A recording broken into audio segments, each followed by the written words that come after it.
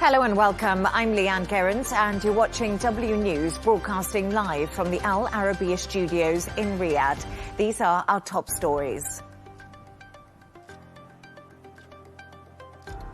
Trump says Iran's supreme leader is involved with talks to end the war as an Iranian drone attack on Kuwait airport leaves one dead and several injured.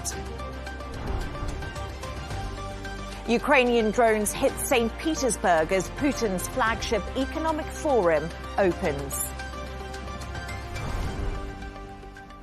The British Prime Minister says there's no justification for more violence and disorder after protests over the murder of student Henry Noack.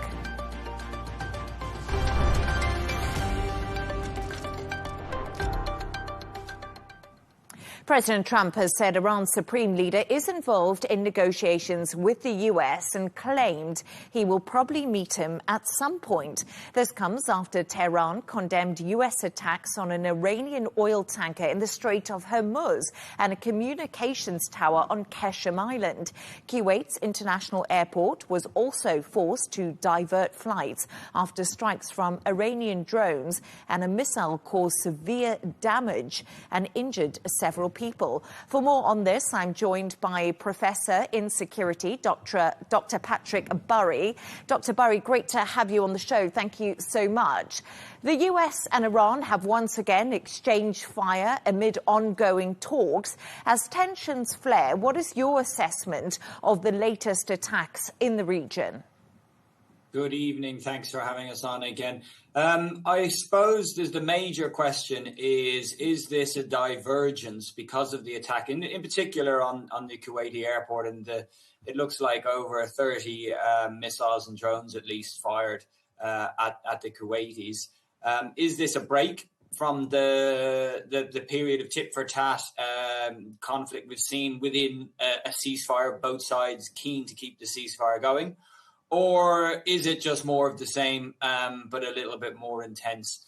And I think really we'll have to wait and see what happens exactly. Of course, when Iran gets hit, the first thing it does, it's shown this since February, it will spread the costs to its regional neighbors to basically undermine political support and increase the cost of supporting the US to its neighbors. And that's what it's done immediately.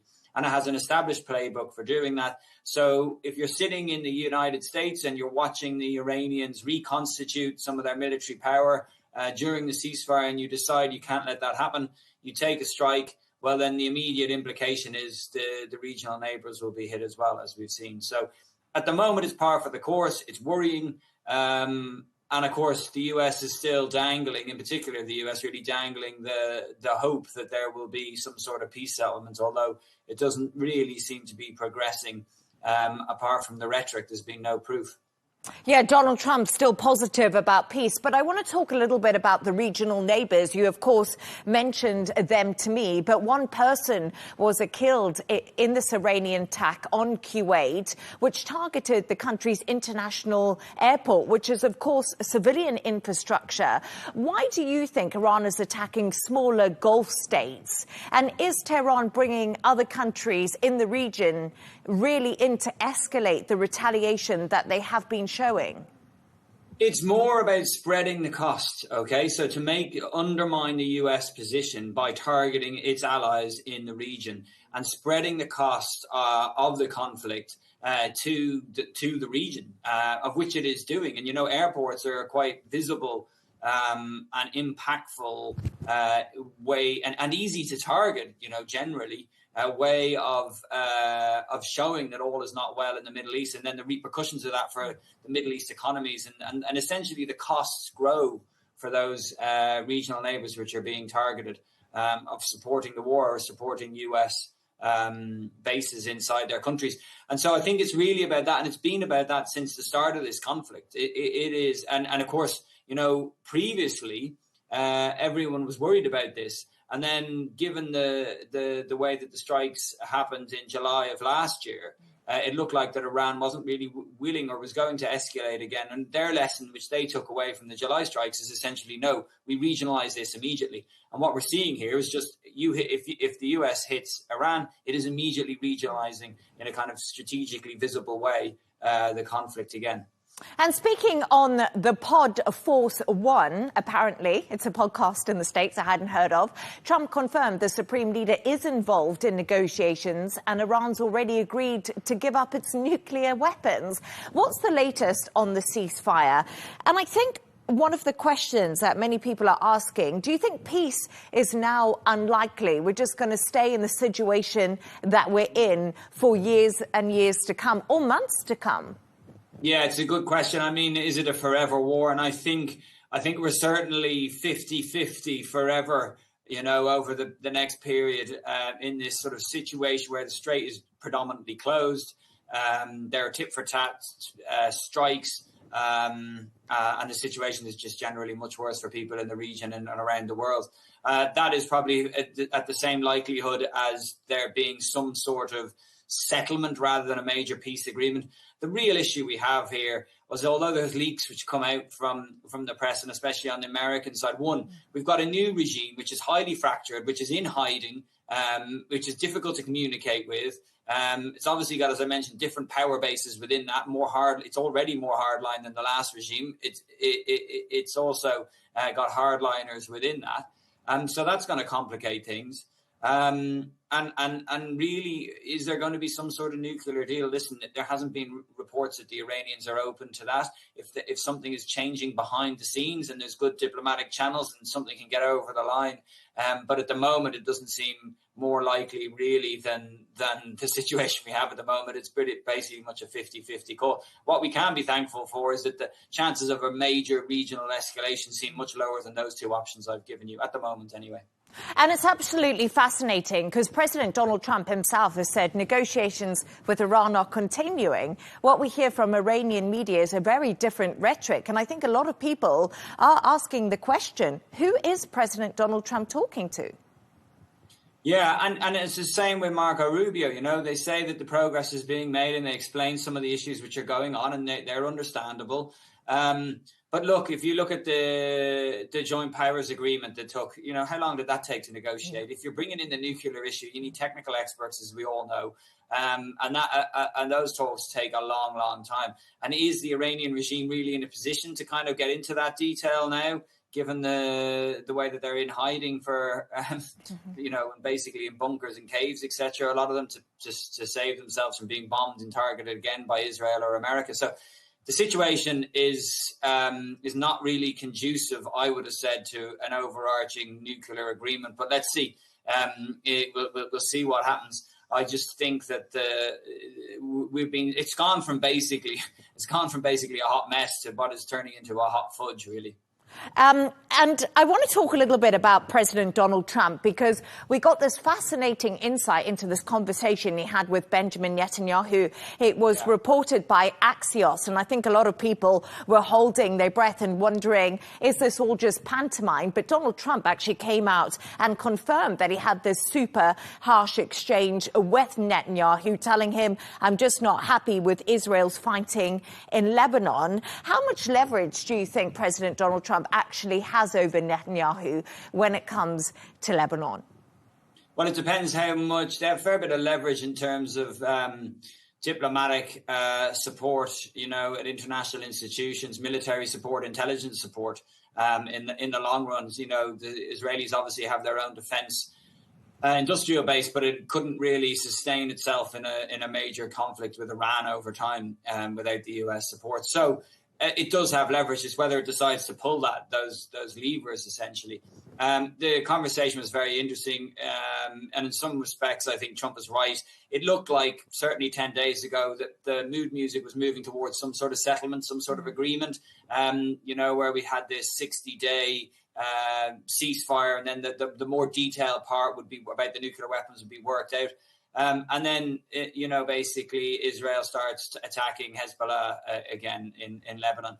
And if you're President Trump, this is going to be infuriating because Netanyahu has his own very strong domestic reasons for continuing the war. And these probably diverge, US and Israeli strategic interests, and those domestic considerations are not the same. And that's what Trump's dealing with. So, as I mentioned, it's messy and complex. And just one quick final thought from you. So Iranian media reports suggest that communications with the US have stalled, and this is all over the fact that Tehran wants Lebanon in the wider ceasefire deal that is agreed. Do you think Iran is right to call for this, or are they just kicking the can down the road and adding more and more to a possible agreement just so that they can stall and not reach a deal anytime soon? Well, if you look at the way that the conflict, when it was, full on intense in March mainly, between Iran and the US and Israel, Hezbollah were actually quiet in the earlier stages and then obviously got the order to activate.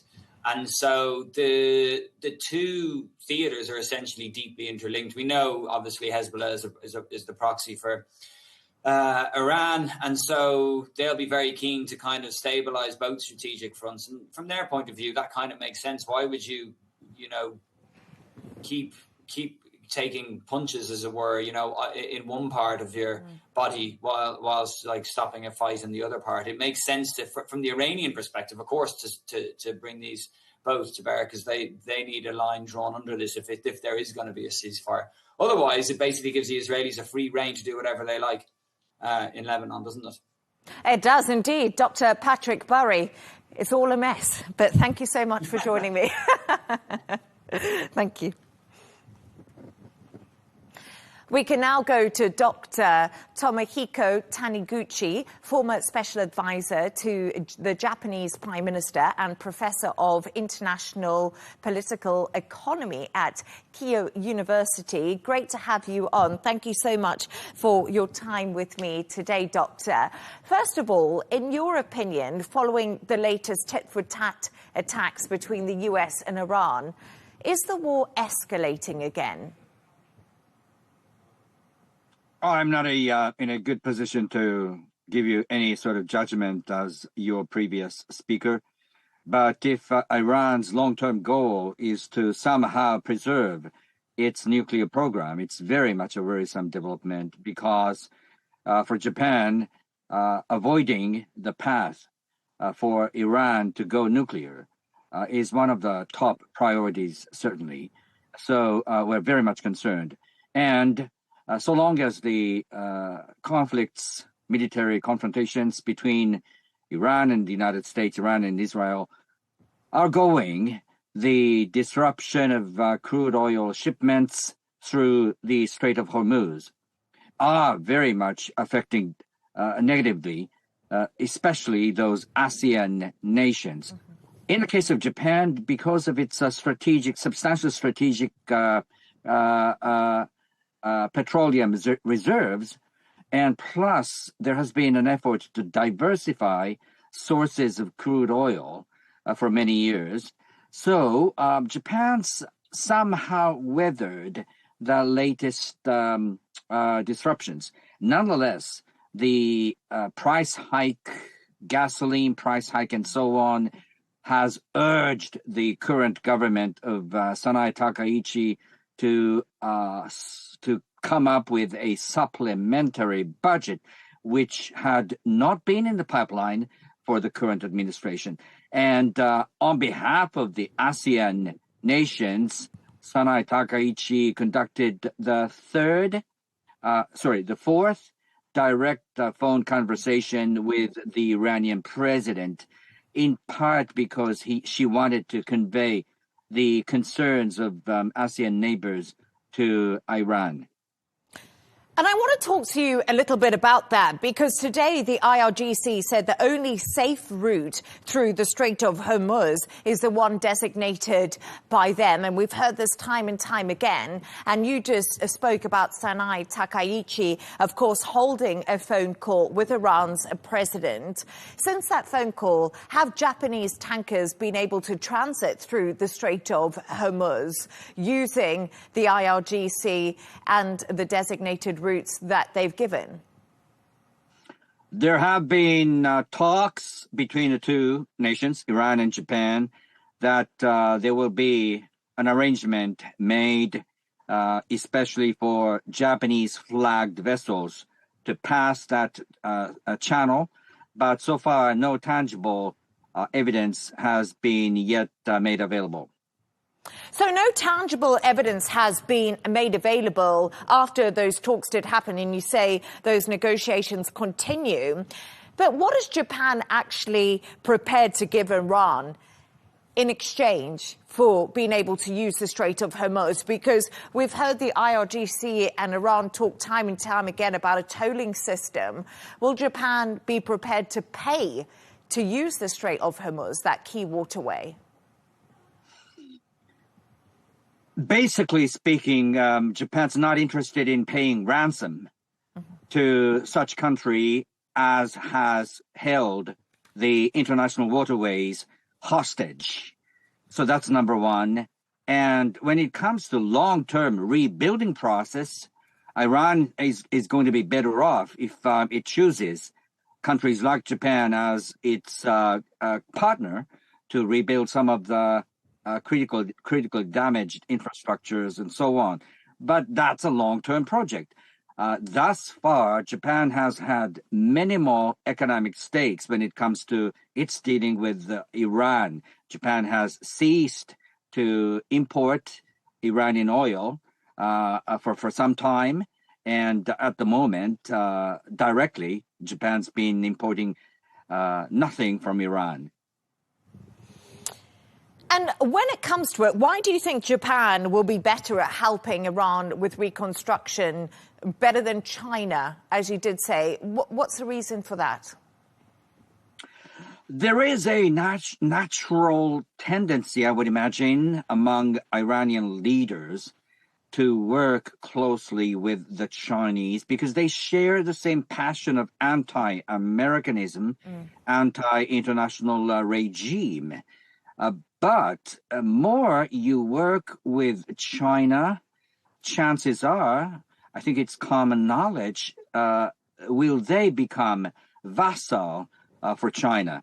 Japan is much more neutral, and its track record of helping build infrastructures in war-dilapidated nations has been well proven. So given the fact also, Iran, Japan are not hostile to each other. I wouldn't say they're friendly to each other anymore, but there's much room for them to develop that kind of spirit of working together. So those are the things that combined, I would say, that would make a convincing case for the Iranians to better work with the Japanese rather than the Chinese. And we also heard from President Donald Trump today. I just want to get back to some of the remarks he made on a podcast over in the US. And he said that Iran's Supreme Leader, Mojtaba Khamenei, is now involved in negotiations, and he would be happy to meet him one day. Do you think this is realistic? And do you think Donald Trump is going to get the deal that he wants? I frankly cannot say anything about it, but I can tell you what happened to Prime Minister Abe, with whom I worked, when Prime Minister Abe met the previous Supreme Leader Khamenei. That was the only occasion, one-on-one meeting, the previous Supreme Leader Khamenei granted to anyone from G7 nations. He had met Putin, he had met some of the leaders of Muslim nations, but from among G7 nations, Prime Minister Abe was an exception. However, the meeting between the two leaders was not something that deserved its name. It was like a preaching.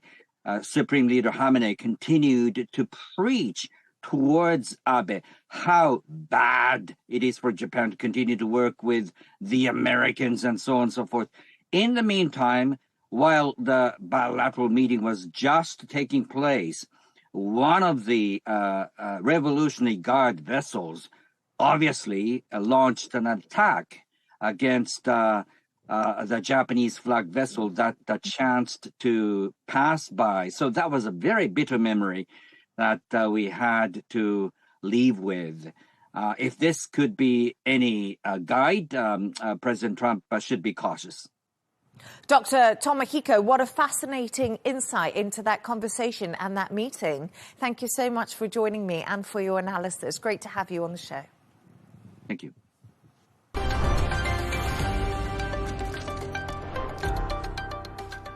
As world leaders and business executives gather in St. Petersburg for Russia's flagship economic forum, Ukraine has launched a drone attack targeting key infrastructure in the city.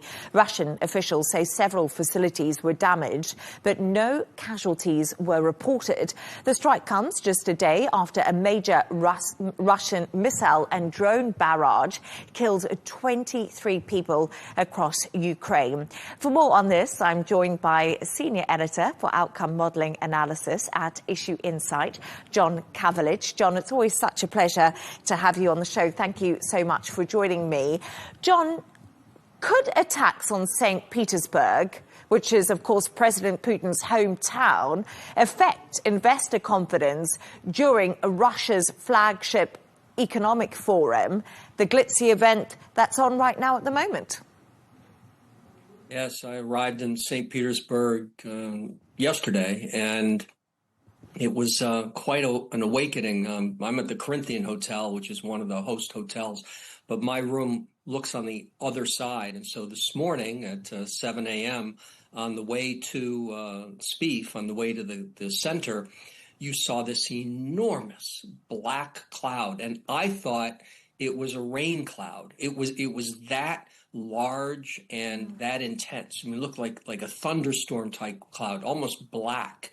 And it waffled basically from the port, and it traveled across the airport and basically near to the event site. So, for the Russian government, an immensely unwelcomed event.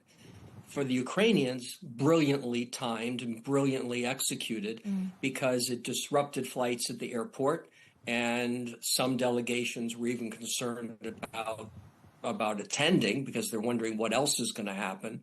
And just that atmospherics, it demonstrates that the country with the most nuclear weapons in the world isn't immune from a drone 600 miles away. John, you're there and you've just spoken to me about the optics of what you've seen, and it's quite interesting because the EU's Kaja Kallas said that those Ukrainian drone attacks in St. Petersburg have caused panic in the Kremlin. Would you agree with that sentiment? Do you feel the panic across St. Petersburg and while you're at that investment conference there? I would respectfully, or maybe not, disagree with the High Commissioner. No one's panicking. They're angry, and there's a difference between panicking and angry. And no government likes to be embarrassed on its home turf. This event is once a year. It's massive. There are a lot of delegations from all over. This hotel has Venezuelans, had Vietnamese, has the president of Tanzania. You have a lot of senior ministers. Not really too many heads of state, heads of government over the last 5 years. That's all decreased. The war has Spieth has been a casualty of the war because it's just unappealing for a CEO of a large global company to be seen here. Now, this year is a little different because the U.S. does have an official representative. He's a cultural guy, but he still is the official representative of the President of the United States. And we even have former New York Mayor Eric Adams, which is always entertaining. But the event does seem to be a little smaller this year in terms of physicality, in terms of how many displays are in the booths. The booths are still creative, but you have a lot of sort of Russians here, Russians from all over different regions. And so it's more Russia to Russia, but they do have their signing ceremonies and that. But I wouldn't say that Vladimir Putin and Sergei Lavrov, the foreign minister, are panicking. They're, to use a sort of coarse word, they're pissed. They've been embarrassed and they're not happy about it.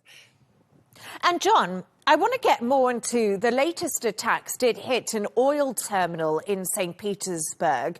Ukraine has also been targeting Russia's oil refineries. And after more than 4 years of war, the economy in Russia has now begun to contract. How long do you think it can survive? And are the problems coming too hard to ignore right now? there is no question that no longer is discussion of the impact of the special military operation, the war, is manufactured. It's real now, and it's from the top down. It may not be, directly from President Putin, but it's from everyone around him. The economy is degrading. It's corroding. It's not collapsing, but people see it. They see it in terms of prices at the supermarkets are increased. They see interest rates at 22% to borrow money. They see unemployment rates ticking up, employment a little more difficult to get, but companies are still having trouble finding workers. And you then have people that have been leaving during the last 5 years because of the war. They want to make certain that they don't serve.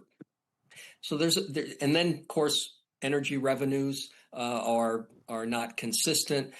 And Ukraine has been, again, I'll use that word, brilliant in terms of lessening that elasticity where they're not going after civilians in Russia, but they're going after infrastructure that brings Russia money. And so we're seeing more and more of that. And today at SPIEF, getting to SPIEF, once you enter the layers of security, as you're driving up in your car, you're seeing anti-aircraft guns. You're seeing drone. It looked like something out of World War II with V2, where you had drone launch pads so they could launch them. You have you have their version of Patriot batteries and that. I mean, it's impressive. It's almost as though we're going into a military base as opposed to an economic form. Yeah, such a fascinating insight, John, because we don't always get that picture, and you've painted it so well for us of what's actually happening inside of Russia. But I want to talk about these massive Russian overnight strikes on Ukraine that did kill 23 people on Tuesday. Do you think that was an attempt by President Putin to get Trump's attention again and the international communities? Because Putin hasn't really been the focus at the moment, as we do have a look at the Iran situation. And in his case, though, he's sort of happy to not be a focus. The strikes are not to get anyone's... Well, the strikes are to get the attention of one person, Volodymyr Zelensky. And the strikes are revenge, as are the strikes from Ukraine into Russia. They're revenge. And that's what drive both of these men.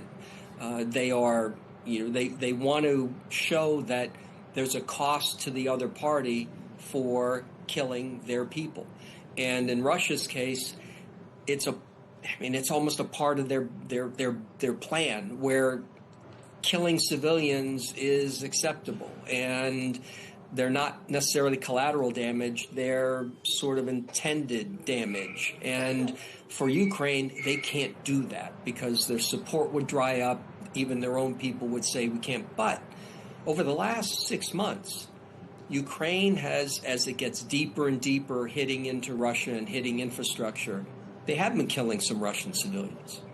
And when I arrived on this trip the other day into Moscow, one of the immigration folks was saying, why isn't there any coverage of the 18 students that we said that the Ukrainians killed, and they were trying to go after some sort of military dorm, and they hit some students? And why isn't anybody talking about that?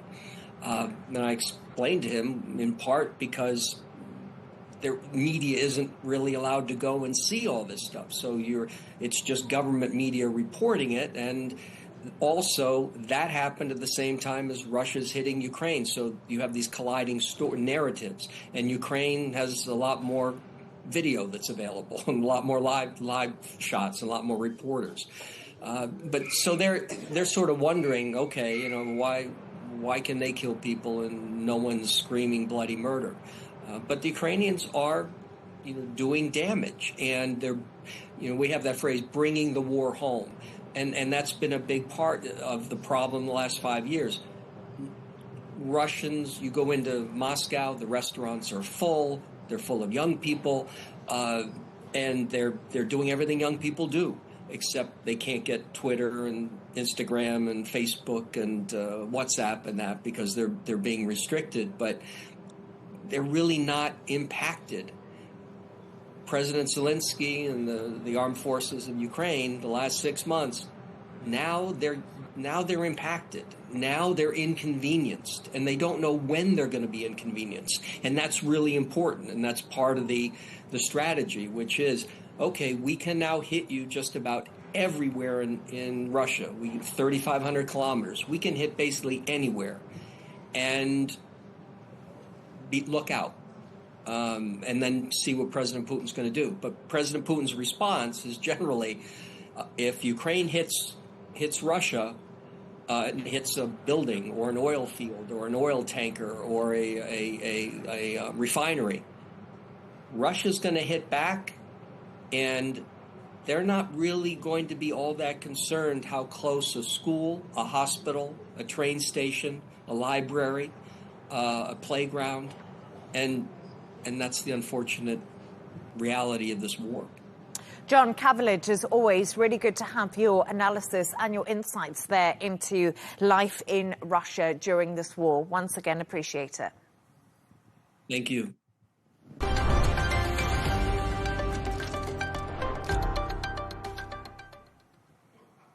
British police are facing growing scrutiny over the murder of 18-year-old Henry Nowak. Vikram Digwa stabbed Henry with a Sikh dagger, but lied, saying he had been racially abused. Body cam footage showed Henry being handcuffed and police ignoring his pleas for help.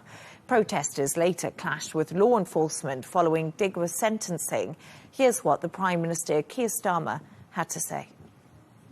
No matter the pain we feel, there is no justification for more violence and disorder. Yeah. The attacks directed towards police officers in Southampton last night were disgraceful and completely unacceptable. Yeah. This is a time for serious work, not rage. Yeah. And let me be clear, we will ensure anyone found engaging in disorder meets the full force of the law, as we have done before. For more on this, I'm joined by former Conservative British politician James Sunderland. James, really good to have you on the show. Thank you so much. So we just heard there from the British Prime Minister, Keir Starmer, of course, who did condemn the violent protest in Southampton following the death of Henry Nowak and called for calm. But do you think the anger spilling out on the streets was actually inevitable after this horrific story? Well, good afternoon and hello to your viewers. The Prime Minister was quite right today at Prime Minister's questions to draw attention to the violence in Southampton overnight. He was quite right to ask for restraint. But in response to your question, do I think it was inevitable?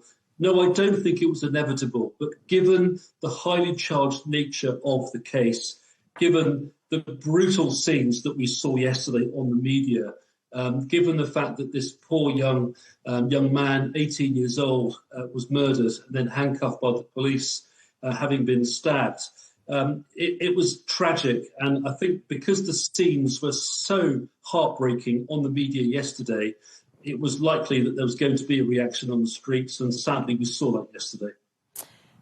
James, not one police officer tried to save Henry's life or believed him. Why do you think that was? Well, I think the circumstances of the case are yet to be fully drawn out. Clearly, we've had the result of the trial, which has resulted in the murderer being convicted for murder. There will need to be a police inquiry as to the response, but my understanding and what's in the public domain at the moment is that there was a 9-minute call from a member of the murderer's family to say that there had been a racially aggravated attack on the murderer.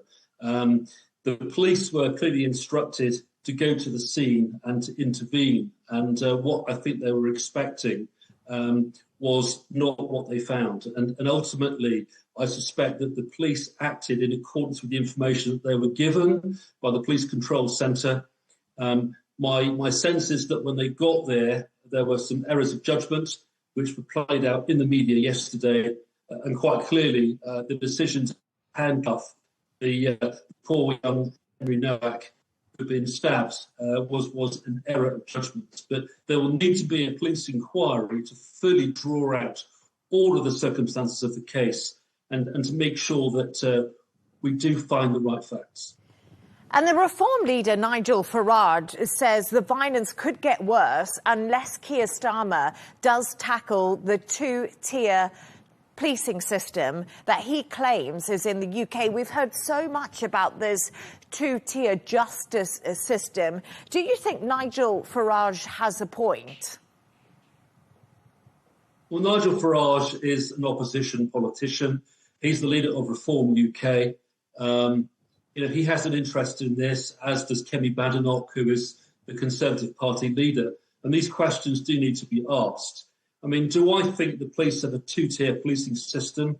I think that's too blunt a label. I think that the situation is much more complex. But quite clearly, there have been a number of incidents over the years where politicians and commentators have brought attention to the fact that people of different ethnicities and different races and different backgrounds in the UK may have been treated differently under different circumstances. That's what two-tier policing means. Do I think that the events in Southampton 7 months ago is an example of two-tier policing? I think the police got it wrong, and I think the police were led to believe something by the Police Control Centre, and quite clearly there were errors of judgment made. But whether that was an example of two-tier policing, whether you could use that label legitimately to describe how the British police always act, I think is not quite right. And just very briefly, I've worked with the police in the UK for over 30 years. My own experience is that they are exceptional, they are well-trained, they are working under duress, under pressure. Mistakes are always made. That's the nature of the operation or situation they deal with. But quite clearly, there'll need to be an investigation as to the exact circumstances of this particular case. And you said that you've worked with the police across the UK and they're working in very difficult situations and they do the best that they possibly can. But do you think that Henry's treatment might have actually been influenced by police guidance around political bias? Because this is a big question happening right now in the UK. Well, I think the police do operate under extreme pressure. The UK is quite a small country. It's a very populous country. It's a multicultural country. And quite clearly, because of the situation in the Middle East, there's been lots of activity with pro-Palestinian groups recently, pro-Israeli groups. And the police are always facing public order situations that do occasionally inflame. But in this particular case, the controversy centres upon guidance linked to the police anti-racism programme. And that translates into operational policing guidance, which means effectively that the police across the UK should pursue something called racial equity. What that means in practice is that, you could argue that does not mean treating people the same. We're not talking about racial equality, we're talking about racial equity.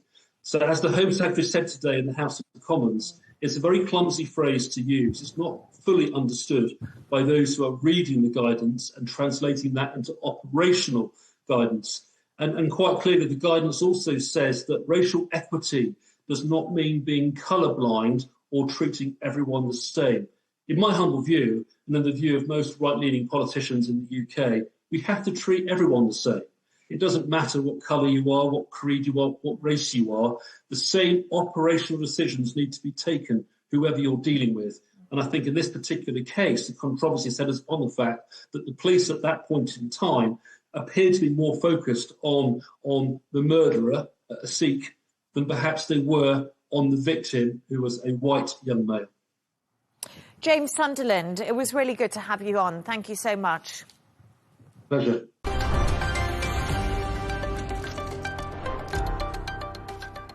A reminder of our top story. Trump says Iran's supreme leader is involved with talks to end the war as an Iranian drone attack on Kuwait airport leaves 1 dead and several injured. Ukrainian drones hit St. Petersburg as Putin's flagship economic forum opens. The British Prime Minister says there's no justification for more violence and disorder after protests over the murder of student Henry Novak. And that's all from us on W News. Don't forget to subscribe to our YouTube channel. Of course, follow us on X. We'll be back in a couple of hours with W News Extra. Goodbye and thank you.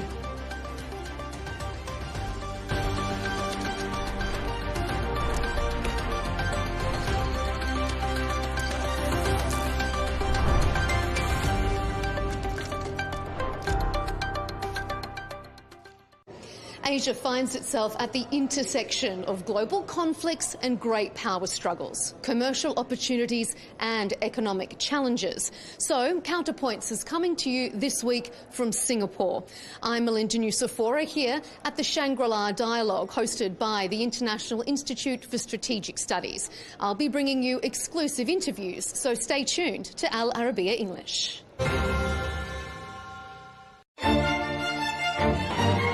Do we celebrate too much? Does it help generations understand history? Does it bring society together? And the idea of turning the first day of summer into a music festival was a brilliant idea because it's a day of joy. We must celebrate summer.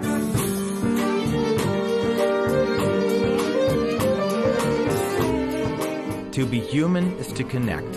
When we stop connecting, we start to die.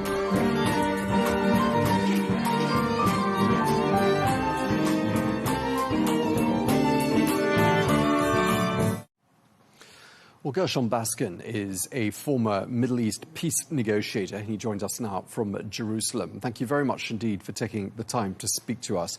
We've been headlining on this seizure of this 900-year-old castle in southern Lebanon, Beaufort Castle. Prime Minister Netanyahu of Israel saying this marks a dramatic shift in the campaign against Hezbollah. We've heard from the Israeli Defense Minister Israel Katz saying this is all part of Israel's planned security zone in southern Lebanon. I want to ask you, why is it so significant? What's the symbolism of capturing this castle? It isn't so significant, and there is no symbolism that can be spun in a positive way for Netanyahu, for the government of Israel, for the people of Israel. We remember very vividly that Israel captured the same Crusader castle back in 1982, following the first war in Lebanon by Israel. And then Israel remained in Lebanon for a period of 18 years while Israeli soldiers were getting killed every day. And that is a repeat of what we're seeing right today.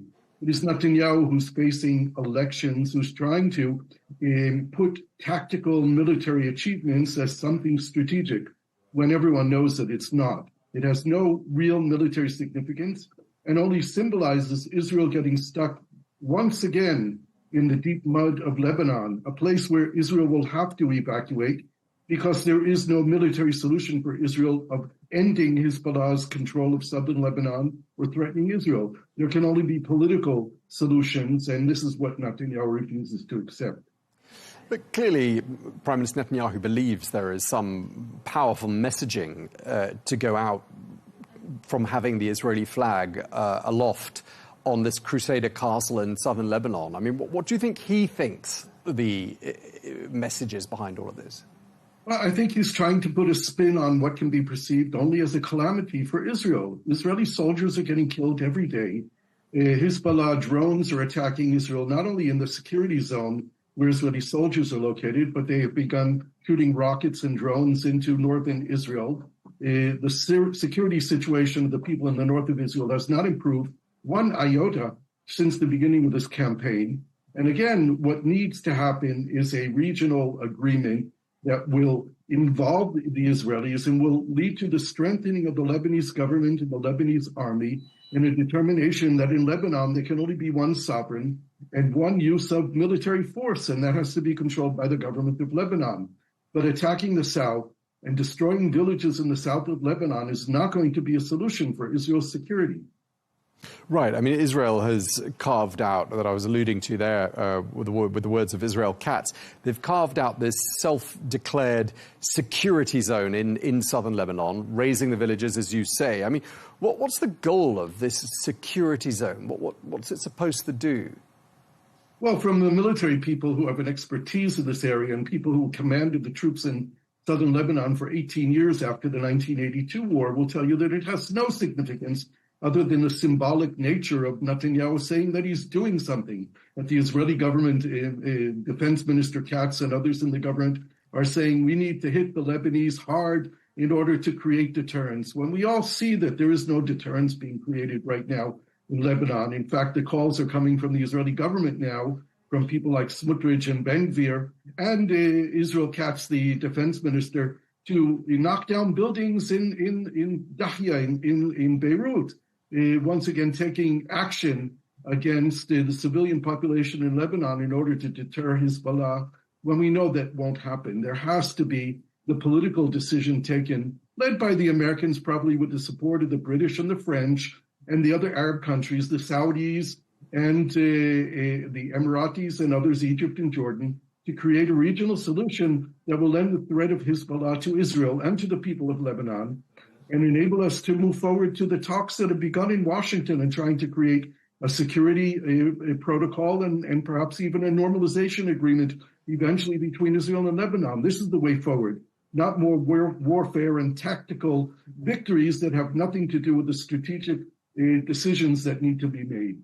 So it sounds like you'd be on the side of Iran when it comes to the issue of packaging up Lebanon as part of a broader deal that's struck between the United States and Iran, because that's what they've been calling for, isn't it?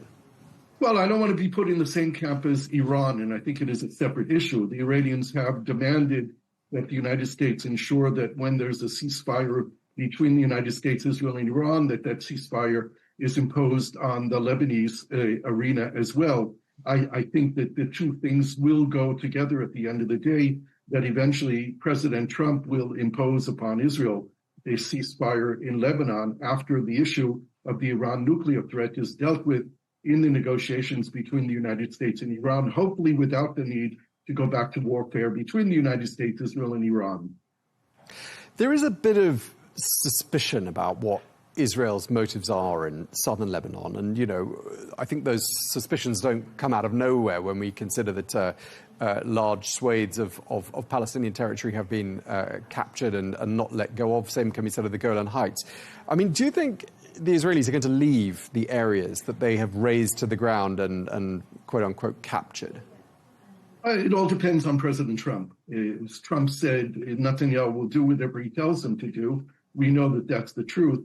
Right now, you need to view what's happening in the region, both in Gaza, in Syria, in Lebanon, within the context that the election campaign in Israel has begun, with elections probably being held sometime in October. And there's a long election period, and Netanyahu has nothing to show but failures. He has failed to achieve his strategic goals in Gaza, in Lebanon, and in Iran, and therefore he's using the Israeli military and the Israeli military might to create a picture of victory. But there are no victories here yet that can be presented by the Israeli leadership to the people of Israel, because our security situation is not very good right now, not with regard to Gaza, with regard to Lebanon, nor with regard to Iran. When you hear the Lebanese Prime Minister Nawaf Salam accusing Israel of pursuing a policy of collective punishment against the Lebanese people, would you agree with him? Definitely. I think that's what's happening. That there's no consideration being taken at all in Israel with regard to the fact that the civilian population in Lebanon has broadly called for peace with Israel. And this is a new development. It's unprecedented. We haven't seen this happen in decades in Lebanon, where it seems that the people of Lebanon don't want Hezbollah to have control over the country, over the government, over its sovereignty, and in fact do think that normalization with Israel would be a benefit to Lebanon. But Israel is not responding to those calls by the Lebanese people and the Lebanese polity either, and is using the same tactics that it uses everywhere in the region to show its military might without any strategic political thinking of the day after. Yeah, I mean, a lot of the guests we speak to on this channel from Lebanon tell us that they are indeed fed up with Hezbollah.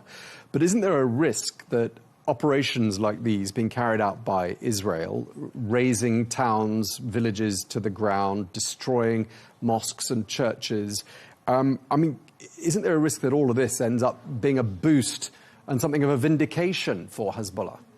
Yeah, most definitely. And what we've seen in past years after the war in 2006 was a strengthening of the belief in Lebanon that they would be the last Arab country to make peace with Israel, not amongst the first countries to make peace with Israel. That has changed, and has changed a lot of the result of the last 3 years and what's happened and the heavy price that Lebanon has paid for Hezbollah's attacking Israel when Israel was engaged in the war in Gaza.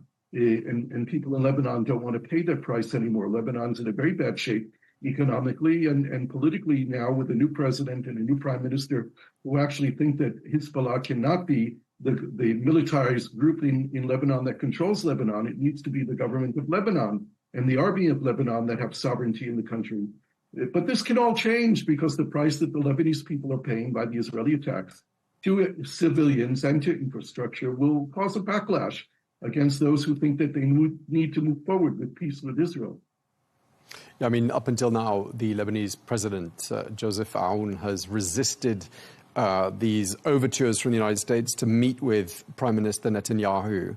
Obviously, that's something he doesn't think Lebanon is ready for yet. I mean, how do you rate the progress of these US-led efforts to bring the two sides together at that very high level? I think that President Aoun has made the right decision. He should not meet with Prime Minister Netanyahu, but he should indicate to the people of Israel that Lebanon is interested in making peace with Israel. Netanyahu needs to become an artifact of history, the past prime minister and not the current prime minister, and that will probably be determined by the people of Israel. I think that the continuation of the talks, even amidst the fighting that's going on in Lebanon now, is a positive sign. The Americans seem committed to trying to move this forward. And the talks need to move forward, but they need to be handled with a longer range strategic view of what needs to happen. It's very difficult to imagine that under the government of Netanyahu during the next months before elections, that we can have a breakthrough in relations between Israel and Lebanon or Israel and any of the other Arab countries in the region. There needs to be a change in the Israeli leadership and the regime in Israel before those kind of changes will probably be possible. I mean, in many ways, the Israeli army looks really overstretched when you consider that they've got operations underway in Lebanon, sometimes in Syria, Gaza, I mean, multiple fronts. Is all of this translating for Netanyahu into what looks like could be electoral gains later on in the year? I think that the opposition parties in Israel that are now gearing up for elections are presenting all of Netanyahu's military plans over the last 3 years as strategic failures. And this is the picture that the Israeli public will be hearing more and more. It'll be difficult to even talk to some of Netanyahu's base about military successes when the whole north of Israel is under fire from drones and rockets from Lebanon. What kind of victory is Netanyahu talking about when Hamas is still not disarmed and Gaza is in a miserable situation? And the Iranian question hasn't been resolved yet with regard to the threat that Netanyahu is presenting for decades of the imminent nuclear bomb that the Iranians would build. The war in Iran has not produced the results yet that Netanyahu claimed we must have in order to secure Israel's future. Right. And I mean, when you think about the fact that 3,370 people or so have been killed in Lebanon in recent weeks, 1.2 million people have been displaced. And, you know, we're talking about a country with a very fragile social fabric at the best of times, and you've already mentioned the dire economic situation in the country. Doesn't it look likely to you that a country that's even less stable is going to emerge from this whole chapter? And that country is, of course, Lebanon, and it's on Israel's border. Well, I think that this is why the United States and France in particular, with the help of the Saudis and the Emiratis and others, needs to be enlisted in order to save Lebanon and to ensure that Lebanon will be bolstered with economic support and military support, that the government of Lebanon will be able to assert its sovereignty throughout the country, and that the army of Lebanon will be strong enough to confront the resistance of Hezbollah for disarming or removing its arms from those parts of the country that threaten Israel. This is really a make or die question for the country of Lebanon. And I think that the countries of the United States, the UK, France, typical allies of Lebanon, including with the Arab states in the Gulf, need to join together and need to use their influence first and foremost on President Trump to get Israel to stop the war in Lebanon and then to have a strategic plan for building Lebanon as a country coming out of deep trouble into a country that can be a successful one. I recall Lebanon at a time when it was called the Switzerland of the Middle East, and it wasn't all that long ago. Yeah, and I mean, I think clearly a lot of the allies you just mentioned there have brought to, will be bringing to the UN Security Council later today those same desires that you've just mentioned. I mean, do you think anything will come out of the UN Security Council meeting? I'm doubtful. I mean, the UN hasn't really been an institution that's provided solutions in the last years. But I think a concerted effort led by President Trump and with the support of some of the European countries and the Arab countries, a real plan could be forward. It could be brought to the Security Council to get the basis of international law and international consensus behind it. But I think it's unlikely that the UN itself will produce anything positive. Okay, let's pivot to Gaza, because it's been a long time since we've talked about Gaza. A ceasefire is, just to remind our viewers, still in place. It's been in effect since October, but the violence continues more or less every day. And I think since the ceasefire took effect, 932 people have been killed. And then we heard Netanyahu saying this last week. He ordered the military to take control of 70% of the Gaza Strip. What do you read into that? What are Prime Minister Netanyahu's intentions? His intentions are backed by the people in his own government who want to see Gaza be led to a process of ethnic cleansing. I don't think that the Americans are going to allow this to happen. I had a conversation with one of the Americans involved in the Board of Peace just a few days ago, who was telling me that the negotiations with Hamas are now finished. They're off the table. Hamas received the last and final proposal for moving forward on disarmament 2 months ago, and they failed to respond positively to it. The American point of view is that the deal that was offered them, which included amnesty and integration of Hamas employees in the previous government and the new technocratic government, all those things are off the table right now, and the Americans are working on a plan to begin the implementation of vetting Palestinians, the 2 million Palestinians in this yellow zone under Hamas control, into the green zone, which is temporarily under Israeli control. But the intention of the Americans and the Board of Peace is to bring in the International Stabilization Force, to bring in the National Committee for the Administration of Gaza, to launch the new Palestinian police force. And what I understand is that there will be eventual pressure on Israel to begin a process of withdrawing from Gaza, not expanding its control over Gaza. This we need to see if the Americans are in fact going to move forward with this.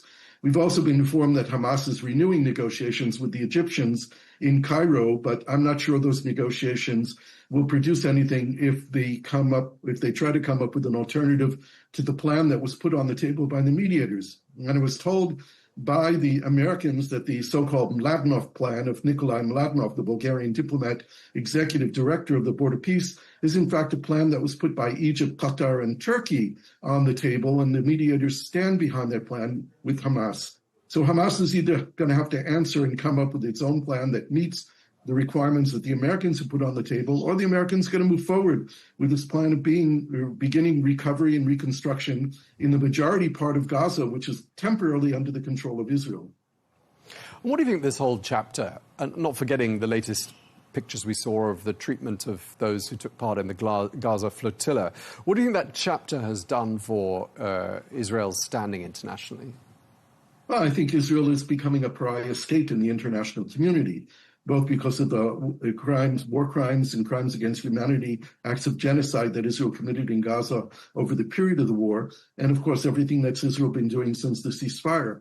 The reality is that Hamas no longer has any leverage after they officially ended the war with a kind of surrender. When they gave up the last Israeli hostage, it was in fact a signal from Hamas that they were surrendering. They lost their leverage to do anything in Gaza. They control the 2.2 million Palestinians in Gaza in the so-called yellow zone because there's a vacuum of alternative leadership there. But the people of Gaza don't want Hamas anymore. And I think that signal is clear to the world, while Israel continues to be perceived as a belligerent actor, not in good faith, not holding to the ceasefire. And the consequences of that are being seen in the international community. And just to wrap up, I mean, do you see some sort of a deal being struck with regards to Gaza during the tenure of Prime Minister Netanyahu, or will we have to be something that comes perhaps in a future administration? Well, I think it'll have to be a future administration, but there is something that we need to focus on as well and put pressure on the Americans through the Arab countries and through the allies of the United States, and that's to enable Palestinians to go to elections. Palestinians haven't been able to vote for their leadership since 2006, and the Palestinian people need to know, in fact, we all need to know whether or not the Palestinians are willing to open up a new chapter in which they elect a government which is talking about peace with Israel. Because Palestine will never be free by killing Israelis, and this has to be the lessons for the Palestinian people after October 7th. It's not the road to peace and security and dignity and statehood and independence is not going to be by killing Israelis. There needs to be an alternative path for Palestinians, and they need to have the same right as everyone else in the world wants to elect their own leadership. And now is the time to do it. Hopefully, if they could do it before the elections in Israel, it would send a very clear message to the Israeli electorate that there is a Palestinian partner for peace. Does peace and a two-state solution seem more distant a prospect than ever, would you say? I don't think so. I think it's actually closer than we can even imagine. The knee-jerk reaction would be to say that it's completely off the table and not real because of all the trauma we've experienced over the last almost 3 years. But I think that the dedication of the Arab world, in particular the Saudis, in pushing the United States to understand that what happened after Gaza has to lead to Palestinian sovereignty and independence and a two-state solution. And the fact that appears in point 19 and 20 of Trump's 20-point plan indicates the influence that the Arab countries have had on President Trump to move forward. We have 2 more years and 9 months of Trump in the White House. He's the first president, I think, in history who's been able to tell Israel what to do without Israel saying no to. And this is the opportunity that needs to be exploited in the 2 years and 9 months that are ahead of us. Okay, well, thank you very much indeed. Good to be wrapping up on a more optimistic note. Gershon Baskin, former Middle East peace negotiator. Thank you very much indeed for your time, sir. Thank you.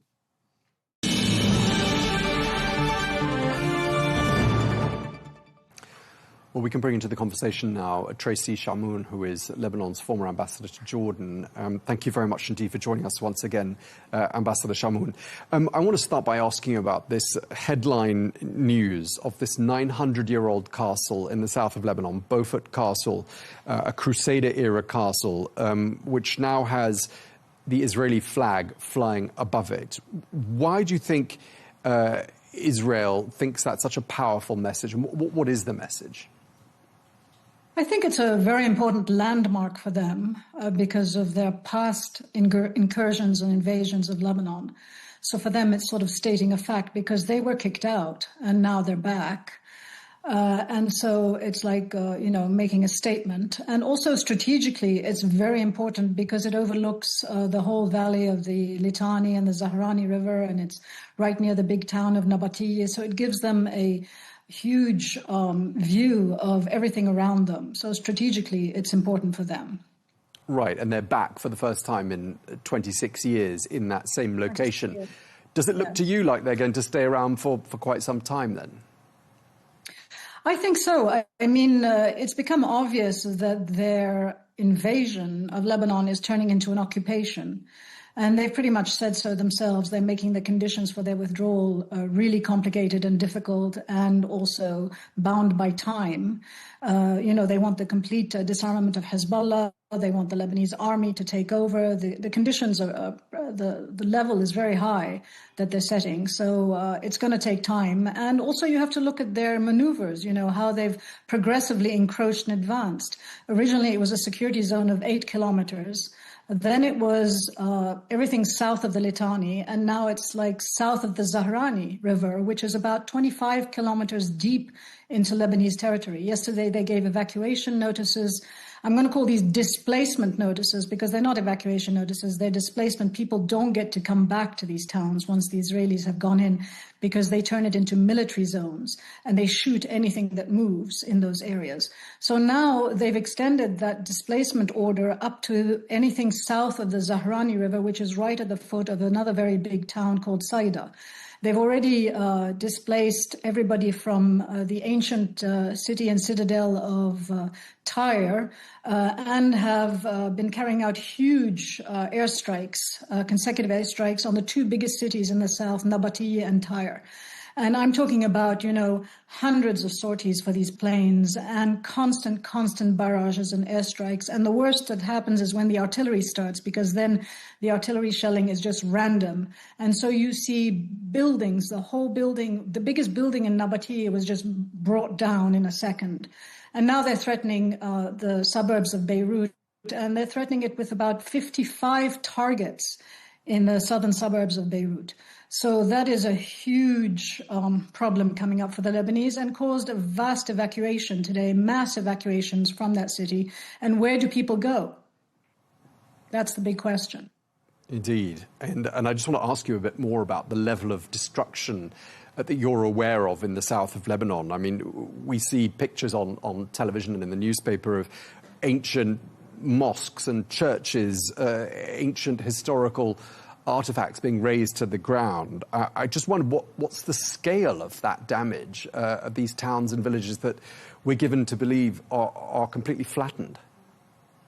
Yeah, the scale is about that. They are flattened. Those 55 villages that I told you about, the demolition crews came in and basically, flattened them, turned them into rubble. Now, with the airstrikes, the destruction is vast. You're talking about 580 square kilometers of complete destruction. But it's not just the ancient artifacts, which is, of course, tragic. It's also the livelihood of everybody, the shops, the schools, the community centers, the playgrounds, the homes, everything. There's no respite from the destruction. People are told to get out, and then they come in, and then they bring everything to the ground. Right. And Tyre was one of the beautiful cities, It's an ancient city that goes back to the Phoenician times. So it's absolutely tragic what's happening. And Ambassador Chamoun, you're painting a picture of massive destruction on a massive scale happening, we shouldn't forget, mid-ceasefire, a ceasefire that was struck in April. Is that ceasefire, can we just assume it's more or less non-existent now? Well, the ceasefire is a fake ceasefire because it's unilateral. It only ever applied to Hezbollah. Israel exempted itself from the ceasefire by putting in a clause which allowed it to carry out any attacks wherever it wanted, on whoever they wanted, at any time they want. So that is not a ceasefire. For the year between the two wars, Hezbollah abided by this so-called unilateral ceasefire. But when the war with Iran started and they killed the Supreme Leader Khamenei, which is tantamount for them to killing, the equivalent would be the Pope, then they decided that they were no longer going to abide by this unilateral ceasefire. And what the government is doing more than anything is trying to create a comprehensive ceasefire that is abided by both parties. And frankly, this escalation in killing and destruction is absolutely futile. And Nabih Berri, who's the Speaker of the House, has actually come up and said that he will guarantee a ceasefire by Hezbollah. But the Israelis don't want to hear about it because I think that they have another agenda in mind. They have occupation of Lebanese territories, which they've coveted for many decades, and which they're now able to do under the guise of fighting Hezbollah. But, Lebanon has a lot of good friends in the world, some very strong allies. Would they stand for that? Well, so far, the destruction has happened pretty much unimpaired. France yesterday called for a meeting at the UN Council. But other than that, people can see what's happening. It's a repetition of Gaza on a bigger scale. And now what's going to happen to Beirut is also a repetition of Gaza in the capital. And yet we've had very little traction. We're locked into the negotiations between the United States and Iran, and Lebanon has become ground zero for the war between the United States and Iran. And their proxies, America's proxy Israel and Iran's proxy Hezbollah, are fighting this battle, this secondary battle in Lebanon. And we, the Lebanese, who don't want to have anything to do with any of this, are paying the price. And don't let anybody think that, the Lebanese are impervious to what's happening. This is not true. The South is the breadbasket of Lebanon. About 30% of our agricultural produce comes from the south. The Litani River is responsible for about, 13% of the electricity in Lebanon. And they targeted that. They targeted the major dam Sad al-Aran, that is also on the Litani River, which is the biggest reservoir of water. So that was a direct threat to the infrastructure of Lebanon, and by any definition, a war crime if that would have gone through. Right, and you've painted a picture there of a situation in which Lebanon is once again the theatre for a battle between Israel and Iran, and clearly the average Lebanese person feels no affiliation to either Israel or Hezbollah, I think it's fair to say, although we haven't done any polls.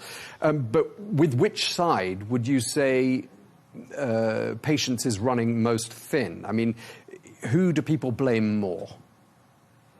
It depends which side of the fence you're sitting on. I mean, those who are pro-Iranian are obviously going to blame the Israelis, and those who are not pro-Iranian are going to take, the side of the American and the Israelis. Lebanon is very divided in that way. Iran has just made a declaration that it's going to now drop all negotiations with the United States if the situation in Lebanon and Gaza, the fighting doesn't cease there. So I think that, we're really locked into this scenario, and President Trump delaying constantly the peace deal with Iran, all the negotiations with Iran, is just costing Lebanon a lot, because it's giving Israel an opportunity and time, which is what they want, to move deeper and deeper into Lebanese territory. And we've heard from President Aoun in the last few hours. In fact, he said his country faces what he called, quote, a vicious and reprehensible Israeli aggression.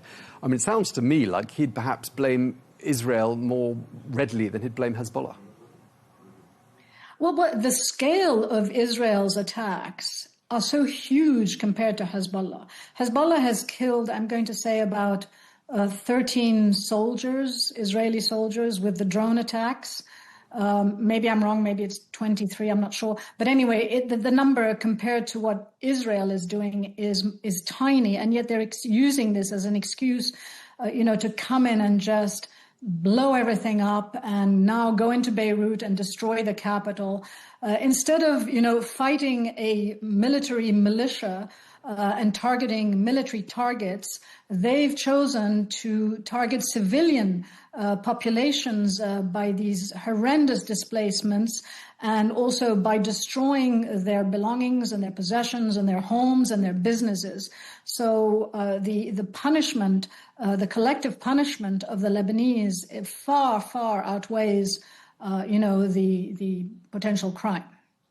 And doesn't all of that play quite neatly into the hands of Hezbollah? I mean, isn't there a danger that out of all of this, there's a sort of a boost in public support for Hezbollah, and these actions by Israel somehow vindicate what Hezbollah has been saying all along? Yes, they do. They've revived Hezbollah as the resistance.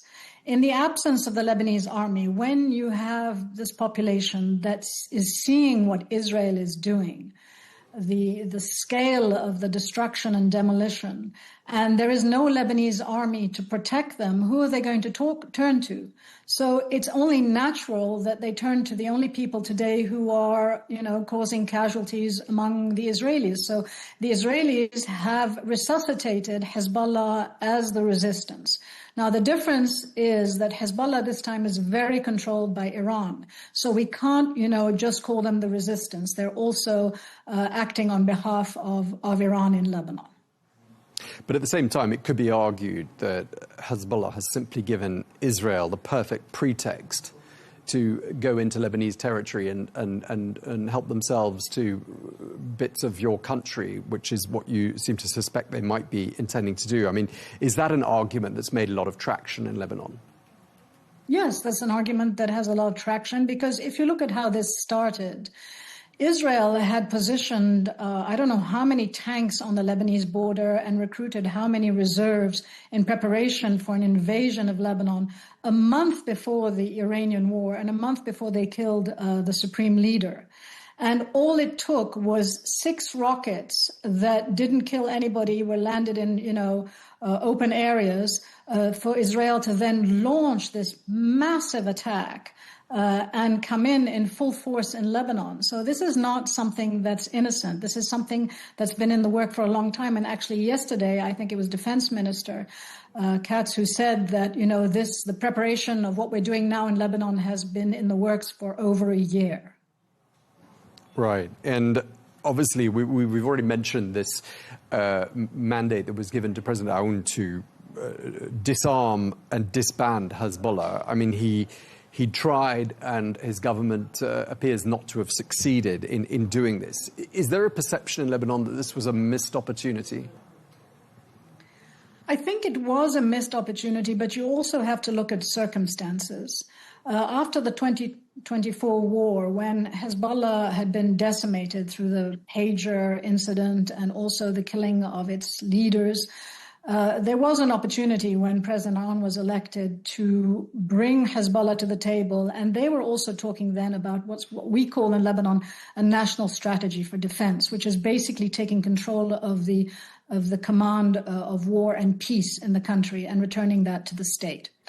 That opportunity was missed, but there was also a time frame that was being imposed by the American envoys at the time, Morgan Ortagus and Tom Barak, which the Lebanese could not meet because this is a delicate situation and it needs to be negotiated. Now, when Hezbollah started to feel really victimized, I mean the political branch of Hezbollah, before any of this war started, they started to retrench and to pull away and to feel as though they were being specifically targeted. And in fact, they were, because the United States policy was for the complete disarmament of Hezbollah immediately.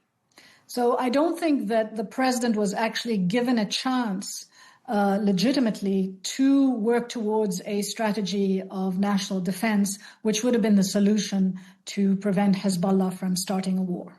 Okay, so that was one opportunity that some people might say was a missed opportunity. Another opportunity that President Aoun was given by this administration in Washington was for somehow a handshake or a photo opportunity to be arranged between him and Prime Minister Netanyahu. And it sounds very much as though he was the one who turned that down and seemed to suggest that the timing was not right and this was premature. Do you support him in not having shaken the hand of Prime Minister Netanyahu, and do you think it would change anything concretely on the ground in your country if he did? No, I don't think it would, because the weapons today are not under the control of the state. So whether the president shakes the hand of Netanyahu or not, there are other negotiations that need to take place at other levels. There are indirect negotiations that need to happen with Hezbollah and also with Iran. So that handshake would have been a photo op that the Israelis would have loved and would have allowed them to control the narrative and would have, burned him in the eyes of the population, especially with respect to what's happening now and the terrific escalation and destruction that Israel is undertaking in Lebanon. So I think he was right to refuse that at this stage. Okay, I mean, just looking at the longer-term picture here, we're in a situation where 3,370 people have been killed in the last few months. We've talked about the displacement, more than 1.2 million people displaced, a very fragile social fabric at the best of times there in Lebanon. I mean, does it look to you like what emerges from this chapter will be a country that's even less stable, which, let's not forget, will still be on Israel's border? We're going to have to do a lot of peace building amongst ourselves if we get out of this. We're not out of the woods, I can tell you that for sure. I don't know what Israel's ultimate goal is, if it's to completely, take over the whole of the south of Lebanon and for the whole Shia population to sort of be ethnically cleansed in a way, which is going to cause, terrific pressure, because they've now been displaced from their areas and they're now mixing in the other areas and they're looking for refuge in the other areas. So that could cause a lot of friction. And I think that's what, the president and the prime minister are having to deal with from a security level. So I don't have a good feeling about what's going to happen, but it depends how long this goes on and it depends how it gets resolved. If Israel is pushed back to the 8-kilometer security zone, which they had initially talked about, and people are allowed to go back to their villages and their towns, in the big city of Nabati, in the big city of Tyre, and the surrounding suburbs and areas, it'll alleviate some of the damage. But if not, if they insist on taking Lebanon up to the Zahrani River and ethnically cleansing the Shia population from those areas, then we're going to have a very big problem on our hands, not only just because the people are displaced, but because we're going to have friction among the communities. Okay, and just to wrap up, when this conflict comes to an end, and we don't know when that's going to be, is your hunch, is your thinking that your country will be the same size geographically when it's over as it is today? The way Israel is going now, no. You have to look at what happened with the Golan Heights.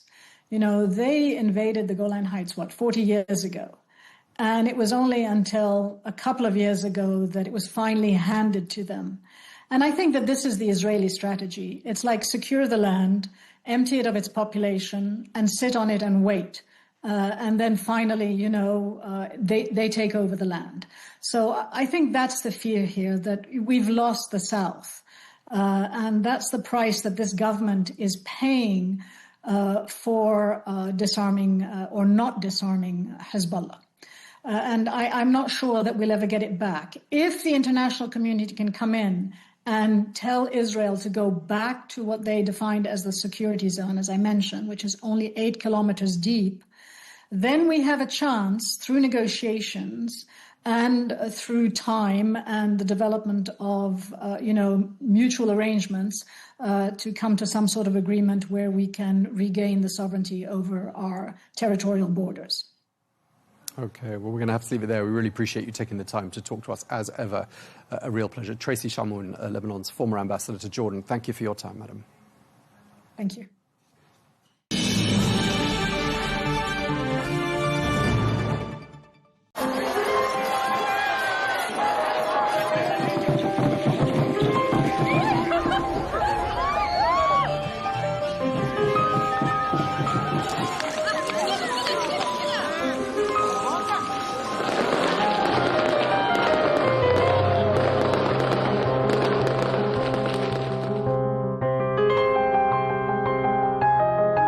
Life is meant to be a celebration. Wise is the person who finds a reason to make every day a special one, said the professor and writer Leah Bushalia.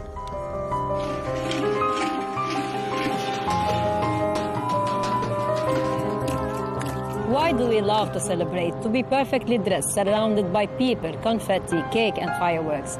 Thus sharing a moment of happiness or sadness with others. Meet a human need to celebrate or to heal.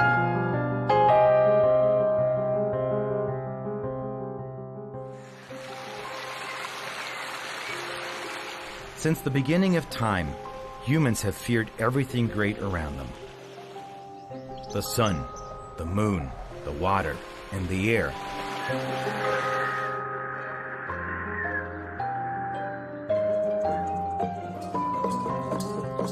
Yet as they grew familiar with these wonders, they began to celebrate them in their own ways, seeking joy wherever it could be found. From these, they discovered reasons for happiness and turned each reason into an occasion. So came a day for flowers, a day for the new year, and another for spring, which Egyptians call Sham el-Nissim. And for summer, the French invented a festival devoted to music.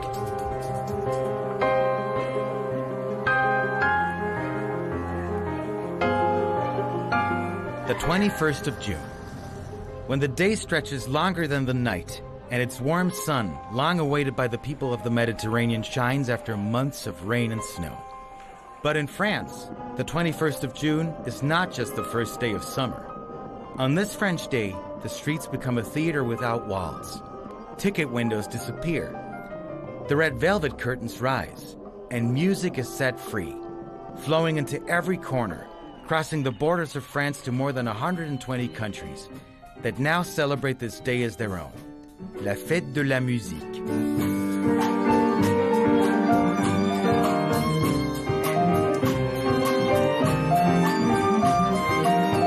So June 21st is the first day of summer, and so people want to go out.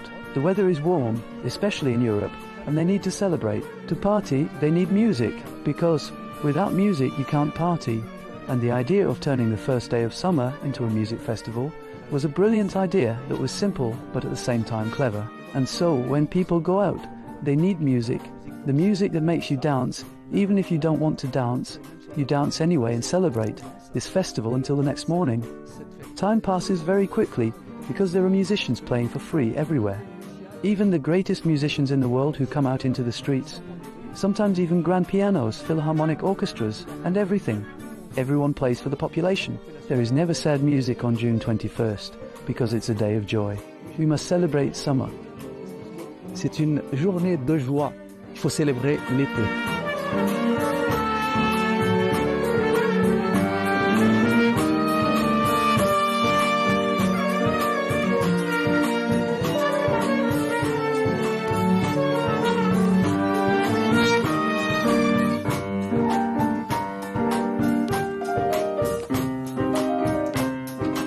This day was first announced in 1982 at the initiative of the then French Minister of Culture, Jacques Lang.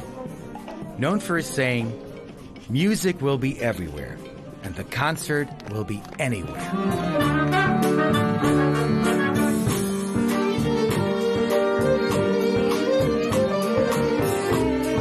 We cannot live without music. To celebrate, we need joyful and danceable music. For a romantic situation, we need romantic music. And so music has existed since eternity. Since cavemen, we have been making music.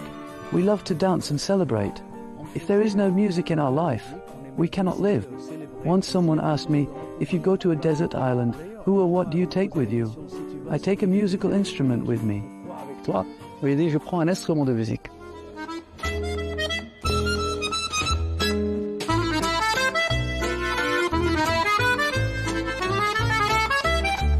So we celebrate for many reasons. We don't only celebrate because we enjoy. Sometimes we think that celebration is only a kind of happiness we're enjoying or traditional or even a ritual, but it's much more than that. We need it as, it's something we need as human beings.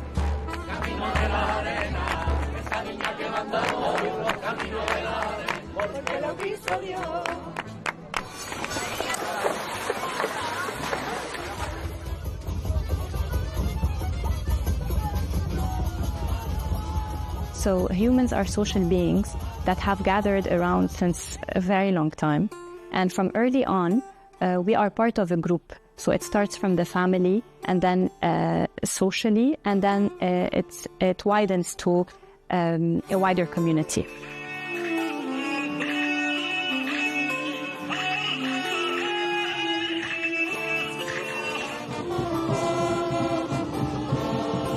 Today it's music. But since the earliest years of known history, humankind has embraced many occasions to celebrate and to give symbolic expressions to the renewal of time and a lot more.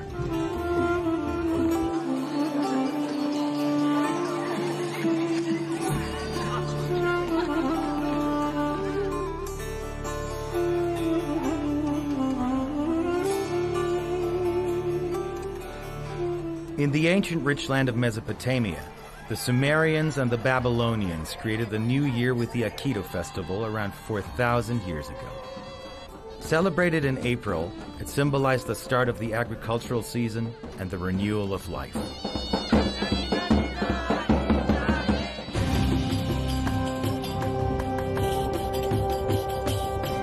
And it was Wepet-Renpet, the opening of the year in ancient Egypt around 5,000 years ago, marking the annual flooding of the Nile River.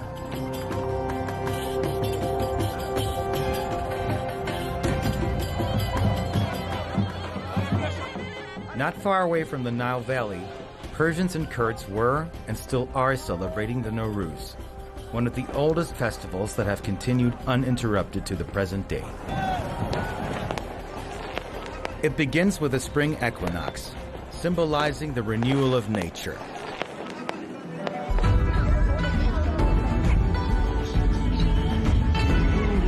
It is one of the oldest celebrations still observed today as well, and it follows the lunar calendar and falls between late January and mid-February.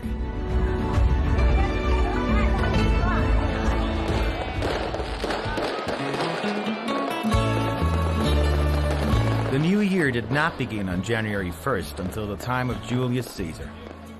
In Roman civilization, this represented a historical turning point, as the year had traditionally begun in March.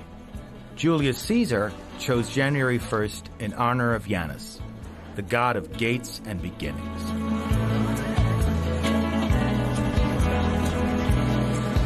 Throughout history, one joy has been shared by all, yet it blooms on different days and dances in so many ways.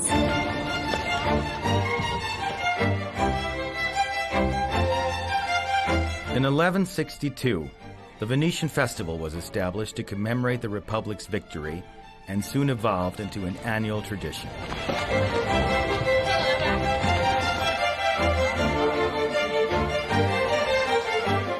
Every year, on the 25th of April, a festival of iconic masks that dissolve social boundaries takes over Venice. It allows people to express themselves freely and transform the streets into a vibrant stage filled with history, culture, and celebration.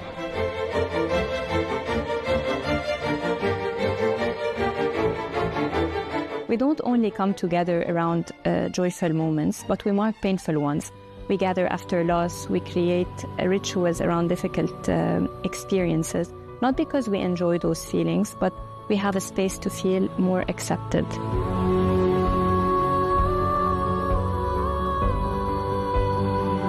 It connects to something deeper, our need to belong. I'm part of this, so I can say that I share this with others. So celebration is not just about tradition or about a ritual, it's also a human way of creating a connection, of reinforcing our sense of belonging, and of turning what we go through into something meaningful together.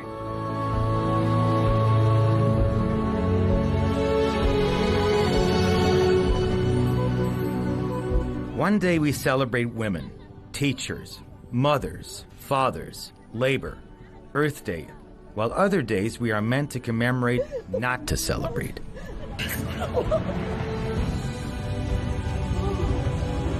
A day for refugees, for food and for peace? Do we highlight even what hurts?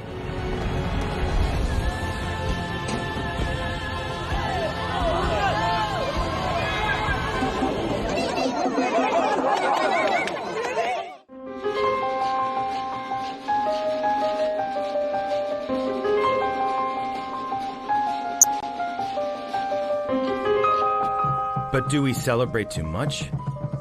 Does it help generations understand history? Does it bring society together? It was once said that to be human is to connect. When we stop connecting, we start to die. Is it true that happiness is doubled when shared, and sadness is halved when shared as well?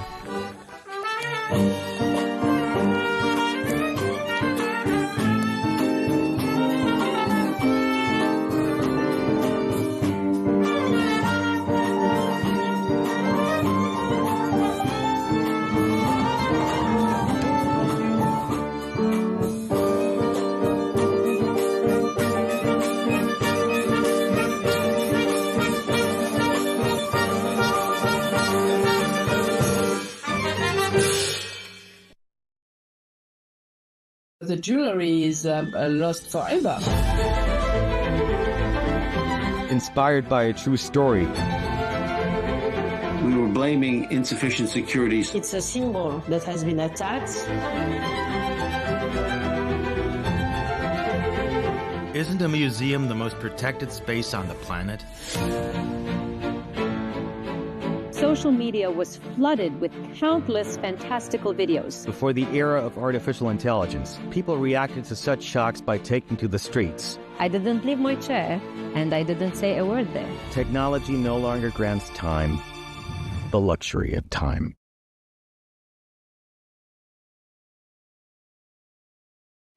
Asia finds itself at the intersection of global conflicts and great power struggles, commercial opportunities and economic challenges. So, Counterpoints is coming to you this week from Singapore. I'm Melinda Nucifora here at the Shangri-La Dialogue, hosted by the International Institute for Strategic Studies. I'll be bringing you exclusive interviews, so stay tuned to Al Arabiya English.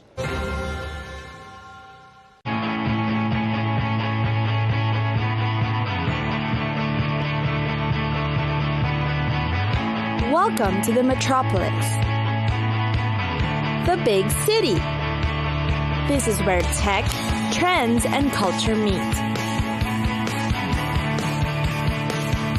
Meet the people. See the sights. Walk the city streets. And experience the lifestyle.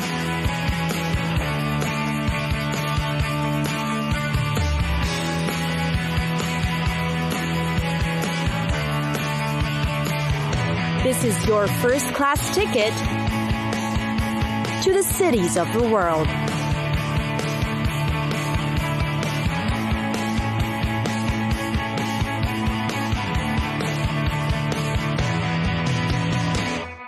Jerusalem, an ancient city going back to more than 3,000 years. Jerusalem. It is one of the rare places that is layered with hundreds of years of history, while also being a bustling modern city. A visit to Jerusalem offers you world-class cuisine, plenty of religious and historical landmarks, and yes, archaeological relics. Also known as the Western Wall or Kotel, the Wailing Wall is the holiest place in Judaism. Millions of tourists arrive here each year to pray. The ancient wall is believed to be the last remnant of the second temple built by Solomon. Another religious site is the Golden Dome at the center of the Temple Mount, which can be seen from around the city. It is the third holiest site in Sunni Islam. The Church of the Holy Sepulchre is considered the most important pilgrimage site for Christians for centuries. But it will also be appreciated by art lovers and history buffs. Its interiors are designed with amazing mosaics.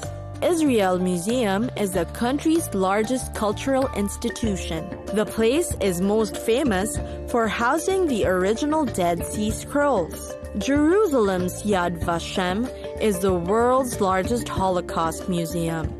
It was built in honor of the millions of Jews who perished during World War II. The expansive 45-acre complex is Israel's second most visited site after the Western Wall. The Eucalyptus restaurant is great for a culinary escape. It combines Middle Eastern food in a fusion of nationalities and wonderful local ingredients. The Jaffa Road is ideal for a place to relax, hang out, and enjoy a good time. It runs through the heart of the new city. Both picturesque and arty, it is great to stroll down and cut off into the shopping and dining areas hidden behind it.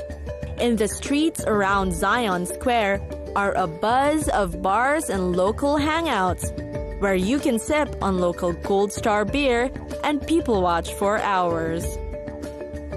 The Shuk, or Jerusalem's large open-air market, is a great place to find produce, meat products, and the like at great deals. A great deal of cafes and boutiques can be found here, making it a great place to wander.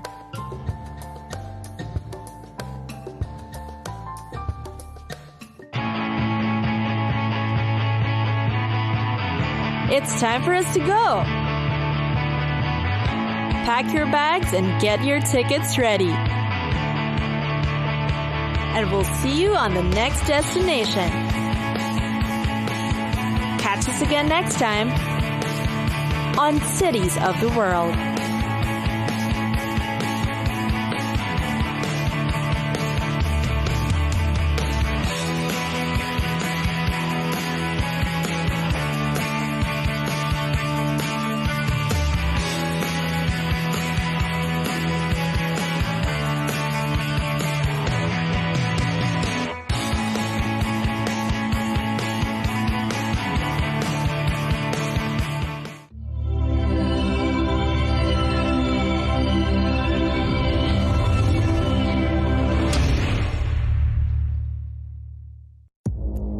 our allies. Our allies, in many cases, are worse than our enemies. Stay informed and connected with the latest international headlines. There obviously is a risk. From breaking news to in-depth analysis, it would appear that this war is coming to an end. Who buys this stuff? Investors, pension funds.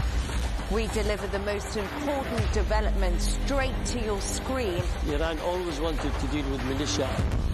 Join us for compelling, expert-driven conversations. A curfew order has been established. And an insightful look at the issues shaping our world today. There are a lot of proposals about European architecture for security. I'm Leigh Ann Gerrans, and this is W News. We dealt with this when I was Chief of Staff in the first term. Where you don't just hear the headlines, you get the full story.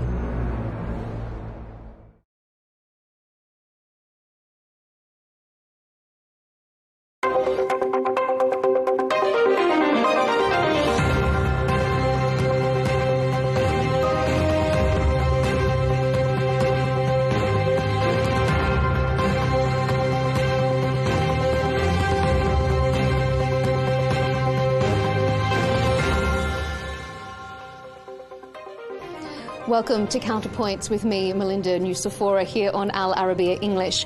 We're bringing you special episodes from the Shangri-La Dialogue here in Singapore, hosted by the International Institute for Strategic Studies. The Shangri-La Dialogue is one of the world's most influential defence summits, but at a time of growing international conflict, that also means a growing need for humanitarian support. So I'm pleased to be joined by Mirjana Spolaric-Egger, the International Committee for the Red Cross President. Thank you so much for joining us here on Al Arabiya English. It's a pleasure. Thank you. Let's begin with your recent visit to Iran, because that is the topic that has been on the top of the agenda across many discussions here at the Shangri-La Dialogue. You were there recently. Can you give us a snapshot of what daily life is like for Iranian civilians? I visited Iran, but subsequently also Iraq, and what I felt in both countries is that people are struggling to make ends meet.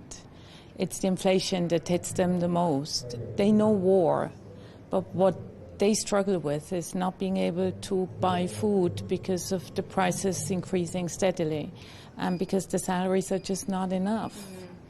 In Iran itself, what were the people telling you about their resilience, their ability and fortitude as to how they continue with this uncertainty? Look, nobody wants the war to re-escalate. Nobody wants war. Nobody wants conflict to go on.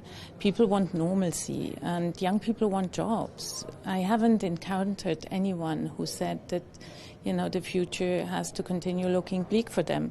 And everybody knows that a renewed escalation would have disastrous impacts on the civilian population. In fact, it would be a war against civilians. The ceasefire, as it is, in Gaza is still holding as well at the moment. Has the ICRC observed any increase, improvement in the ability for humanitarian aid to reach the people who need it there?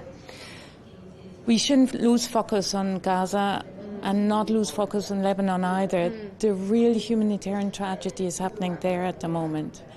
The conditions for the people in Gaza are actually getting worse by the day, and nobody's paying attention to it. There is better access to food, but that's about it. People still live in a very tiny and continuously shrinking territory without access to basic services, and they still live in rubble. It's inhumane. Does it surprise you how that the humanitarian catastrophe that was unfolding in Gaza was at the top of every news agenda for so long, and now it just feels like we've forgotten that and moved on to the next conflict? I mean, is there a sense that the world can only really digest one disaster at a time? If there are more disasters, we have to be able to absorb more. Fact is, Gaza is the result of a spectacular failure, political, but also moral. It's what is happening there and what has happened there surpasses, and I've said it repeatedly, any legal, moral or humane standards. And this is something that is happening under international watch, and it has to be reversed. Conditions have to improve, and that will happen if we resolve the dual-use problematic. That's the first impediment, and it can be resolved. Talk more to that. In what sense, and how do you think it can be resolved? Look, the majority of goods that we need to bring in to improve basic services are under restrictions. It took months to refurbish our field hospital, which was originally designed for just 1 year. It's been operating for 2 years, and it took months and months to bring in the X-ray machines that we need, but also other equipment. If we continue at that pace, it will take generations to reverse what is happening at the moment. You spoke a bit to international law there. Are you surprised? Are you disappointed that there seems to be a desire or perhaps a system that turns away from international law until it's time to clean up the rubble? Should we be dealing with it now? And have you noticed that it's deteriorating? Look, the laws of occupation give you the framework within which you can improve humanitarian conditions for the populations living in a given territory. We should take them seriously. They give us the necessary instructions of what needs to be done for people to be able to live humanely. Do you think countries are taking it seriously? They should take it more seriously, that's for sure, because what we see on the ground is not proof of political action at the adequate level. You have been working in the political, diplomatic, humanitarian sphere for a long time. Is this a particularly difficult moment for non-government actors in the humanitarian sphere? Have you known a time like this? I haven't, obviously, because I've been with the ICRC for 3 years, and since that moment that Before that, you've had a diplomatic career as well. Have you seen a time that it's as turbulent as this? Let me just finish. Since I joined 3 years ago, we have continuously classified more conflict. Non-international, but also international armed conflicts, and they are increasingly getting more brutal for the civilian populations. This is tied to an erosion of international humanitarian law that we observe, and to the fact that new technologies have a devastating potential because they go against civilian infrastructure and make it nowhere safe for civilians. So, fact is, we see a continuous deterioration, and the number of conflicts has been higher in the past years than it was 15 years ago or 30 years ago. It's actually twice as high now as it was 15 years ago. It's interesting you talk about technology, because I want to ask you how you believe technology has changed the face of warfare. You always think technology will make wars smarter. You think wars will be fought between drones. But what we see are higher civilian casualties and higher levels of destruction because of drones. So there's something we have to do in order to address the issue, not only of new technologies, but curbing the combination of drones with artificial intelligence leading to autonomous weapons. And just finally, we're at a defence summit. There's a lot of talk of military preparedness, peace through strength. Is it disappointing to you that there isn't that level of discussion around peace summits, that it's always defence summits, or do you see that they can go hand in hand? I'm not asking for more money here. I'm asking for more peace, because that's the only way to reduce the suffering in the environment that we find ourselves currently in. Yes, we need leaders with a vision for peace. We have had enough war, and civilians across the world have had enough war. They don't want to hear this anymore. Thank you so much for giving us your insights here at the Shangri-La Dialogue. Thanks for being here on Al Arabiya English.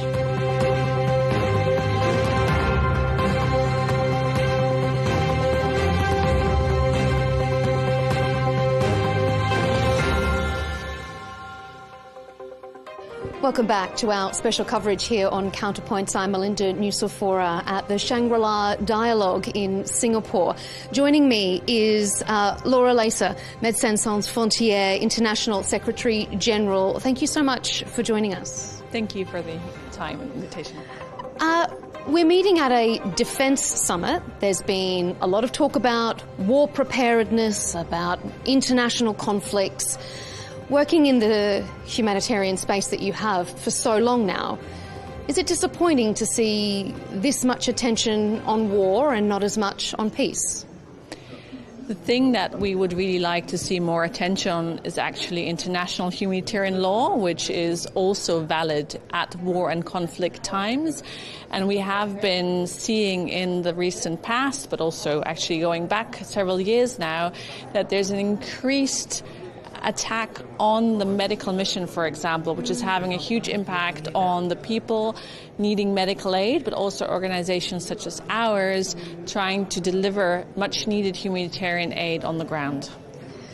The distraction away maybe from international law, if that's a way to frame it, or perhaps the purposeful ignoring of it in some conflicts.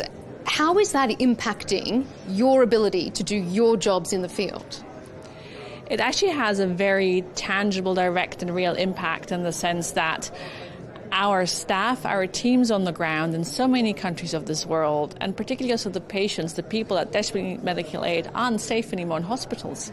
Hospitals were a place of safety, even in conflict. They're supposed to be protected.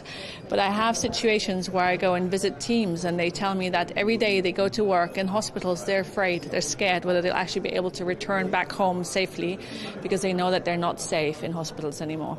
You've been working in this humanitarian sphere for a long time. Have you seen a period like this where humanitarian or non-government actors are under so much threat?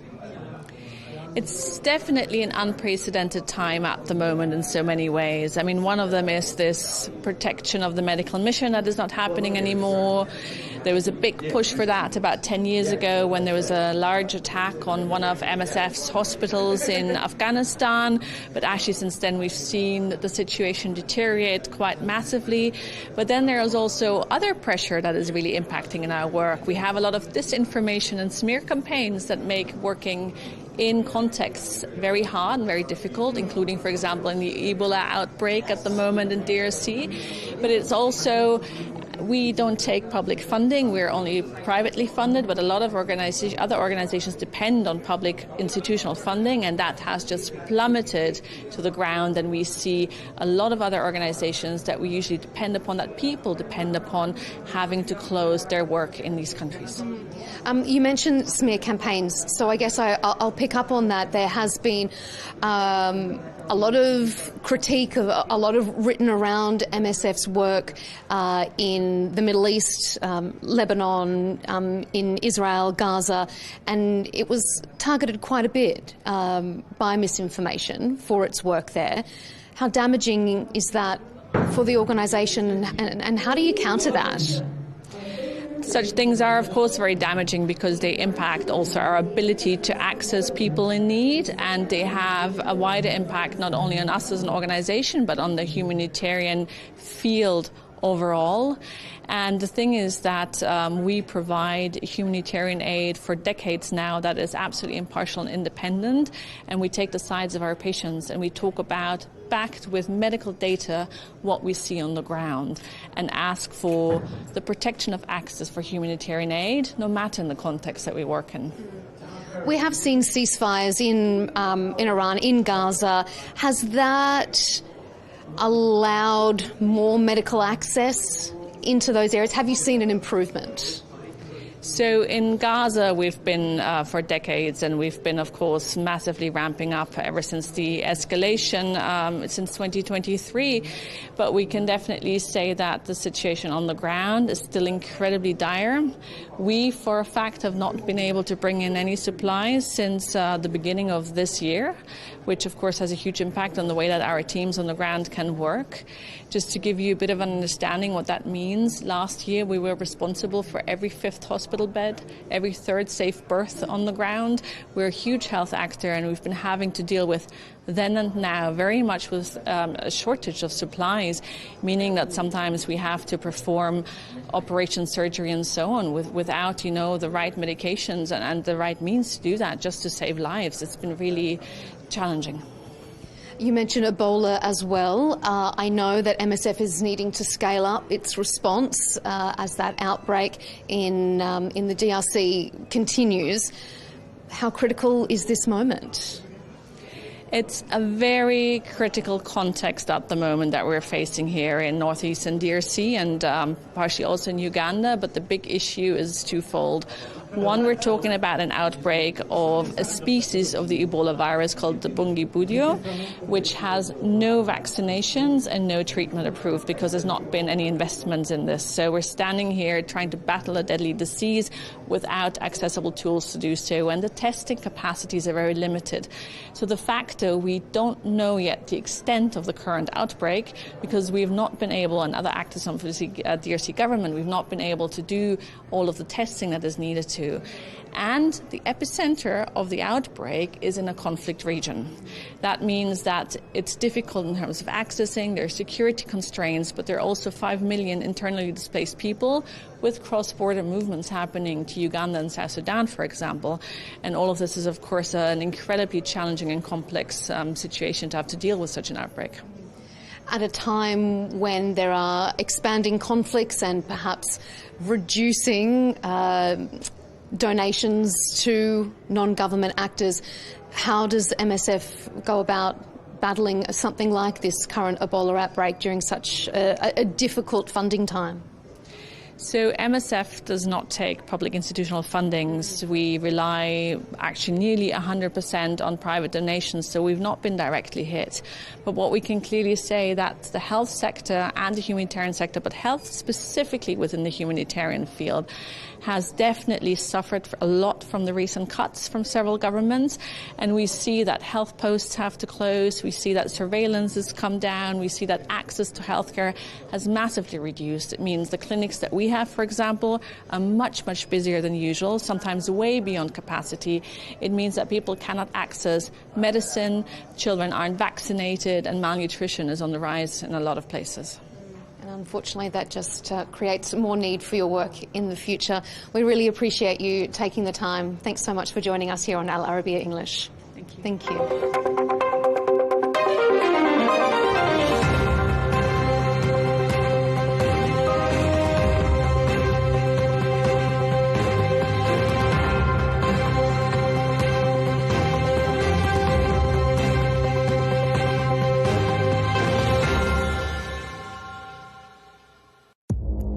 Our allies, in many cases, are worse than our enemies. Stay informed and connected with the latest international headlines. There obviously is a risk. From breaking news to in-depth analysis, It would appear that this war is coming to an end. Who buys this stuff? Investors, pension funds. we deliver the most important developments straight to your screen. Iran always wanted to deal with militia. Join us for compelling, expert-driven conversations. A curfew order has been established. And an insightful look at the issues shaping our world today. There are lots of proposals about European architecture for security. I'm Leigh Ann Gerrans, and this is W News. We dealt with this when I was Chief of Staff in the first term. Where you don't just hear the headlines, you get the full story.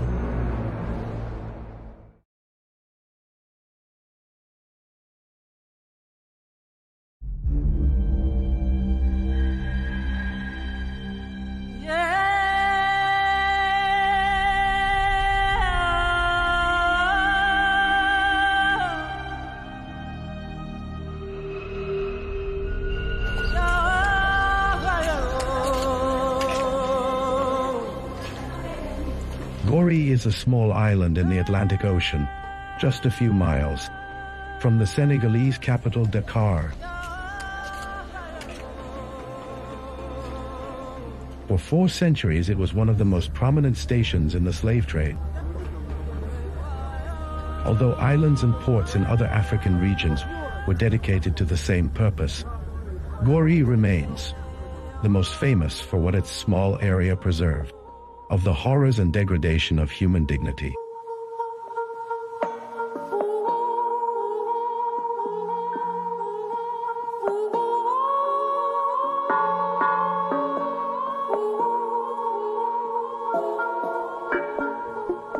One of the most famous landmarks on the island is the House of Slaves, where thousands of Africans were crammed into its dungeons over 4 centuries in preparation for shipping them by sea to America. Before export, the prominent selection was made based on weight and physical strength. Those weighing less than 60 kilograms were directed to African markets and kept as servants on the island.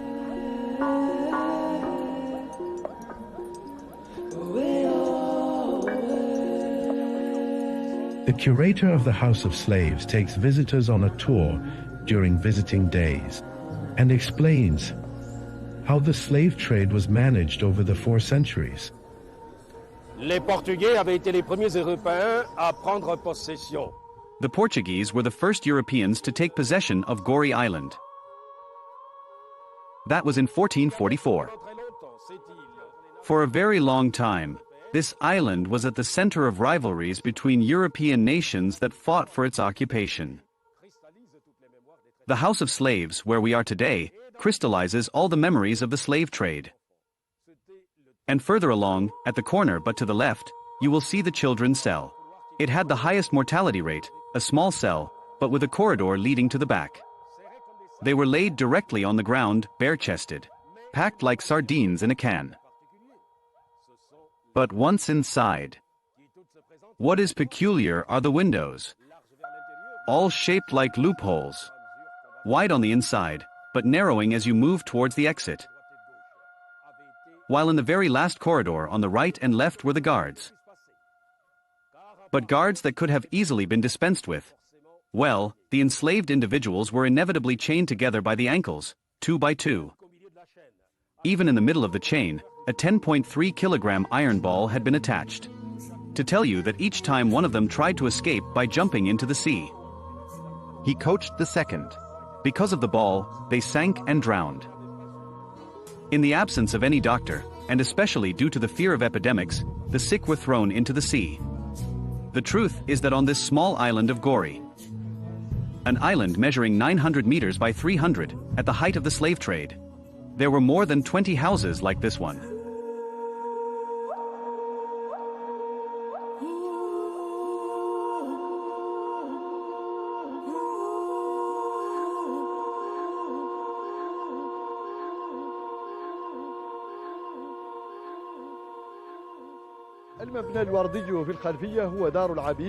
The pink building in the background is the House of Slaves and the infamous door of no return, from which, over 4 centuries, 1 million African slaves left to become the engine of production across the Atlantic.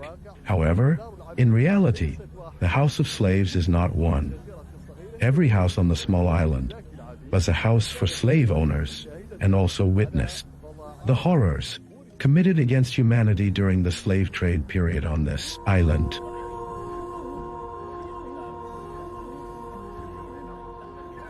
A Senegalese citizen inherited from her family a house overlooking the beach, from her grandfather, who came from Guadeloupe to work as a signal operator with the slave traders.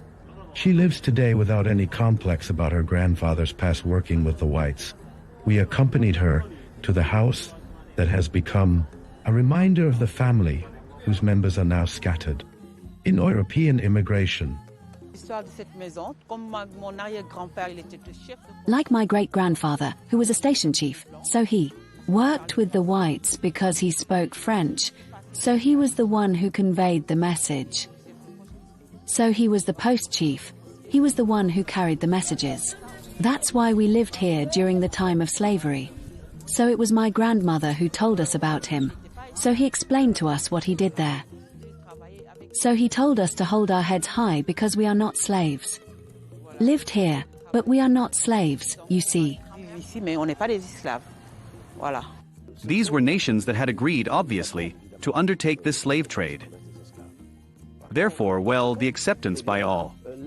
I mean not the protagonists, but those who organized this trade. Was the understanding they had that was put forward. It was to consider the slaves not as human beings, but rather as objects, furniture. So there was no respect. But what should also be remembered is that most of the houses, at least concerning Gori, most of the houses were built for women. The women called Signor, Signor from Signora. Madam, these women who originally here could very well have been black. It must be admitted that they became mixed over time due to their relations with Europeans. Obviously, these women, well, they witnessed or allowed the existence of two types of slaves. There were domestic slaves who, because they were the property of the woman, were not destined to be sold and sent to the Americas. These domestic slaves, well, were the property of the woman, and because they were her property, she was able, at that time, to rent them out for public or private work, but for her own benefit.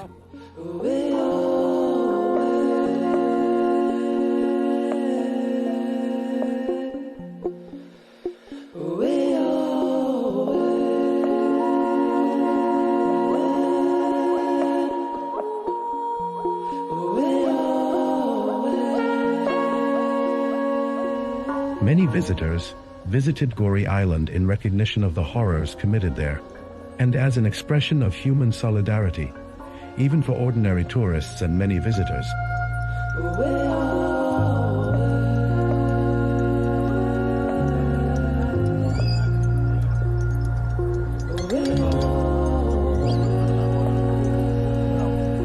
A visit to Senegal is not complete without passing through Gori, where the tourist boats from Dakar Beach do not stop all day.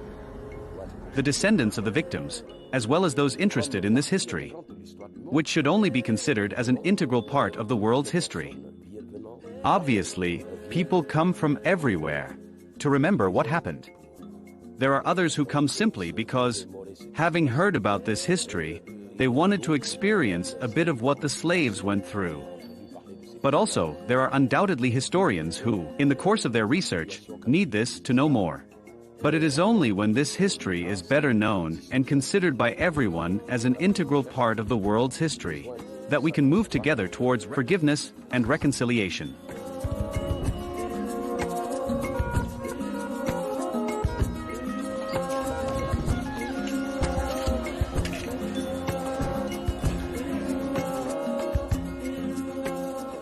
It is one of the most prominent tourist destinations in Senegal, although it is the smallest municipality.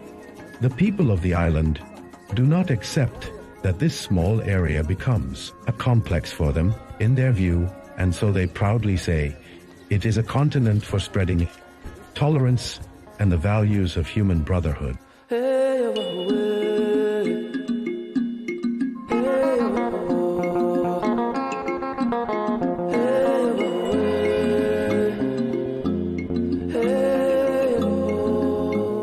Muslim imam and a Catholic priest stroll through the island's corridors. A familiar scene that does not attract the attention of the island's residents, where people of different religions and ethnicities live together in rare harmony and coexistence. Here in Gori, harmonious relations prevail between Christians and Muslims. We hope to spread this peaceful coexistence throughout the world. God alone is the judge. And as humans we have the responsibility to spread peace. Our role is to convey the message of the Holy Quran and the hadiths of the Prophet, peace be upon him, and to condemn any acts of violence committed in the name of religion. No rational person can attack places of worship, which are places of prayer, tranquility, and contemplation. The limits of tolerance among the residents of the island do not stop here. The former Imam of Gori, Sheikh Tidiane, was buried in the Catholic cemetery in the suburbs of Dakar, according to his will to be buried among his Christian friends.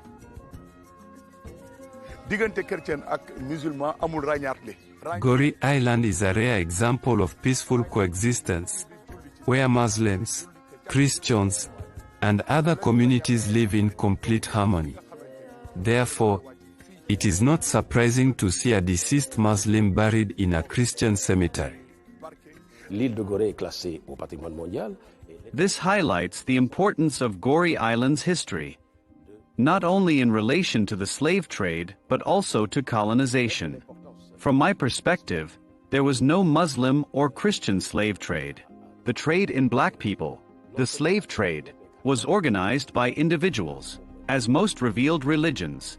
In any case, the known revealed religions had prohibited the practice of slavery, which lasted more than a century, during which the island was under French administration, to return to Senegalese sovereignty after more than 5 centuries.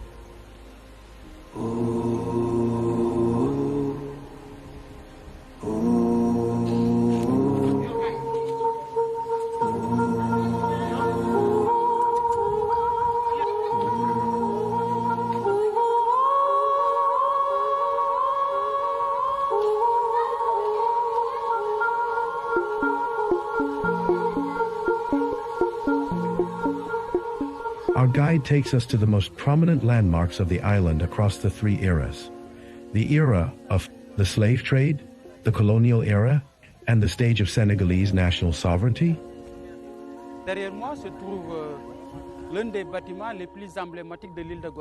One of the most iconic buildings on Gori Island is the former governor's palace from 1880.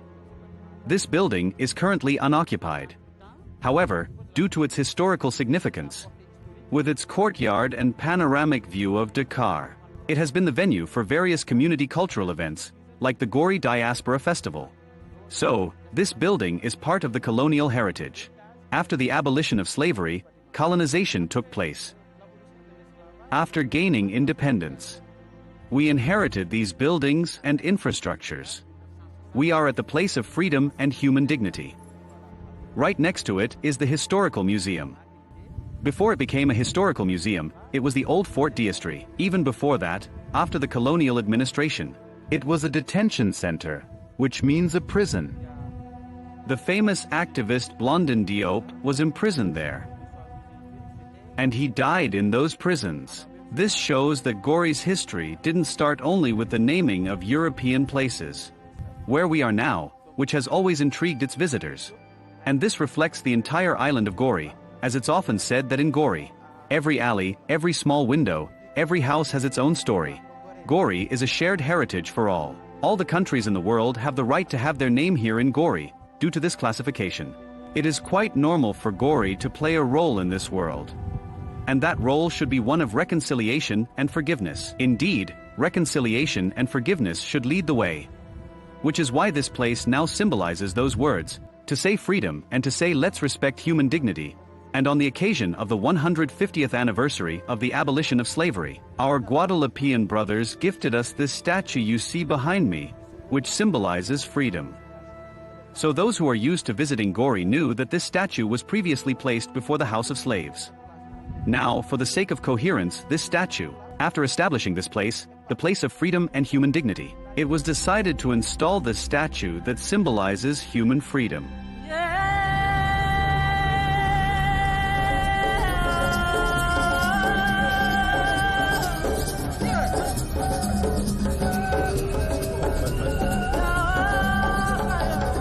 Today, the men of Gori, like all men of Senegalese coastal towns and villages, live from fishing.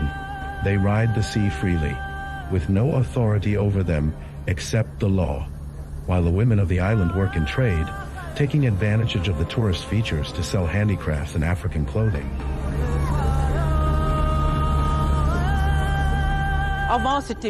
Now, there are many vendors and fewer tourists. So we try to manage. Now, we go to Dakar to find tourists and bring them back to the island. Every boat has variety. There are girls who come to sell on Gori Island, who come to Dakar, who come to the island Pau Grand. So with every boat, we can go see the boat to find clients and organize the places we are. So there are many men who fish. And we make wax fabrics with dyeing. There are days it works, there are days it doesn't, but we manage because we've been living with this for a long time. We work on this. With the money we earn, we pay for our children's school, we pay for retirement and water at home too. We help others, our family too.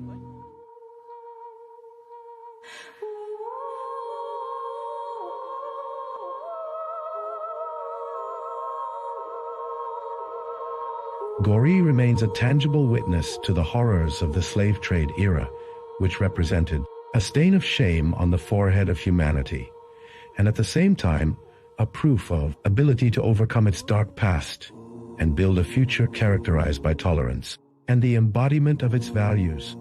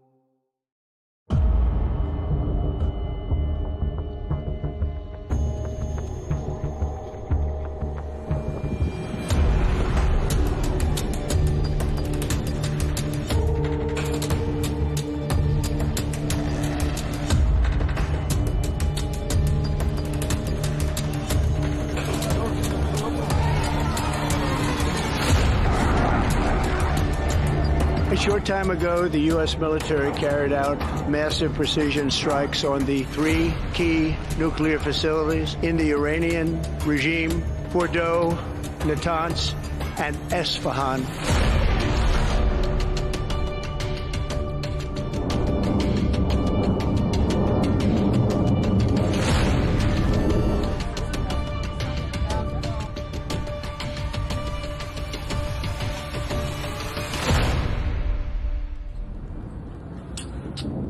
What is happening today in the Middle East is not a fleeting moment.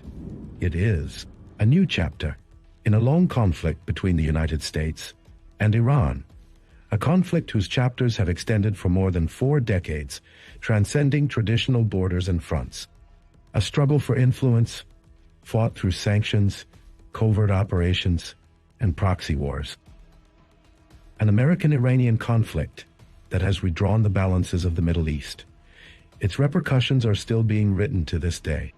To understand what is happening today and how we reached this escalation, we must go back to the history of the conflict between the two sides since the Khamenei revolution in 1979 until today.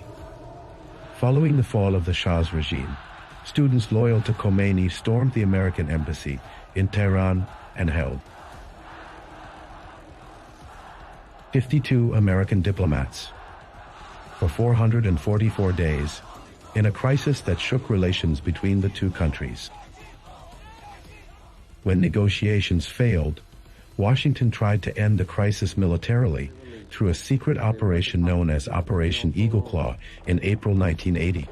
But a sandstorm in the Tabbas Desert led to the failure of the operation and the death of 8 American soldiers, turning it into one of the most embarrassing American military operations in the 20th century.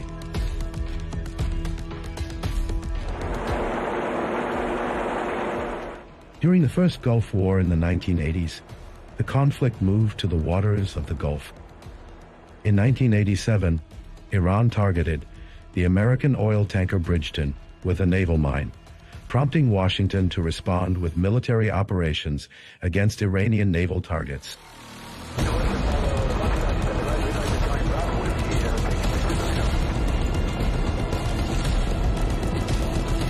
In April 1988, the United States launched Operation Praying Mantis, a direct naval confrontation between the two sides, after the American destroyer USS Samuel B. Roberts was hit by an Iranian mine in the Gulf.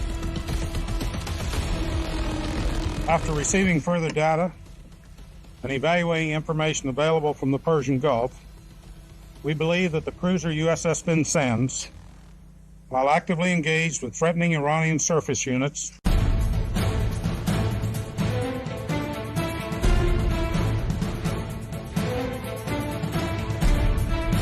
A few months later, the Strait of Hormuz witnessed one of the most tragic incidents in the history of this conflict, when the American destroyer USS Vincennes mistakenly shot down an Iranian passenger plane in 1988, killing 290 civilians.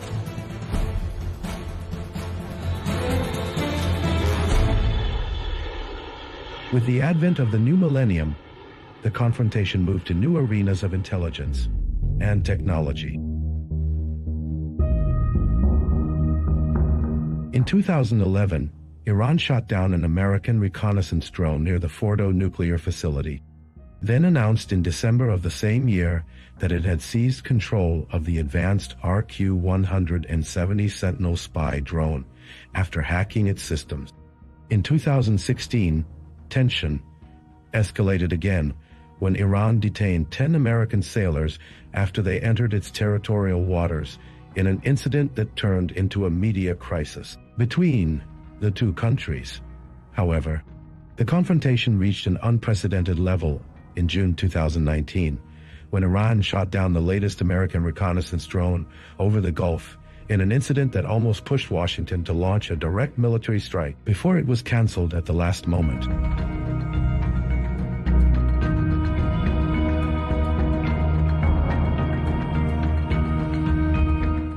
In early 2020, the United States assassinated Quds Force Commander Qasem Soleimani in an airstrike in Baghdad. Iran responded by launching ballistic missiles at American bases in Iraq, in the most dangerous direct confrontation between the two sides in decades.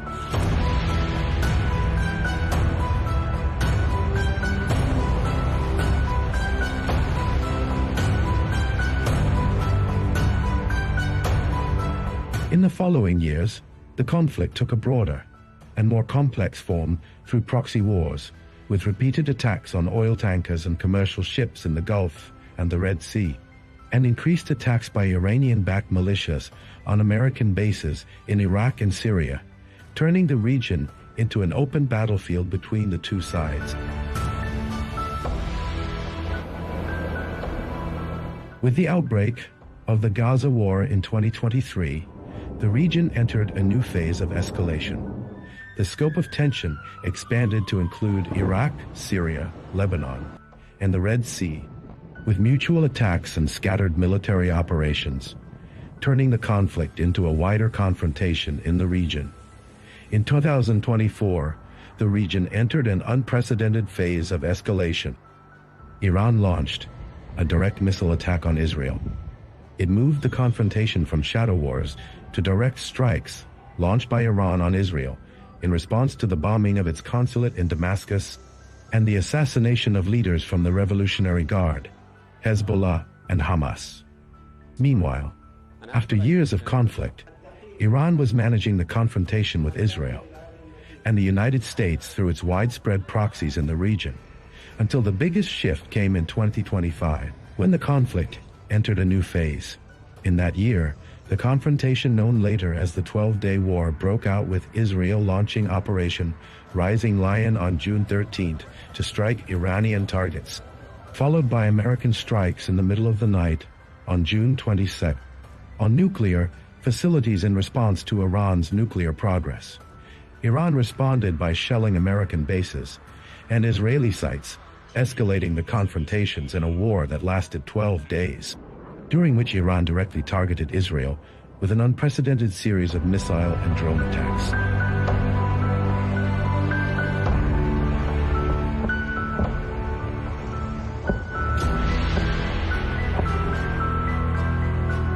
During those 12 days, the Middle East seemed to stand on the brink of a full-scale regional war, with unprecedented activation of air defense systems and exchanges of strikes at unfamiliar depths between the two sides. Although the open confrontation stopped afterward, the old balance had been broken.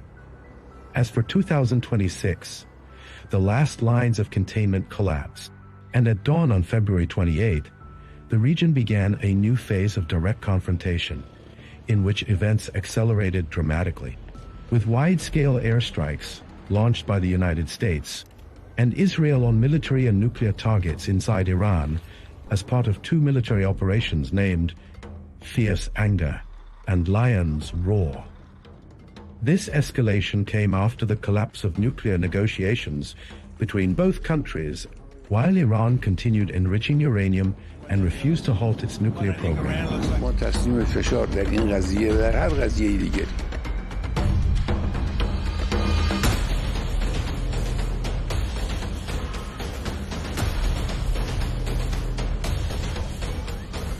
The first strikes focused on military installations and the infrastructure of Iran's nuclear program, particularly sites linked to the development of missile capabilities and sensitive facilities in Natanz and other areas inside Iran, in an attempt to weaken Tehran's strategic capability.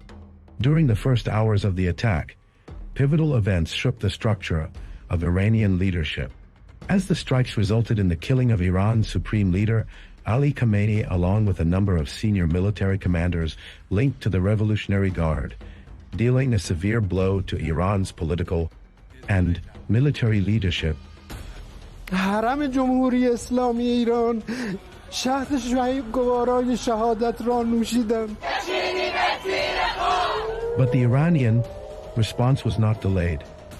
Tehran announced the launch of Operation True Promise 3, beginning a wide wave of missile and drone attacks targeting Israel, in addition to civilian sites and oil facilities in the Arabian Gulf, Jordan, and Iraq. With the expansion of the strikes and counterstrikes, the confrontation quickly turned into an unprecedented direct war between Iran on one side and the United States and Israel on the other, with continuous Iranian targeting of Arabian Gulf countries and Erbil, pushing the Iranian regime to also deploy one of its most prominent arms in the region, Hezbollah, in Lebanon, to expand the scope of the confrontation and open a new front on the border with Israel, where it fired 6 rockets toward sites inside Israeli territory, a move considered a clear message that the war is no longer confined to one front. British bases in Cyprus were also attacked by drones. However, the Israeli response was not delayed. Israel launched a wide series of strikes targeting Hezbollah's military infrastructure in Lebanon, along with sites and field commanders linked to the party, as well as elements of the Iranian Revolutionary Guard, believed to be overseeing military coordination between Tehran and the party inside Lebanese territory. Tehran also used its allied militias in Iraq to target American bases and interests in an attempt to open an additional front in the confrontation. Tension expanded to reach Azerbaijan after Baku announced the foiling of attacks and intelligence operations attributed to the Iranian Revolutionary Guard. These included attempts to target sensitive sites and the Baku-Tbilisi-Ceyhan oil pipeline, which provoked Turkish and Gulf condemnations and fears of the conflict spreading to the South Caucasus. In conclusion, this conflict has been described by many concerned parties as an attempt to bring about structural change in the Iranian regime and to redraw the balance of power in the Middle East. Since that moment, the region has entered a new phase of escalation, where the confrontation is no longer limited to proxy wars, but has turned into an open multi-front confrontation that may change the shape of the region for many years to come.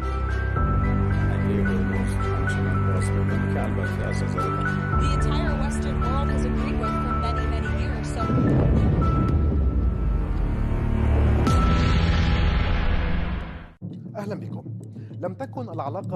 Welcome.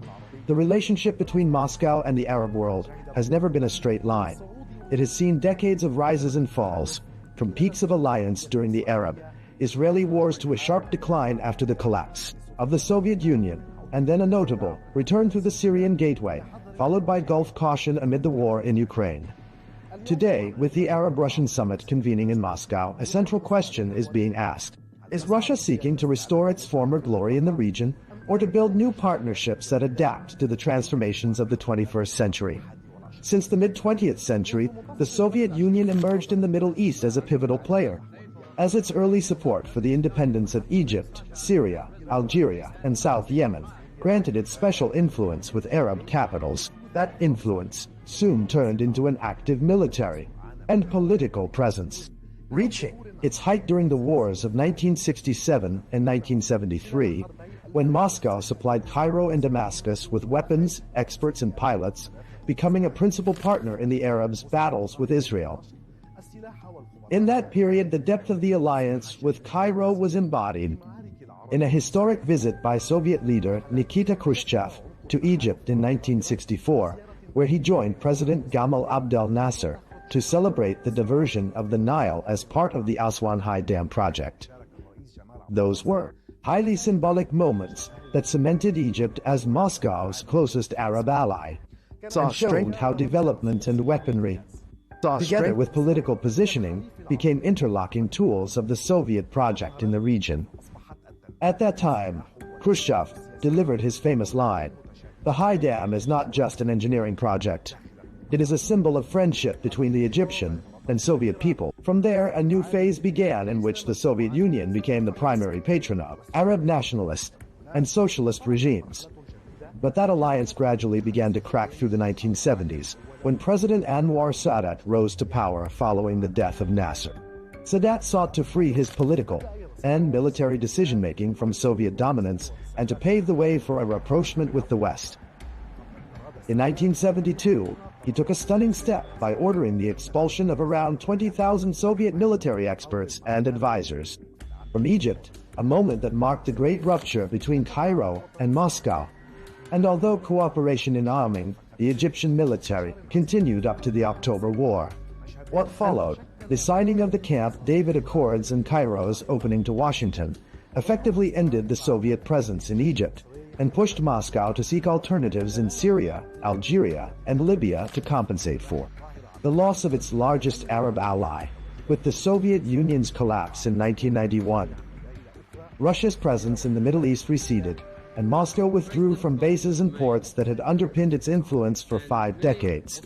With the dawn of the 2000s, Vladimir Putin redrew the compass of Russian foreign policy, seeking to regain influence lost with the Soviet collapse.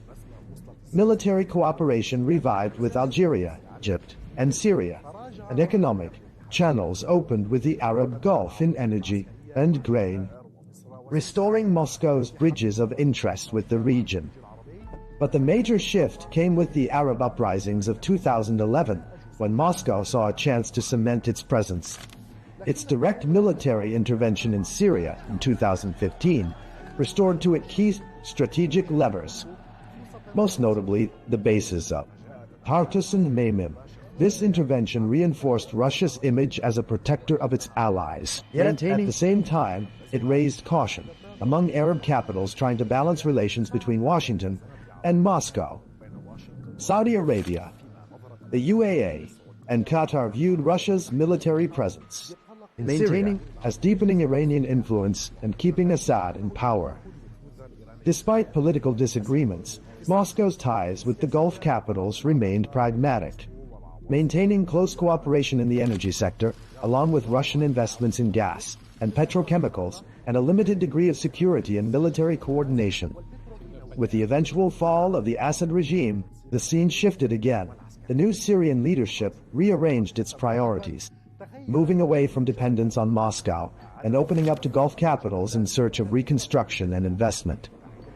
This shift cost Russia its Damascus card, the one that had given it prime influence in the Middle East equation, while the new Syrian leadership sought to redefine its relationship with the Kremlin on different terms, preserving security coordination and continued use of the Tartus and Memim bases in exchange for limited Russian support in infrastructure rehabilitation projects and the supply of wheat and fuel.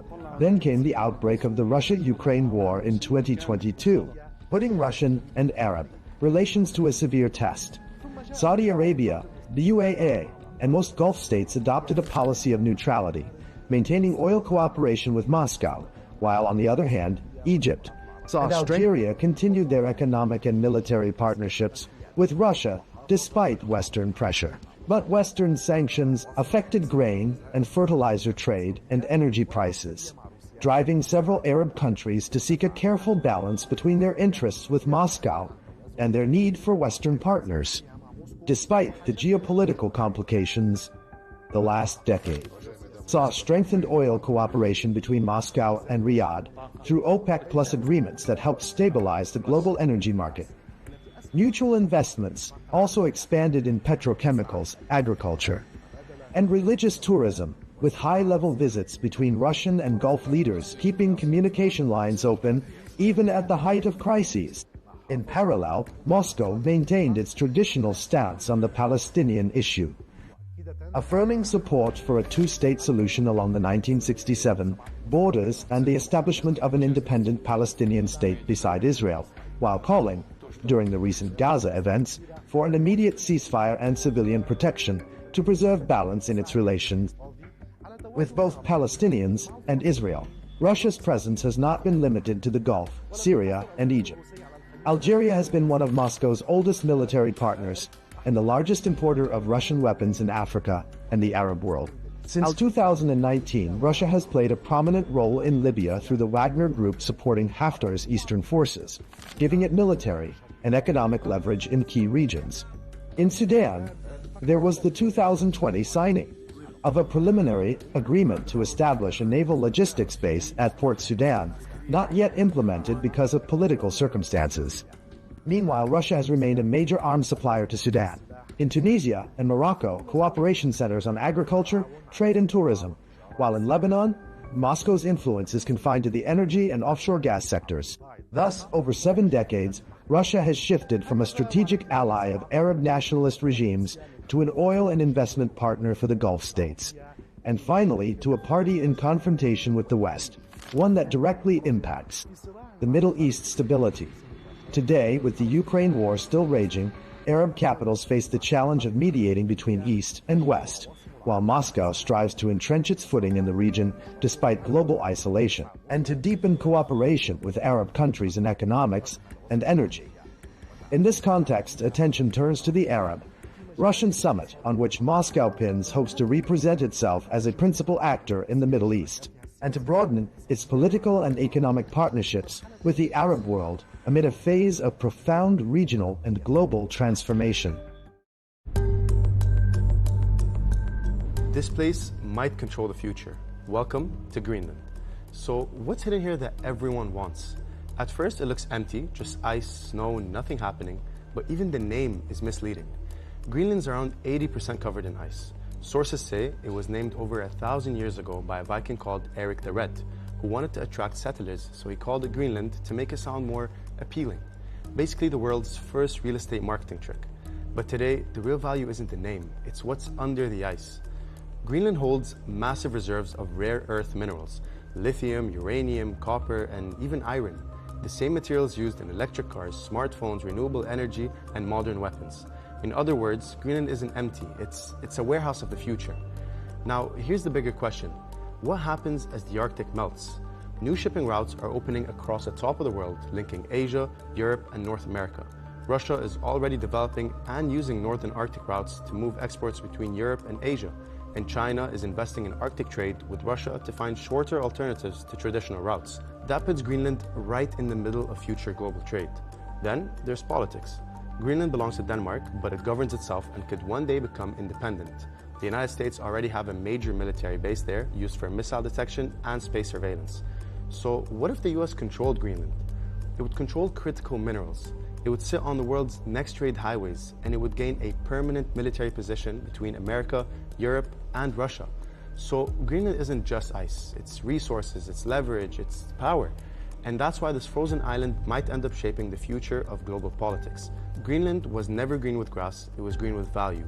Future may prove it was the most accurate name Eric the Red could have chosen.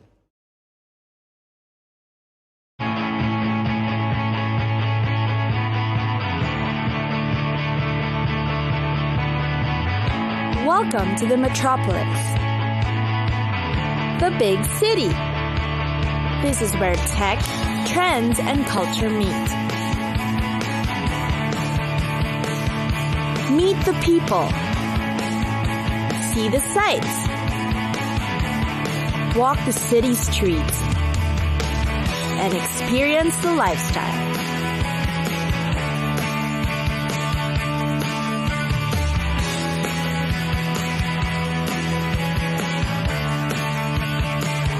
This is your first-class ticket to the cities of the world.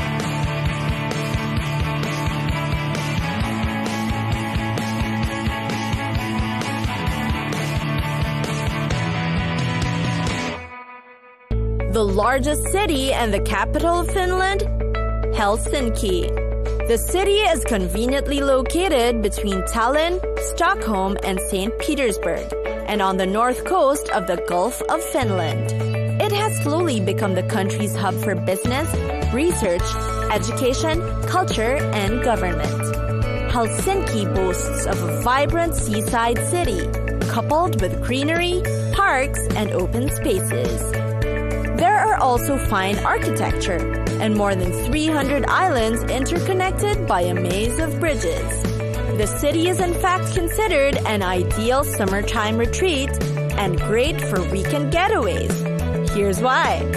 First, there's a bustling street of Aleksanterinkaatu.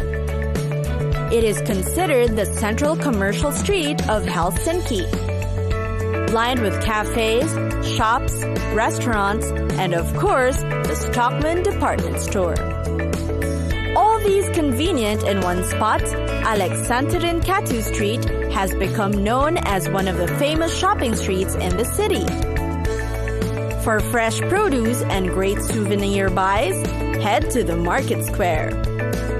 It is one of the famous tourist attractions in the city and a well-known market destination too.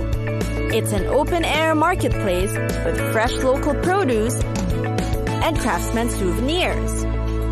Now, for a dose of Helsinki's culture, visit the Athenaeum Art Museum. It is also known as the National Museum of Art and is home to the most loved classic works of Finnish art. In fact, it houses the most extensive fine art collections in the country with more than 20,000 works on display. You'll see a mix of paintings, graphic art, drawings, and sculptures that date back up to the 17th to the 19th centuries. The city is also known for its church and chapels.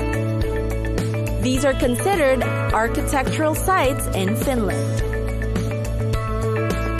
One example is the Temppeli Aukio Church, built in 1969, which is the most known architectural masterpiece in the country.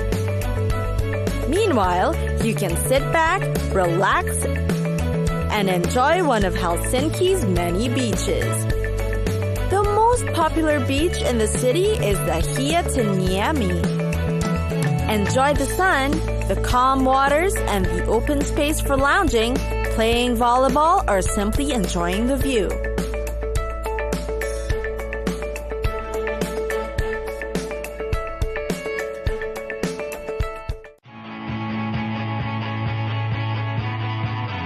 It's time for us to go. Pack your bags and get your tickets ready. And we'll see you on the next destination. Catch us again next time on Cities of the World.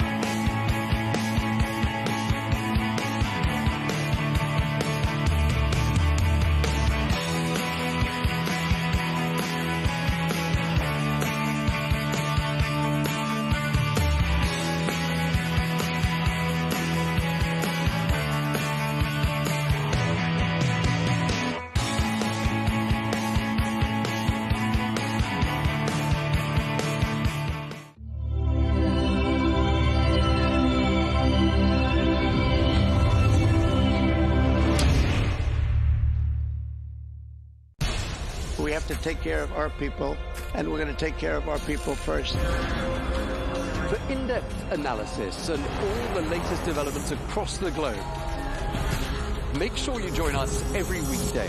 President Trump is trying to negotiate a ceasefire. With so much happening, so much information, and so much noise, international law will have no part in his administration. It can be hard to keep track. Tariffs will just fuel inflation. We're going to fight these tariffs. But you can count on us to tell you what you need to know. We stand by your side. Join me, Tom Burges Watson, for Global News Today, right here on Al Arabiya News.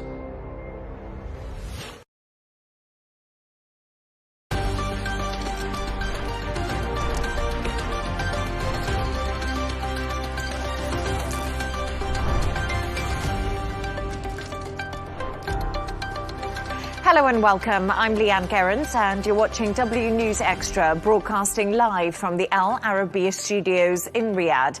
These are our top stories. Trump says Iran's supreme leader is involved in talks to end the war as an Iranian drone attack on Kuwait airport leaves 1 dead and over 60 injured.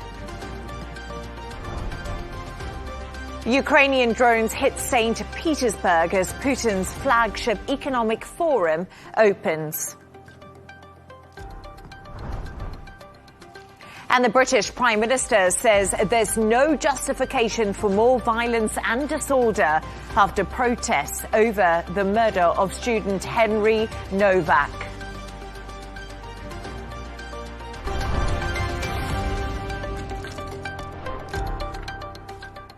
President Trump has said Iran's supreme leader is involved in negotiations with the U.S. and claimed he'll probably meet him at some point. This comes after Iran condemned U.S. attacks on an Iranian oil tanker in the Strait of Hormuz and a telecommunications tower on Qasem Island. Kuwait's international airport was also forced to divert flights after strikes from Iranian drones, and a missile caused severe damage and also injured several people. To discuss this and all of today's stories, I'm joined by Washington correspondent Sarah Firth and Professor and International Relations expert Dr. Ellie Al-Hindi. Sarah and Dr. Ellie, great to have you on the show with me today. Thank you as always. Dr. Ellie, let's begin with you because, as I mentioned there in the introduction, 1 dead, around 63 people injured after this Iranian strike hit the international airport in Kuwait. Is this a signal that Iran is bringing the region back into the conflict? Good evening, Leigh Ann and Sarah. I think bringing the region into conflict is a bit too far-fetched in that sense. I think what they're trying to do is more of the same, more what they have been doing since the beginning of the conflict, avoiding direct confrontation with the American warships that are present, and then accusing Gulf countries of being used as platform for attacks being launched by the U.S. from these territories towards Iran.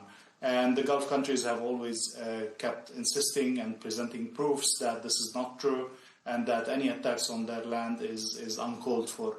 Unfortunately, I think this is part of Iran's general scheme that, okay, we will make the region suffer, we will make the international economy suffer to the extent that Trump will stop our war because we cannot confront him militarily in that sense. Unfortunately, this is not how states think. This is how a militia thinks. This is how pirates thinks, in a sense. And the people who are suffering are the civilians in the Gulf countries, and an increasing pressure on these economies and these governments to do something about these attacks. And we have to wait to see whether they will do something or will they continue to give a chance for the peace talks. And Dr. Ellie, I just want to bring you a newsline we're getting right now at the moment. This is coming from U.S. Central Command.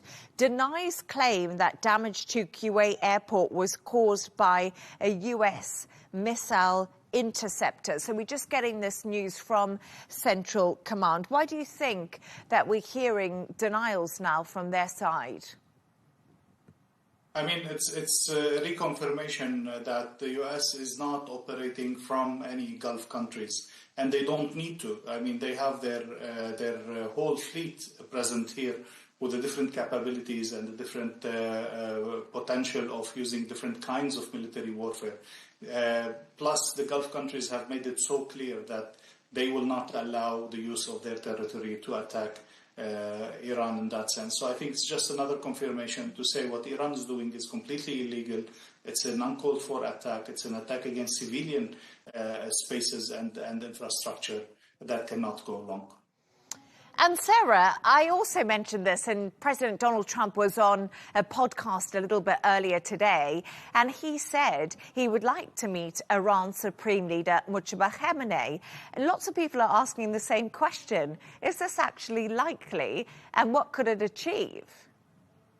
Well, look, I mean, the first thing to mention, guys, is the fact that President Trump seemingly knows something that the intelligence community either doesn't know or hasn't been willing to share, because one of the huge points of discussion here since the start of this conflict by the US and Israel, the military operation against Iran, has been whether or not Khamenei is even alive. Now, it's interesting because we've heard from Secretary of State Marco Rubio over the last week.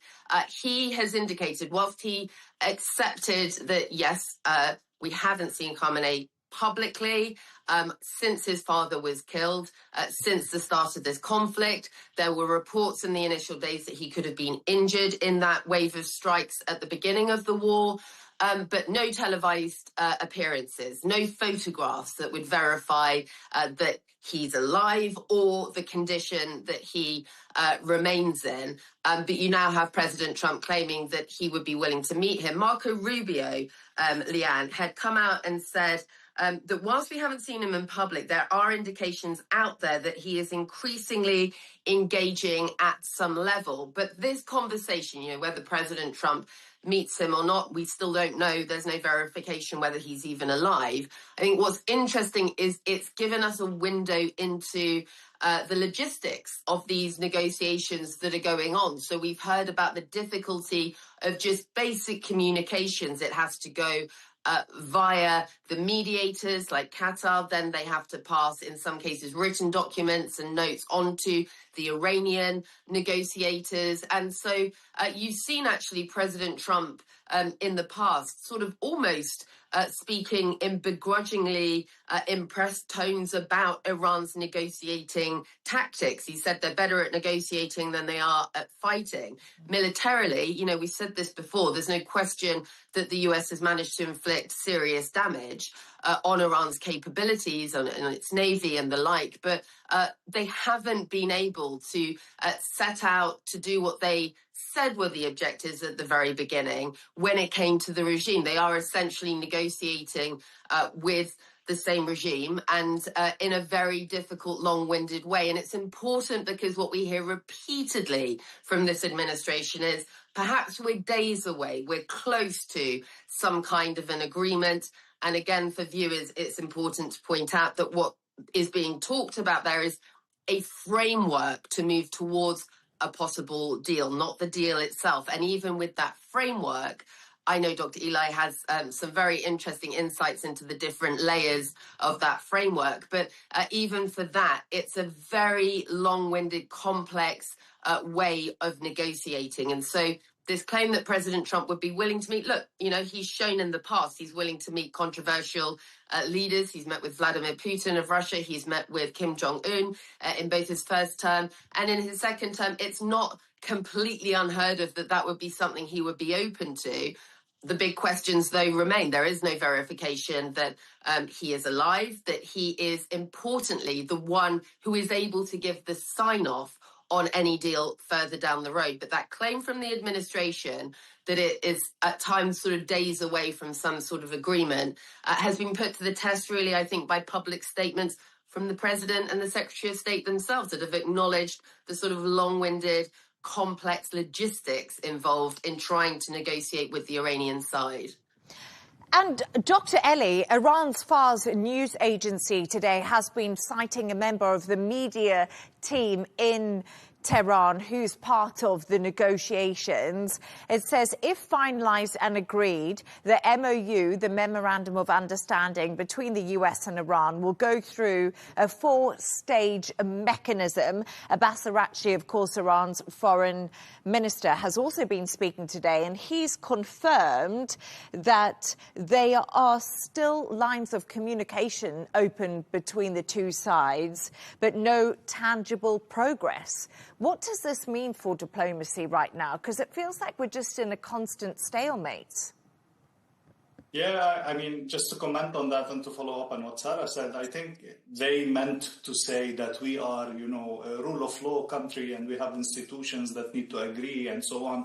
I think it comes up completely the opposite. It comes out as a message that we don't know who is negotiating and whether the person negotiating can actually guarantee that the agreement will be held on the Iranian side.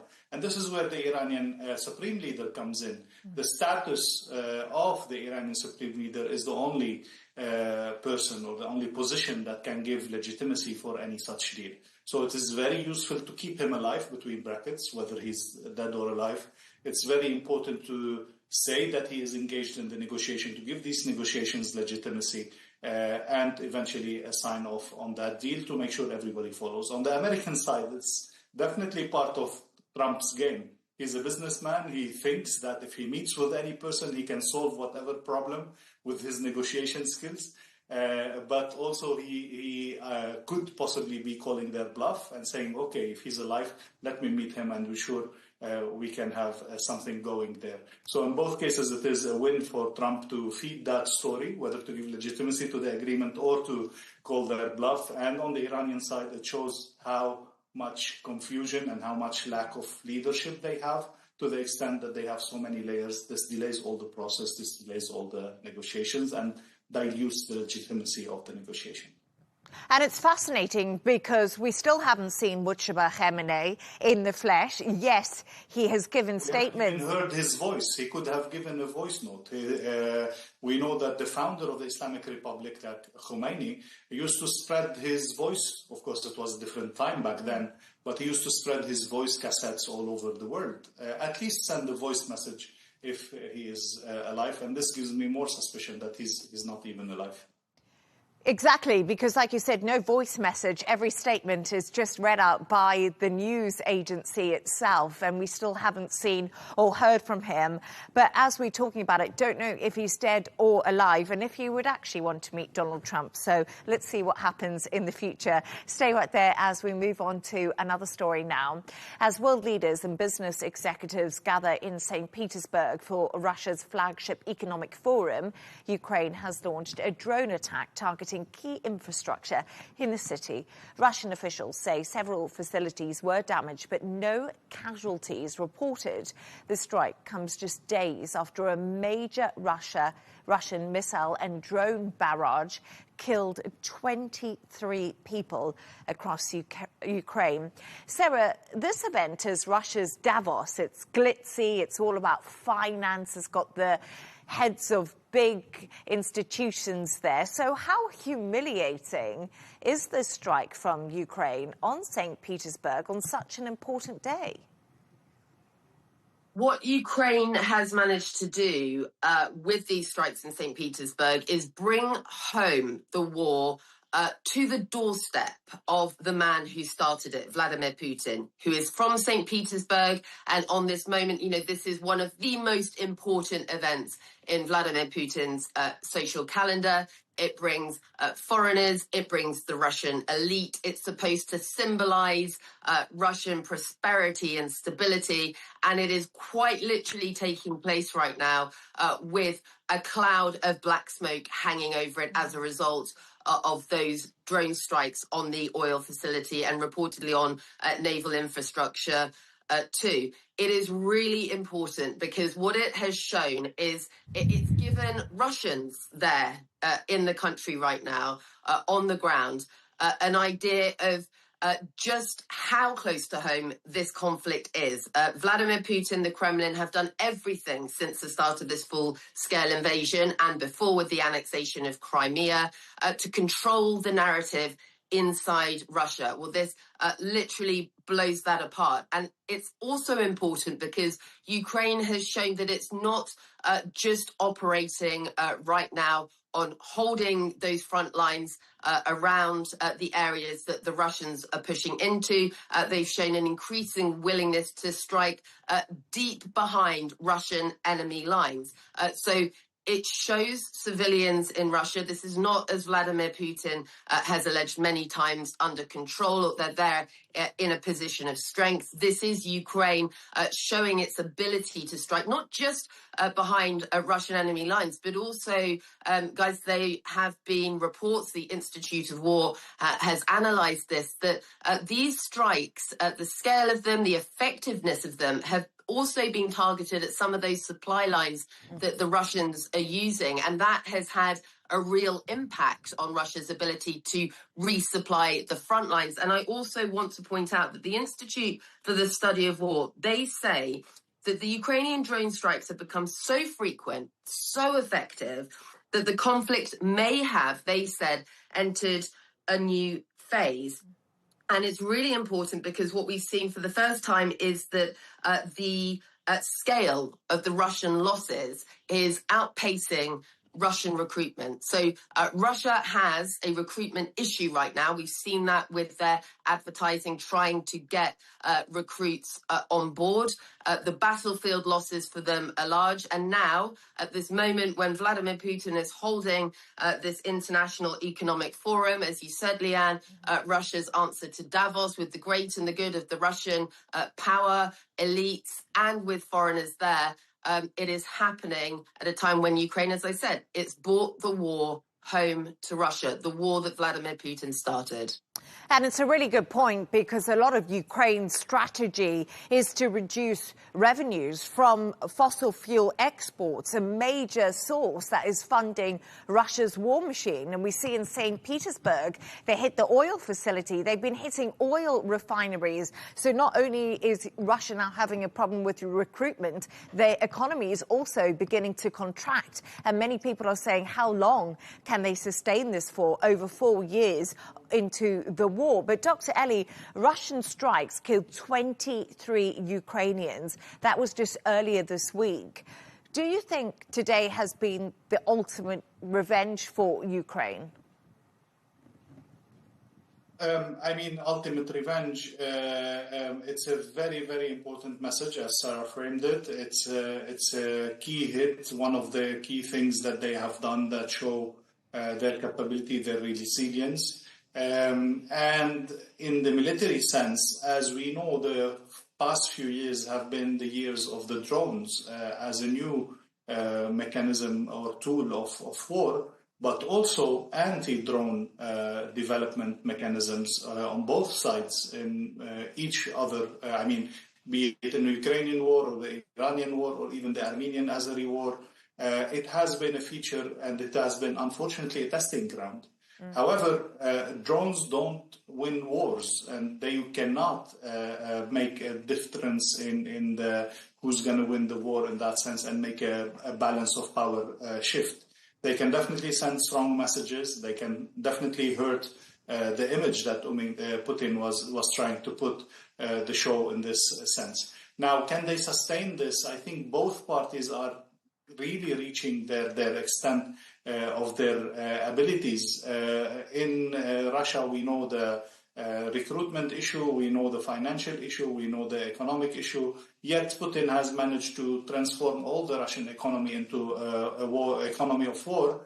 But how sustainable can this be? How long can he go with that? On the Ukrainian side, they are really reliant on the Western support, although they have developed their own drones and their own military equipments, but still this cannot go long forever. This puts me into the question, what can actually make any difference in this war? It's just messages here and there, and it's just people and civilians being killed on both sides. I unfortunately strongly believe that unless a strong American intervention happens, be it on the diplomatic sense or on the military sense, this war can still go on for months, and this war can continue the suffering of the civilian people on both sides. Sarah, Zelensky was speaking today, reiterated once again his willingness to hold direct talks with Vladimir Putin, something that we haven't seen. It was spoken about when Donald Trump, of course, met Vladimir Putin as he tried to end this war when he entered the White House. Trump is also going to the NATO meeting in Turkey in July. That's being confirmed today by Marco Rubio. I wonder if Dr. Ellie and Sarah, put the question to you. Do you think that maybe diplomacy at these talks could bring some peace to Ukraine and Russia? Well, look, I think from the very start, you know, Vladimir Putin has shown his unwillingness to engage in good faith in diplomacy. I was on the ground in Ukraine in the lead up to the full-scale invasion in 2022, and the Kremlin and Vladimir Putin were making promises, and then we saw the results and that full-scale invasion launched. I think it's important to note that whilst the Institute of War has spoken about potentially a new phase in the war, President Zelensky himself has sort of sounded the alarm to the Europeans, to the Americans, as you said, Leigh Ann, talking about the need for more interceptor missiles. And that's important because whilst Ukraine is putting Russia on the back foot on the battlefield right now, there is no question about that. We've seen in the past that Vladimir Putin, far from responding to that kind of pressure with diplomacy, tends to escalate. And that has been shown with the large-scale attacks that have been carried out in Kiev.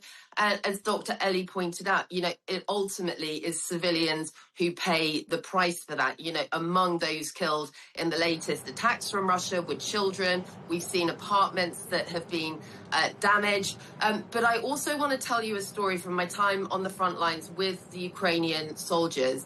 There is a proverb that one told me. It was in the days leading up to the conflict. We were in the trenches with some of the soldiers. And I said, you know, what are your feelings about if Russia does invade, which it then went on to do? And he told me the proverb that if the Russian soldiers come here, if the Russians come here and try to invade our home, they will be used as fertilizer for our soil. And at the beginning of the conflict, we saw a video of a woman go up. She went up, a Ukrainian woman, to one of the Russian soldiers and gave them sunflower seeds and told them to put them in their pockets so that when they were killed by the Ukrainians, the sunflowers would grow. Dr. Ellie mentioned there resilience. I think the resilience and the resolve of the Ukrainians, not just the military, but the civilians themselves who are grieving, who are traumatized, who again, we're seeing the visuals of them underground shelters, hiding with their children, with their pets, and yet that resolve and determination to hold off Russia, to keep this fight, is one of the central stories of this conflict. Now, if you speak to many Ukrainians, as I do, they said from the beginning of the war, when it comes to NATO, there is a solution that, whilst not easy, would be to provide some kind of closed airspace over Ukraine and be able to stop the retaliation that we've seen from Russia, where it can launch these cruise and ballistic missiles. NATO hasn't shown its willingness to do that. And one final important point, guys, that I want to mention out. At the moment, there is a big discussion here in America about a shortfall in the number of Patriot missiles. With what's happening in Iran, we know that those resources have been depleted, and that is definitely a concern for the potential impact on Ukraine. So President Trump in America, they've made it clear they want to see the Europeans step up. It will be very interesting to watch at that NATO summit whether or not they have a game plan here to provide the support to Ukraine, who have been able to put Russia on the back foot right now, despite the immense challenges that they face. Dr. Ellie, I don't know if you have anything to add to that. Just a final note, maybe, with regimes like Putin's or Iran, I think the problem is that if you give in any peace talks, this will never stop. We've seen Putin attack Chechnya and then nothing happened, then attacked Georgia, nothing happened, then took Crimea and nothing happened, and now he's claiming to take big parts of Ukraine. If you don't stop such regimes, it will go on forever. So unfortunately, the Europeans definitely need to step up, but also the Americans and the administration of President Trump need to understand that Putin cannot be given what he wants, because it will never stop. Thank you so much for your thoughts on that. Let's move on now. British police are facing growing scrutiny over the murder of 18-year-old Henry Novak. Vikram Digwa stabbed Henry with a Sikh dagger, but lied, saying he had been racially abused. Body cam footage showed Henry being handcuffed and police ignoring his pleas for help. Protesters later clashed with law enforcement following Digwa's sentencing. Dr. Ellie, this is a story that has been making headlines in the UK, but can you just remind us of this case and why there's been so much unrest off the back of it? So as you summarized, Leigh Ann, in your introduction, it was a conflict between two people. One of them is Henry Nowak, who is a white English person, and the other who is Digwa, who is a Sikh person from the South Asian background, just to set the background of the story. Upon that conflict, it seems that the police arrived to the scene after Digwa had stabbed Henry Nowak. And then the police, unfortunately, under the claims of Digwa that he has been, treated in a racist way by Henry, the police actually apprehended Henry instead of helping him because he was stabbed. They didn't believe him that he was stabbed. They put him in cuffs and they put him to the ground while he was begging for his life practically. And unfortunately, he died later on in that sense. Now, with the investigation, it was the weapon of the stabbing was discovered, and then Digwa was actually sentenced a few days ago. But this actually created a huge wave of anger in the streets of the city.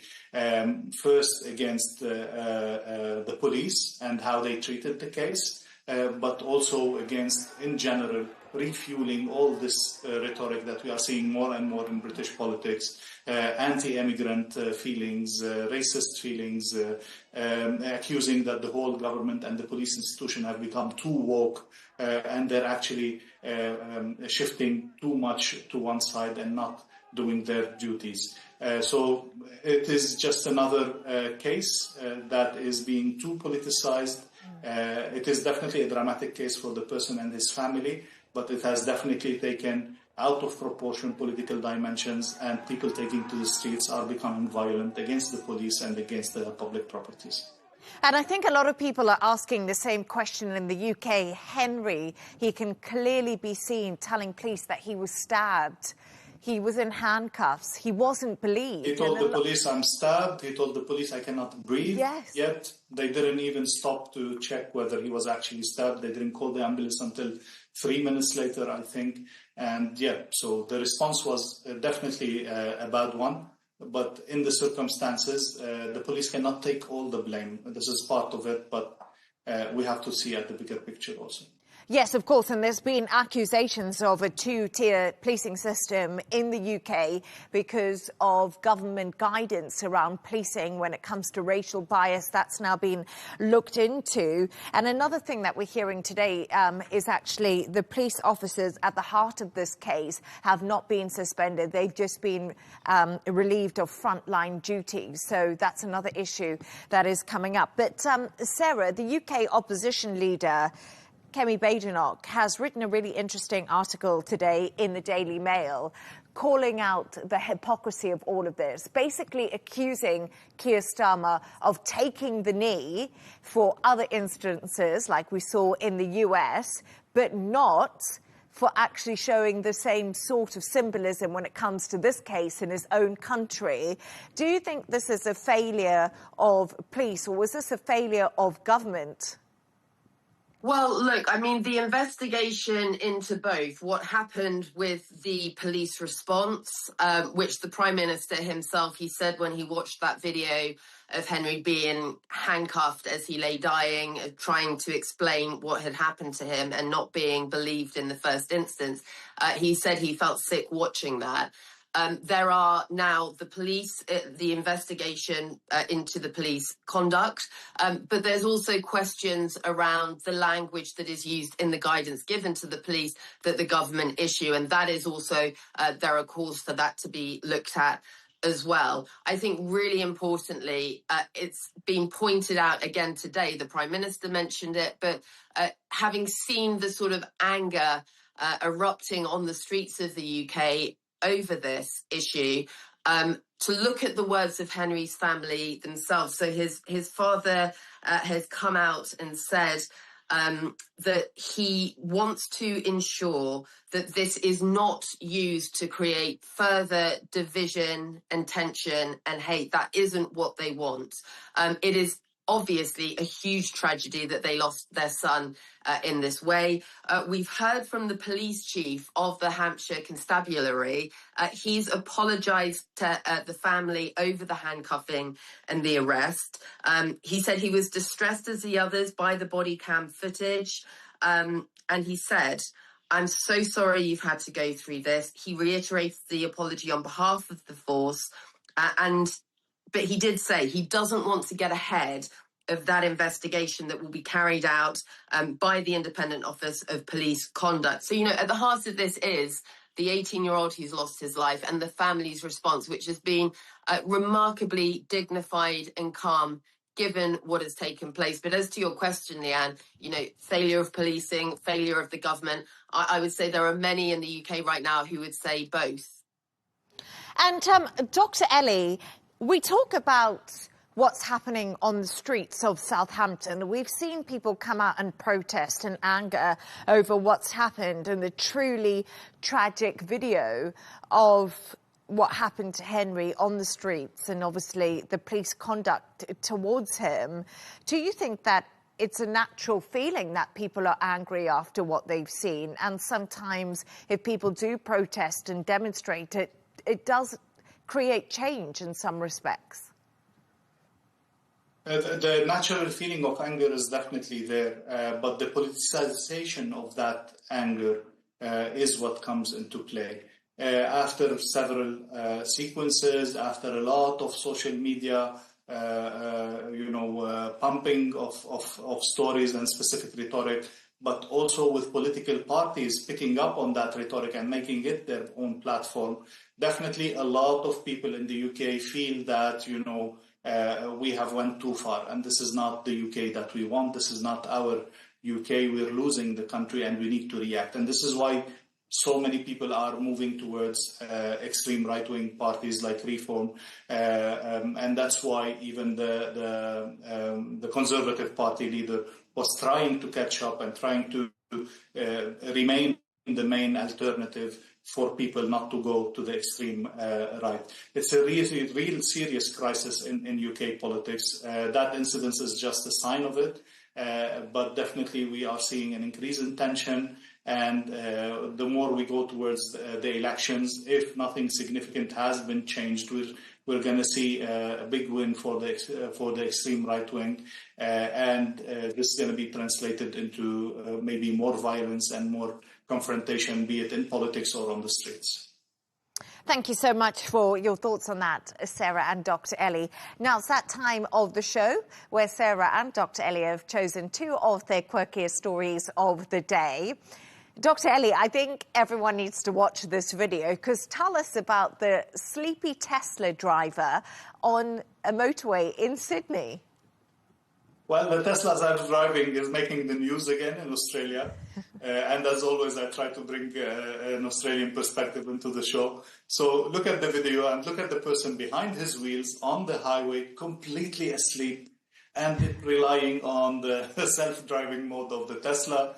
If it wasn't for the honking and for the signs that the people were using, he wouldn't even have woken up. And this was, first, it was very funny, but more importantly, it was very dangerous. And it made a lot of loud voices and loud noise in Australian public opinion on how to regulate better these self-driving cars or any new technology that could be actually life-threatening. Now, I learned that, the system in the Tesla actually notifies you when you're not looking on the road. But I don't know how, maybe a failure in the system, or maybe he did not choose that option, or I don't know what was happening. But the guy was clearly fully asleep and in a very dangerous way. But I just don't know if that's fake news or that's real, because how can you possibly be that sound asleep while you're driving a car? It just doesn't make any sense to me. But Sarah, you've got a great story about a Tesla. Sarah knows about self-driving Teslas, we found out. Yes, I tried to prank my husband by getting one of those Instagram people to make a fake phone call. I was so embarrassed that he had a Tesla, but she phoned up to say, I'd said, you need to pretend that you're from the Tesla self-driving board, and that he's been using too many swear words when he's driving in the car. And so she phoned up and left a voicemail, and he thought it was the Tesla board, because they do give you warnings apparently if you're not looking at the road or whatever. But not looking, yes, but if you're swearing too, they gives you a warning. Not if you're swearing, I don't think. We haven't actually tested it that far. But it was a prank gone wrong because he took it way too seriously and wasn't happy. But yeah, listen, with 2 kids, guys, falling asleep in the car if it's going to drive for you, I can see how that would happen. I don't know. Dr. Ellie, I want to believe it's true, but part of me is thinking this is fake news. It's made the news, that's for sure. And Sarah, let's talk about yours, because it's actually about something slightly different. It's about dolphins in Istanbul. What more can you tell us? Yes, so I hope we've got the images, I think, for you guys, of the beautiful Bosphorus in Istanbul. It is really the heart of, I consider it the most beautiful city in the world. It was my home for many, many years and still remains my home. My husband's Turkish, my children are Turkish. So it is an incredibly important part, and the sort of beating heartbeat, if you like, of the city. And the dolphins, they make these appearances at times. It was amazing to see them. There were these incredible photographs and footage of the sparkling, clear blue Bosphorus with the dolphins making an appearance. For locals in the area, they call them the keddies of the water, so the cats of the water, if you like. They are considered very, very special. Look, in Islamic culture, actually, dolphins are considered protected and special. But importantly as well, for marine biologists, they are viewed as a sign that the ecosystem in the Bosphorus is well, that it's healthy, that you've got the mammals migrating in this way. So as the Turks would say, çok güzel yunuslar, which is very, very beautiful dolphins. Beautiful indeed. Dr. Ellie, you were also telling us that you saw some dolphins in Lebanon. Yeah. Actually, yes. I mean, it's very rare and unusual, but there have been several, sightings of dolphins off the Lebanese coast, in spite of all the pollution that we have. That's amazing news. That it's a sign that the ecosystem is still alive and healthy. But unfortunately, there have been also sightings of some sharks. So I guess there's some good activity in the waters of the East Mediterranean. Let's hope it's a good sign. I've always been told, because I love to scuba dive a lot, and I like to actually dive for sharks. And normally, when you see dolphins, sharks aren't far away. So actually, there's a weird correlation between sharks and dolphins. So you might be right, but so magical to see them. They're such beautiful, beautiful mammals.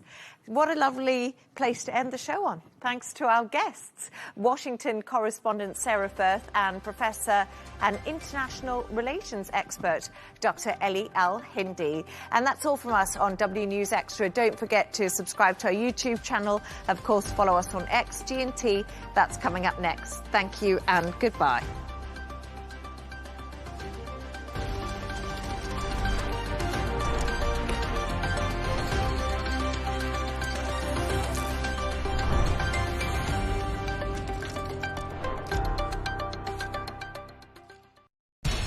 We have to take care of our people, and we're going to take care of our people first. For in-depth analysis and all the latest developments across the globe, make sure you join us every weekday. President Trump is trying to negotiate a ceasefire. With so much happening, so much information, and so much noise, International law will have no part in his administration. it can be hard to keep track. Tariffs will just fuel inflation. We're going to fight these tariffs. But you can count on us to tell you what you need to know. We stand by your side. Join me, Tom Burges Watson, for Global News Today, right here on Al Arabiya News.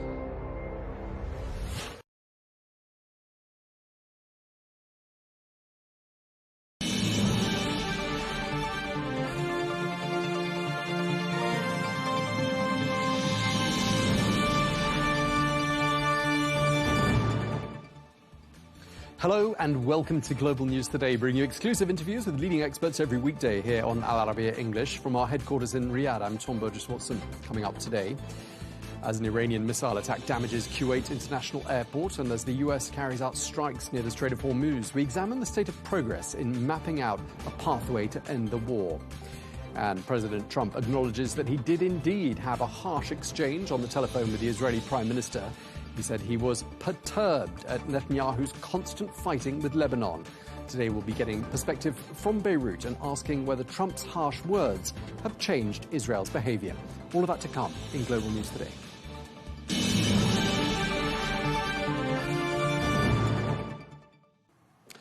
Hello and welcome to the programme. We begin with a potentially significant breakthrough in the diplomatic efforts to end the war in Iran, which may be taking shape behind closed doors. Well, US President Donald Trump says that Iran's supreme leader, Mojtaba Khamenei, is directly involved in talks aimed at bringing the conflict to an end. Well, the president also says he would like to meet him in person. Well, Khamenei has not been seen in public since the war began, fueling speculation about his health and his role within Iran's leadership. Well, US officials have claimed he was injured in the strike that killed his father on the first day of the war. Well, when asked about Khamenei, President Trump said that he had not yet, quote, had the privilege of meeting him. So could a face-to-face meeting between the two leaders become the key to ending this conflict? So who's making the decisions? Well, they say he is giving approval because that's the way it has been for a long, long time. His father and then him, I guess it's a succession. But we seem to be getting along quite well. Would you like to meet him or meet any of the Iranians in person? I've never thought of it, actually. It's a very good question. I'll think of it. Yeah, I'd like to meet him. I like to meet everybody. I'd like to meet him. We probably will meet at some point, depending on how it all works out. Well, we can speak now to Dr. Roxanne Farman-Farmayan, who is an Iran expert and an affiliated lecturer on international relations of the modern Middle East, based at the University of Cambridge. Thank you very much indeed for taking the time to speak to us, madam. I mean, there's been something of a roller coaster on the diplomatic front these last few months, really. I mean, upbeat one day, not so upbeat the next day, and it's been like that, as I said, for several weeks. We've heard President Trump today saying the Iran situation is rapidly evolving. He says things will be very good. He also said he'd like to meet Iran's supreme leader. Given all of these various bits of information, what's your reading? Is a US-Iran pathway to ending the war approaching? Well, it's a very good question, particularly if one looks at the conflicting stories that we see playing out in the United States versus in some ways in the rest of the world, but particularly Iran and the Middle East, because I feel as though at the beginning of the week, the optimism that President Trump expresses about the situation with the negotiations is always very great. And it seems that this is partially designed for him to control the markets in the United States, the stock market and the oil market. And on the other hand, in Iran, the tone is much more somber. There is a great and growing sense that they distrust the United States and that negotiations are not proceeding in a way that gives any possibility of real breakthrough. And particularly this last few days, Iran has said that unless conflict stops in Lebanon, that it simply is not going to continue negotiations with Washington. But even on that front, there's been some unprecedented progress, I think we can call it, in the last few days. President Trump has spoken via mediators to people within the ranks of Hezbollah, something that, as far as I'm aware, has never happened before between a US president and that group. I mean, does all of that look to you like genuine progress with an intent to proceed towards a roadmap and a deal? Or do you think that mistrust that you were mentioning is perhaps justified? Well, I think the process that you referred to with President Trump speaking to Hezbollah through intermediaries certainly is an effort on his part to try out new avenues. On the other hand, the response by Prime Minister Netanyahu and Israel in terms of following a complete ceasefire was not accomplished, which Trump said that he had arranged with Bibi Netanyahu. And so we saw ongoing attacks in Lebanon, which in Tehran is indicative of the fact that Trump is unable to rein in the agenda of Israel, and that is tightly linked to what Iran feels is critical to their ability to go forward in making any kind of deal with Washington. If he can't control Israel, then no deal is going to be trustworthy going forward, and Netanyahu could easily reignite the war and kinetic attacks against Iran in the future then as well.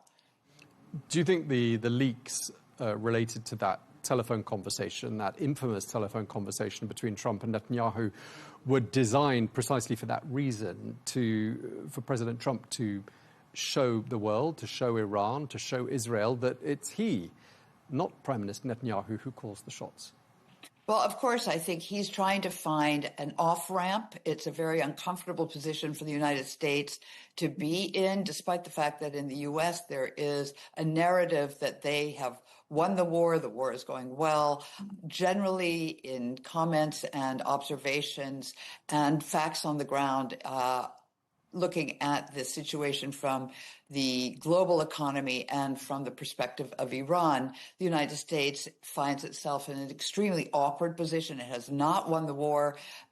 The need for Trump to pull back and to find a way to claim a win under these circumstances is something we're seeing him try on a number of fronts. So that call, I think, was part of it. The statement to Netanyahu, the statement about the Hezbollah, the fact that he claims that he's in a dominant position in the embargo, for example. All of these are different parts to a mosaic of trying to find an off-ramp so that he can say the United States has won. Meanwhile, I think the Iranians are simply holding fast to their original demands. I do not see that he has yet acquiesced to those demands. And so the Iranians are simply, I think, showing that the diplomatic process is at a stalemate at the moment until the United States either moves forward in the negotiations or simply withdraws. And Dr. Farman Famayan, what does it tell us that we've had a ceasefire in place for 8 weeks today, in fact? I think today is the 8-week anniversary of that April 8th ceasefire. I mean, what does that tell us? Does it tell us that neither side can see an obvious military way forward? Does it tell us there's no appetite for any resumption of hostilities? Well, I think let's take this apart. On the one hand, let's look at the United States. One of the elements that seems to be at play is that they do not have sufficient ammunition, the kinds of both anti-missile as well as forward missile capability in order to restart an active military campaign again. So I think they're very hesitant to get back into a war footing with Iran. And I think we're seeing that that's one of the reasons the ceasefire has been going on for this long without much progress. At the same time, we are certainly seeing a tit for tat now start. Every day we're seeing that U.S. forces and Iranian forces are exchanging forms of fire against their different territories and forces. On the Iranian side, I think they feel as though they certainly were not the ones that began this war, and therefore they are not going to initiate new kinetic warfare in a full campaign. This is not their intention, and so they are certainly the ones that then must show that they can hold the line, they can maintain control over the Hormuz Strait, and that their economy is not going to suffer overly as they deal on a day-to-day with the embargo. But they are not going to start a new campaign against the United States. Certainly, it's not been what they intended right from the beginning. Right, but they will respond, of course, if the U.S. decides to go down that road. And if the war does resume, I mean, we've heard Iran threatening a broader conflict, one that even goes beyond the Middle East. They've also talked about using new techniques, new approaches. I mean, what would you expect a chapter 2 of this conflict to look like, sort of in terms of what Iran might do? Well, I think that what we saw was certainly that they interpreted the targets of their first round as including the Gulf states, primarily because the target was not the states in particular, but their role in the global economy. And I think Iran felt its only ability to withstand the enormity of American and Israeli firepower would be to affect the global economy. So I think what we saw was that it was very targeted attacks. We did not see very many civilian deaths in that process. And we saw that it stayed away primarily from many institutions or facilities that the civil population depended on. I think in a renewed attack, we may very well see that Iran would be harsher in its interest in debilitating the states of the Gulf. So it might hit desalination plants, electrical plants, and the kinds of facilities that would really affect the societies of the Gulf, because that would be the next step in, again, not specifically attacking the Gulf states, but seeing them as the conduits to a larger global economic hit. And you are quoted, and do correct me if I'm wrong, as saying that Israel does not and has never supported negotiations with Iran. I don't know if you maintain that position. So what do you think Israel's preferred course of action actually is then? Well, so far, we can only look at what the trend line has been and try to read the tea leaves. But I think what we've seen is it has been extremely unsupportive of Trump's interest in developing a negotiating line. And it has continued its war in Lebanon in a spoiler position, if you will, to ensure that the ceasefire is really not a full ceasefire across the region. And so I would see them continuing this kind of line and continuing to attack different parts of the region and possibly even attack Iran again, ultimately, if a negotiated settlement were finally to be achieved between the United States and Iran. Let's talk a bit about what's been happening inside Iran these last few weeks. Quite interesting comments made by President Trump today about the supreme leader. It sounds like he's alive and possibly quite well. And President Trump says, in fact, that he has been giving his approval in the talks. I wonder what your reading is. Is the supreme leader firmly in control, would you say?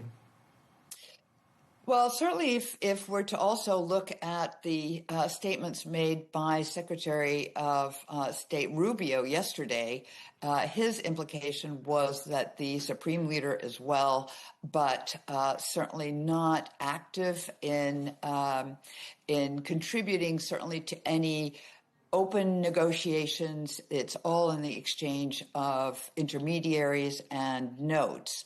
From what I can tell in Iran, the Supreme Leader was certainly an important step for the government of Iran to take after the assassination of his father, for example.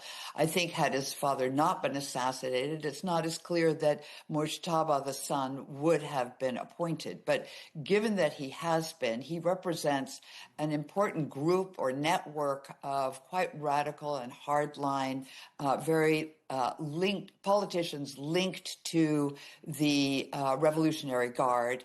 And so I think there's quite a bit of cohesion at the top and the elite level at the moment, certainly in terms of how the war is being conducted. I think we see greater support or greater power lying in the IRGC, the Revolutionary Guard.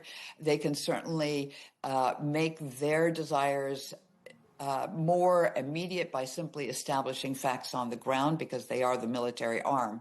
On the other hand, I think that we see that it is a period of adjustment and transition. We don't really know what Mojtaba Khamenei's real input is in terms of leadership, and he's probably still not really established a firm position and leadership power play at the top of the government. And no doubt this will also be quite different once the war would end. So I think we're not clear how strong he is. And I certainly don't think that in expressing his desire to meet him, that Trump has any new information as to how able Mojtaba would be to be seen in public or to meet another leader of a major country.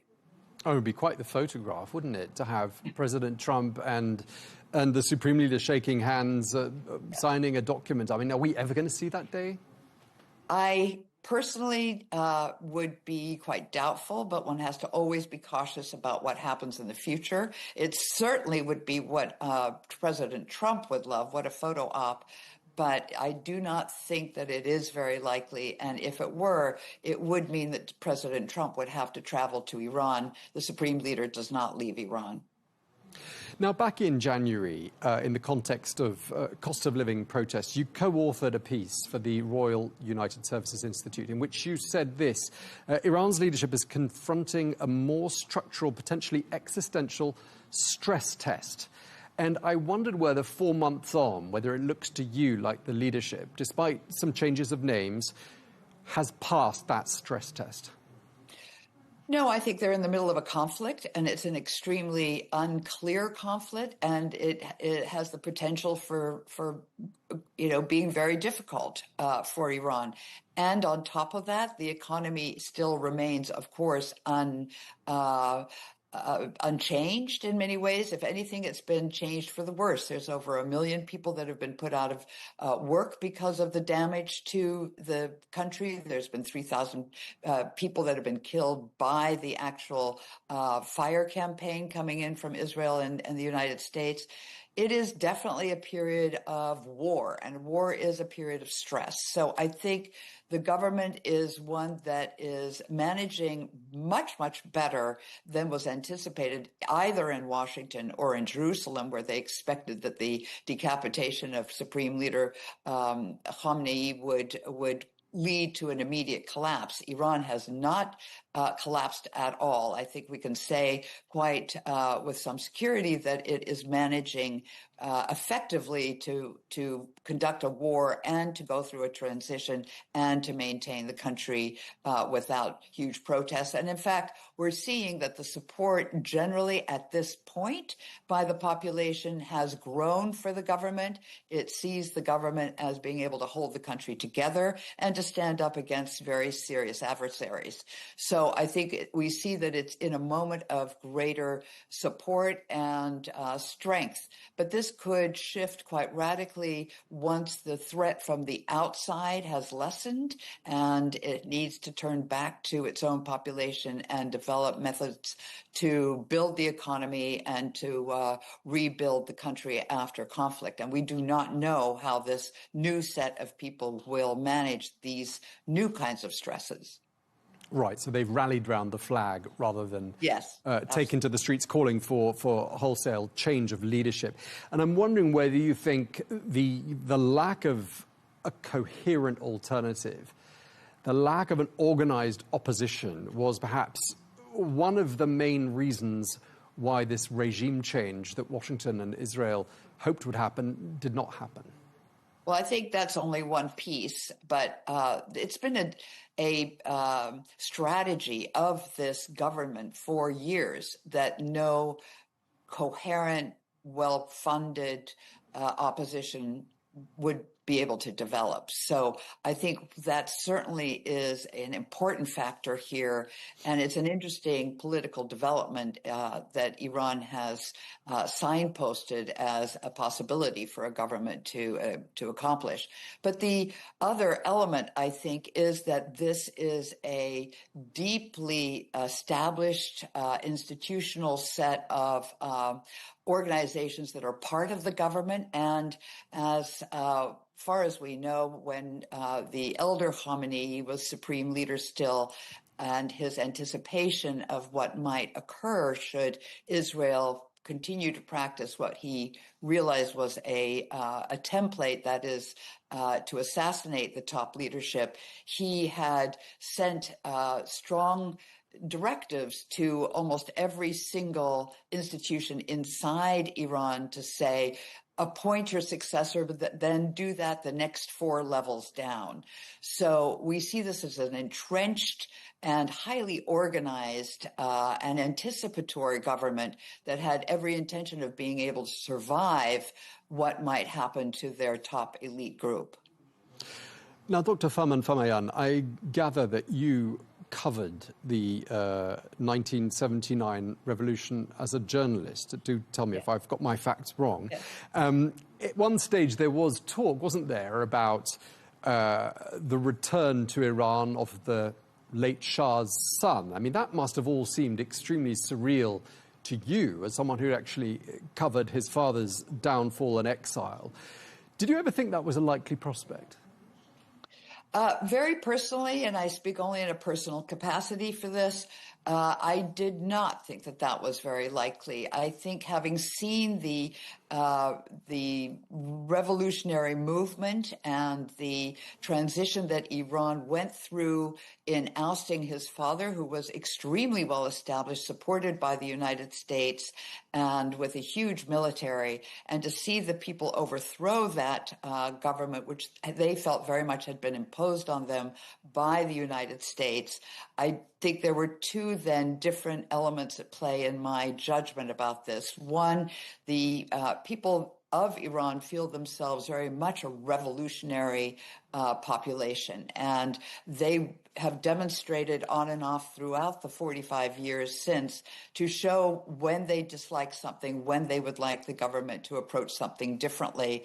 And so I think I see them as very much involved in their own choices of what would happen to their government and to their leadership. The other part of this is that the Pahlavis generally are very disliked as, and I say this in a general way, throughout the Iran. I think certainly the son of the Shah, Reza Pahlavi, has his supporters, and probably quite a few, but in comparison to the 90 million people that live in Iran, it's a marginal fraction.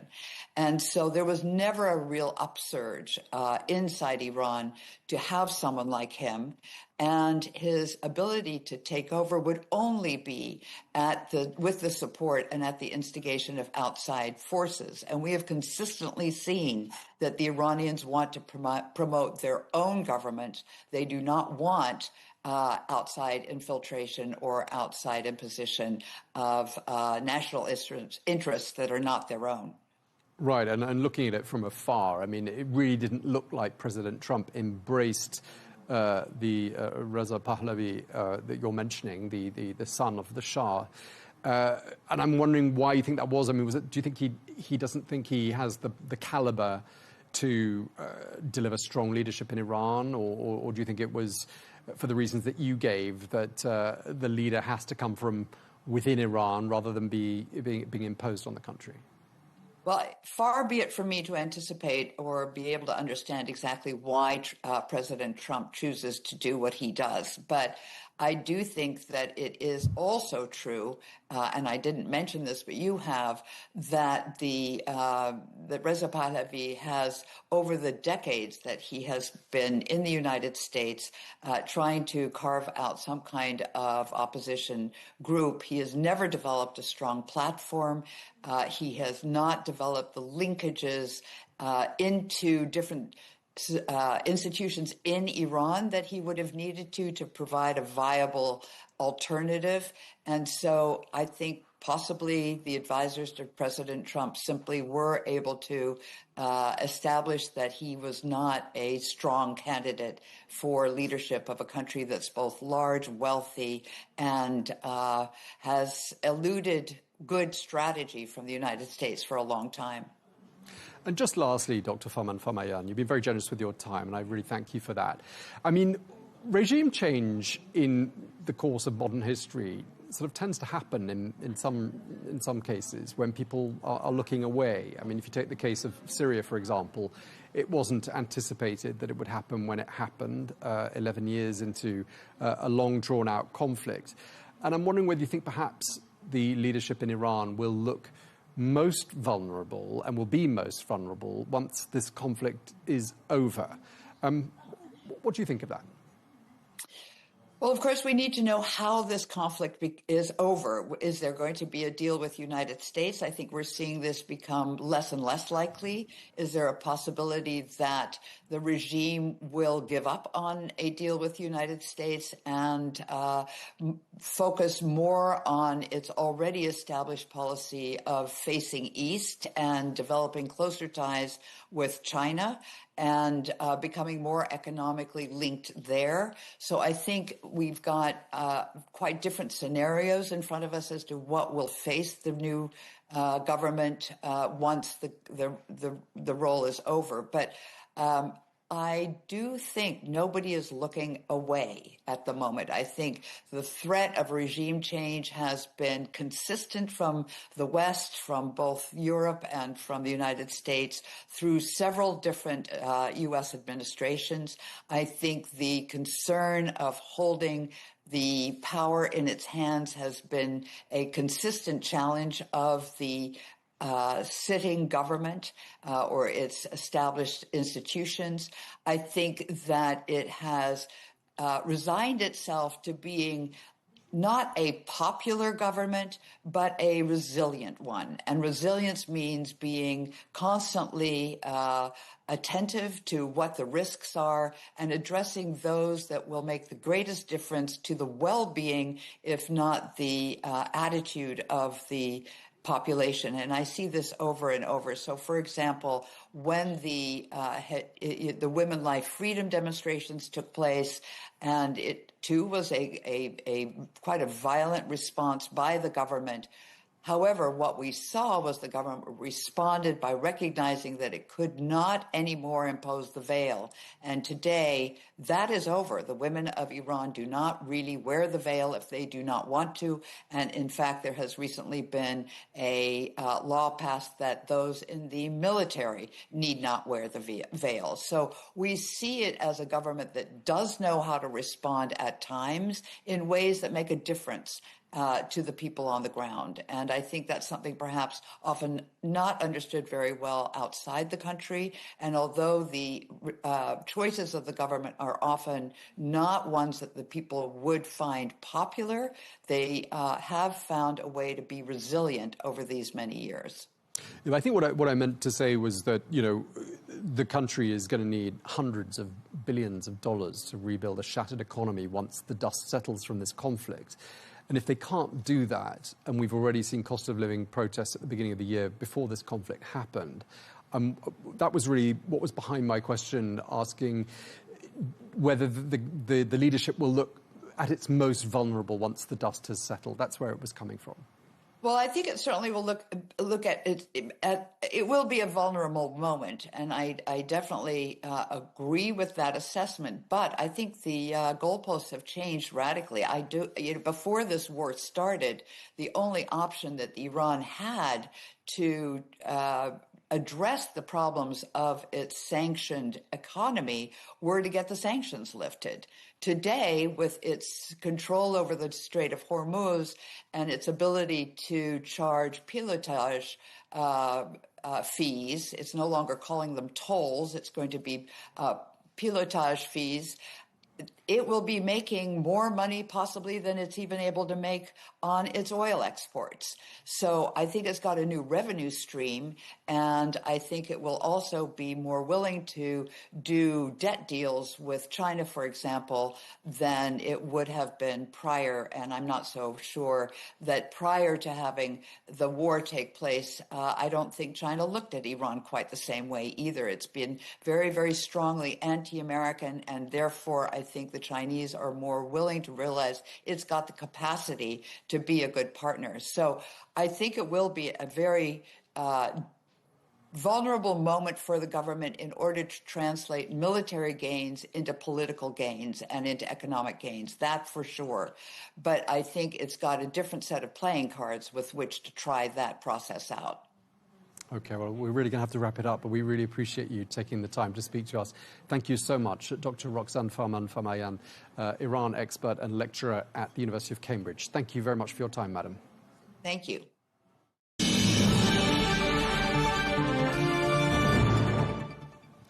Now to signs of possible friction between close allies, President Trump and Prime Minister Netanyahu. Well, the US president says he confronted the Israeli Prime Minister Benjamin Netanyahu over Israel's continued fighting in Lebanon, saying he was, quote, perturbed by the conflict. Well, despite the blunt exchange, the US president insists that relations between them remain strong. Meanwhile, the fighting continues, and Israel says it intercepted what it called a hostile aircraft from Lebanon. That's the first incident of that kind in more than 24 hours. And Lebanon's health ministry says 2 paramedics are being killed in an Israeli strike in the south of the country, bringing the number of emergency and health workers killed since March to at least 130. We're joined now by Diana Menhem, who is the managing director of the advocacy group Kaluna Irada, and she joins us from Beirut. She previously advised the United Nations as a senior economic advisor and joins us today from Beirut. Thank you so much for joining us once again on Al Arabiya English, Diana. We're being told by various sources that the Israeli army intercepted a hostile aircraft that crossed into Israeli territory from Lebanon today. You probably saw that as well. I was wondering to myself when I saw that report, whose aircraft was that, do you think? Yes, indeed. We saw this today, and this is part of a much wider escalation. We're yet to see, whose aircraft that is. But what is for sure is that this is a wider escalation between Israel and Hezbollah. Of course, Hezbollah backed by Iran. The situation has been escalating significantly over the past few days. Israel, as you may know, has already expanded its ground incursions into southern Lebanon. It has now crossed the Litani River, which has long been a major reference point in any discussion of security arrangements in the south, and pushed into areas that it had not entered in more than 26 years, effectively today occupying around 1/5 of the country. Hezbollah continues to retaliate with attacks inside, including inside Israel as well. And the Israelis have been very clear that they will not allow these attacks to continue, and that this was the reason for the escalation in the past few days. Now, of course, on Monday, there was also a very dangerous escalation whereby Israeli Prime Minister Netanyahu indicated that Israel was preparing to strike Beirut again. Mind you, Beirut had been sidelined from these attacks for a long while due to the ceasefire, and the capital has been spared largely, but amid renewed attacks between Hezbollah and Israel, Israel signaled that it was going to attack Beirut again. This necessitated an intervention from the US President Trump to prevent a strike in Beirut, which was indeed prevented until the moment, and to rein in Netanyahu, basically. Okay. But while Beirut may have been spared, Israeli attacks on South Lebanon have continued. And of course, entire villages continue to come under heavy bombardment. Right, so Diana, what you're saying is that for now, it looks like the southern suburbs, in particular of Beirut, have been spared from further attack. All of that hinges on what Hezbollah does next. And does it look to you like they're going to cooperate? It hinges on many factors, of course. Now, until the moment, on Hezbollah's front, Hezbollah has, of course, refused the negotiations that are taking place, although in the past few days we've seen that Hezbollah's closest ally in Lebanon, Nabih Berri, has sent signs indicating that he was willing to guarantee a total ceasefire on behalf of Hezbollah if a ceasefire on the Israeli side is guaranteed. At the same time, Hezbollah continues to wait for the results of the Iran-US talks in order also to position in Lebanon. There have been signs in the past few days, mainly through Nabih Berri, as I mentioned, that they were willing to actually take a step back. But until the moment, the attacks continue, particularly that Israel has been showing signs of escalation rather than de-escalation. Now, of course, as we speak, we also wait for the results of the political negotiations that are taking place between Lebanon and Israel under U.S. auspices. As we speak, a meeting was held yesterday and the talks continue today, and we are yet to see what the results of that meeting will be. Yeah, Diana, a lot of really unprecedented things are happening at the moment. Although there is the bloodshed, there are these somewhat encouraging signs that new approaches are being tried to these decades-old problem, not least those talks that you have referred to there in Washington, a fourth round of talks taking place today. There's also been the fact that President Trump said earlier in the week he'd been in contact, albeit via mediators, with Hezbollah, which is, again, something we've never heard from a US president before. Let's talk about the talks first, these face-to-face meetings between the Lebanese and Israeli officials in Washington. How much public support do they have, do you think, in Lebanon, and what impact do you see them having? Massive public support in Lebanon for the negotiations track, massive support for the state that is pushing through on this negotiations track, regardless of Hezbollah's position that, as I mentioned, until the moment still refuses these negotiations. Now, of course, and we've noticed in the past few days, even in Hezbollah-controlled areas, we're starting to hear voices that are actually calling for the state to control these areas. We've heard voices from two major cities in southern Lebanon, Tyre and Nabatiyeh, whereby citizens actually issued petitions calling for the state and for the Lebanese armed forces to come in and take control of these areas in order to protect them. So we're a massive push from the Lebanese for the state to actually take control over the negotiations process and to actually rein Hezbollah in and to, of course, protect the Lebanese themselves. But on the other hand, I mean, these negotiations, are very complicated. The tracks in these negotiations have been split. You have a security track and you have a political track. The political track focuses on finding a common framework between Israel and Lebanon in order to actually reach a permanent cessation of hostilities and a framework that would prepare for peaceful relations between both countries. And the security track focuses very much on a new security arrangement, particularly in South Lebanon, and the disarmament of Hezbollah, obviously. And the problem here is that we are stuck at sequencing. The Lebanese state insists that Israel has to have a complete ceasefire and has to start withdrawing from Lebanon, whereas the Israelis have been insisting that they will not withdraw from Lebanon before they guarantee a full disarmament. And this is where the US role is pivotal. It's very important in order to provide guarantees on both sides that can actually help move these negotiations forward. So no real breakthrough on the security track last week. We're waiting to see what will happen on the political track, but the Lebanese authorities have signaled that despite progress or lack thereof or limited progress, they are adamant on continuing on the negotiations track because they see this as the only way out for Lebanon and the Lebanese. Right, I'm just wondering how supported Lebanon feels by the United States. I mean, they have taken this initiative, brokering these talks that are happening in Washington and showing patience with that. More initiative, again, from the Trump administration, speaking to Hezbollah via these intermediaries. Then we've heard from Marco Rubio, the US Secretary of State, a couple of things. He said Israel and Lebanon can do peace tomorrow. That's one thing he said. I wonder if you think that's true or not. Another thing he said is that Israel has no territorial claims in Lebanon. Will that, do you think, perhaps quieten and calm and reassure those voices, and we've heard lots of them on this channel, people who suspect that Israel has something of a land grab in mind?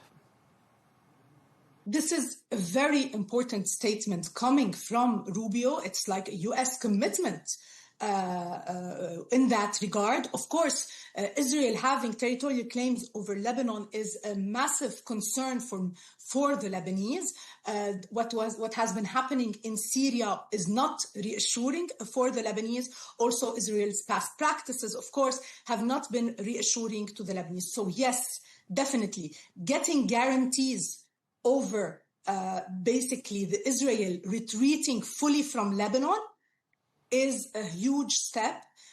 It is needed, and it is a milestone in these negotiations. And this is why also the border demarcations, which is one of the milestones in these negotiations that should happen eventually in these negotiations and is being discussed, is also very important, because it will signal that Israel is respecting Lebanese borders and that Israel will have no territorial claims over Lebanon.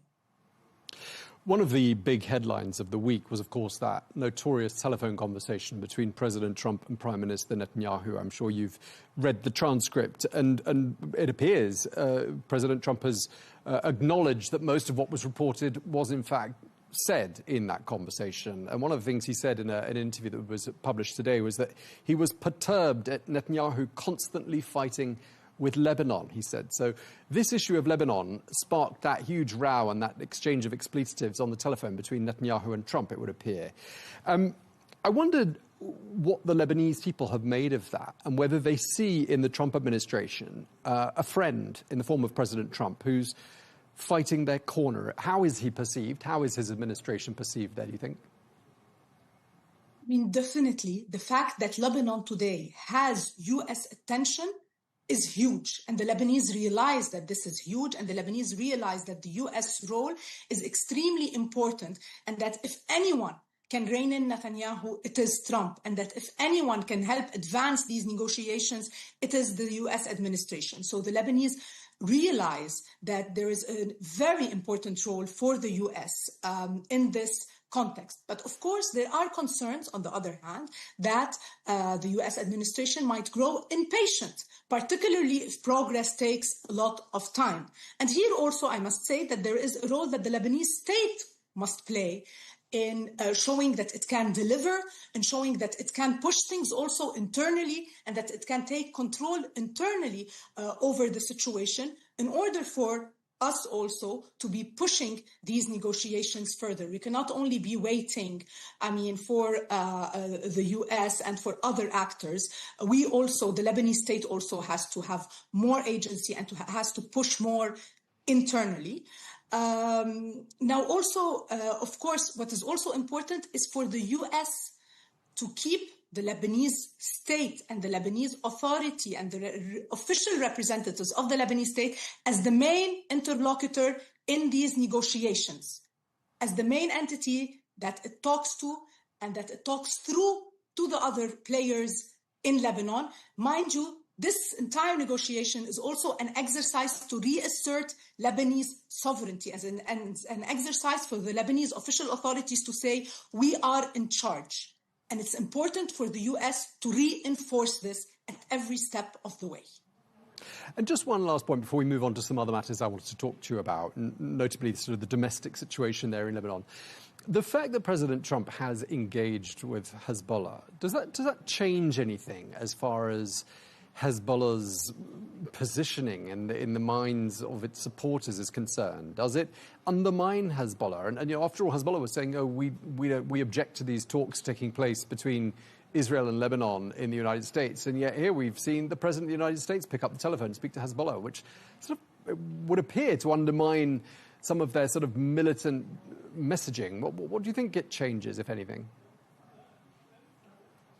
I think, as I mentioned before, it's important, first of all, Hezbollah's official posture, of course, has been refusing these negotiations, refusing these talks. But I don't know how tenable this position is, especially that Iran is negotiating directly with the US. So, I mean, Hezbollah's position is very weak here. They refuse that the Lebanese state negotiate with Israel, but they know very well, and it's very obvious that Iran is negotiating with the US, and that Iran has no problem at all throughout these negotiations. So this is an untenable position.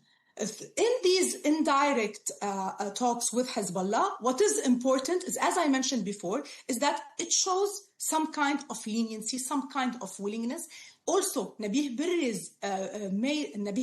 Hezbollah's main ally in Lebanon, made a statement saying that negotiations have to happen with or without Iran, and a ceasefire has to be attained with or without Iran. And this is very important because it also shows a willingness to break away from linking this file to the Iranian-US talks directly, which is also a position that Hezbollah has refused until the moment. So, as I said, it shows that there is some kind of leniency. Now, of course, on the other hand, we must know that internally, Hezbollah and Iran have claimed this as a win. Iran is claiming that it is due to the Iranian pressure that actually Trump had to intervene and to rein Netanyahu in. Iran continues to want to link this file to the Iran-US talks. It continues to want to use Lebanon as part of its entire regional deal. And therefore, since Monday, the Iranians have been trying to claim a win, claiming that it is their pressure that actually spared Beirut on Monday. The reality is, what happened on Monday reinforced the position that negotiations are the only way forward.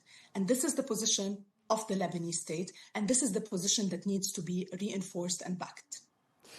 But do you think that if a deal is struck between the United States and Iran, that won't have the automatic effect of bringing stability and peace to Lebanon? Because surely if Iran is funding Hezbollah and directing Hezbollah, if they enter a new chapter of relations with the United States and it's a peaceful chapter, doesn't that render Hezbollah slightly pointless? I mean, this depends on what the results of the negotiations are, right? We've in the beginning of this conflict, the point on the proxies was a major point. The point on Iran having to stop funding and supporting its proxies was a major point. Today, we see this less and less. We see that the concern is more on the Strait of Hormuz and the nuclear weapon that Iran possesses, and less on the proxies and other issues, for example. So it's really critical, I mean, to see how these talks will evolve and whether the point on the proxies will be a major point in these negotiations and will be a point that the US will also stress on. Of course, if Iran decides to let go of the proxies, this would have a major impact on Lebanon. This would be the fastest route, if you want, to actually seeing Hezbollah, seeing Hezbollah's power significantly diminished. It is already significantly diminished, but to seeing Hezbollah's power really diminished in Lebanon. Until the moment, it doesn't look like Iran is willing to budge on this point. It doesn't look like Iran is willing to give up, particularly Hezbollah, a proxy that it has been investing in for the past 40 years. Okay, let's talk a bit about some domestic and societal issues there in Lebanon. I mean, more than 3,468 people have now been killed in Lebanon since the 2nd of March in these Israeli strikes. A lot of them children, of course. And I wondered who the average Lebanese person blames for that. Do they blame the government? Do they blame Israel? Do they blame Hezbollah? There is no question on the fact that Israel is committing war crimes in Lebanon. And there is no question on the fact that the Lebanese realize that this Israeli brutality has to stop. But also, the Lebanese realize and are increasingly coming to realize that it is Hezbollah that has dragged us into this war into the war before it in 2024, and the war before that in 2006. And this is something that the Lebanese are being very vocal about, even the Lebanese that are in areas under Hezbollah's control. So the Lebanese realize today that Hezbollah's actions, first in support of Sinwar in Gaza, and then in support of Iran, have actually dragged the Lebanese into a war that they do not want and into a war that they cannot afford. The Lebanese are also expecting more of their state. They are expecting that the Lebanese state actually reassert its authority and its control over Lebanon. Until the moment, the state has taken a very firm decisions, but we are yet to see any implementation on the ground. And we've been repeating this for the past 2 months, unfortunately. A big major milestone would be Beirut free of arms. The government had taken actually a decision to have Beirut free of arms and to deploy the Lebanese armed forces massively in Beirut, so basically to regain control over Beirut entirely and to have it free of arms. We are yet to see this decision fully implemented. And this will be a first proof of concept, if you want, in the sense that it will show whether the state is really capable of reasserting its authority. And then the state will have to move to other areas, basically replacing Hezbollah's control in certain areas with the control of the state and the Lebanese armed forces. So this is sort of a gradual approach that we are waiting for, and that should have begun in Beirut, and that we are yet to yet to see actually becoming concrete. Okay, Dan, I mean, you know, obviously very tense times for Lebanon, not to mention, and you mentioned it yourself, the displacement and the occupation of Lebanese sovereign territory, but 1.2 million people and a small population having to find homes in other communities. I mean, I can imagine how challenging that is for Lebanon's social fabric, which is fragile at the best of times. You know, these are tense times. There must have been some finger pointing, big shake up to communities. Can we give credit to the government for the fact that, as far as I'm aware, maybe you know something I don't, but there haven't been any manifestations of that tension on the streets? There hasn't been, as far as I'm aware, any violence or outbreaks of violence in these communities that have been shaken up by these changes of their demographic. Can we credit the government for that? The government has been doing its best, given its means, in order to actually provide an adequate response, particularly with regards to the displaced. Of course, tensions, particularly demographic tensions in Lebanon, are very high. You're talking about mass displacement. You are talking about a country that already has lots of demographic concerns, areas that are already split demographically. So yes, with these demographic changes comes a lot of tension. There have been small and sporadic events, but no big tension, no civil strife, no actually massive tension. And yes, the government can take credit for this, because until the moment, the response has been, also particularly given the means, the response has been very, very good. Now, of course, what is needed now is that as more and more people realize that it will take them a long time to get back to their villages and to get back to their homes, what we need today is a plan, a medium-term plan, in order to deal with this problem of displacement. For instance, last week, there was a lot of tension inside Beirut because some of the displaced occupied areas on the Beirut waterfronts that were private property, the government had to intervene and move them to other areas. So you're already seeing some kind of friction. In order to contain it on the medium term, the government must now move to medium-term solutions to actually start thinking of what will happen to those displaced. We're talking about roughly, of course, 1.2 million are displaced, but we're talking about roughly 200,000 people that need housing and shelter by the government, just to give you a sense of the scale. Okay. Something just appeared on the screen there. I'll just check that it's gone before I ask my last question. It is. Okay. All right, and Diana, just lastly, before this latest flare-up in March. I'm being told to hold off. Ready?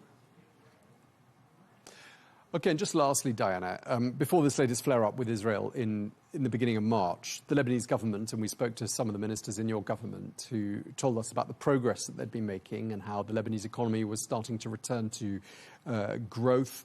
I was wondering what you think has happened to all of that progress. I mean, are they just going to have to start at square one again?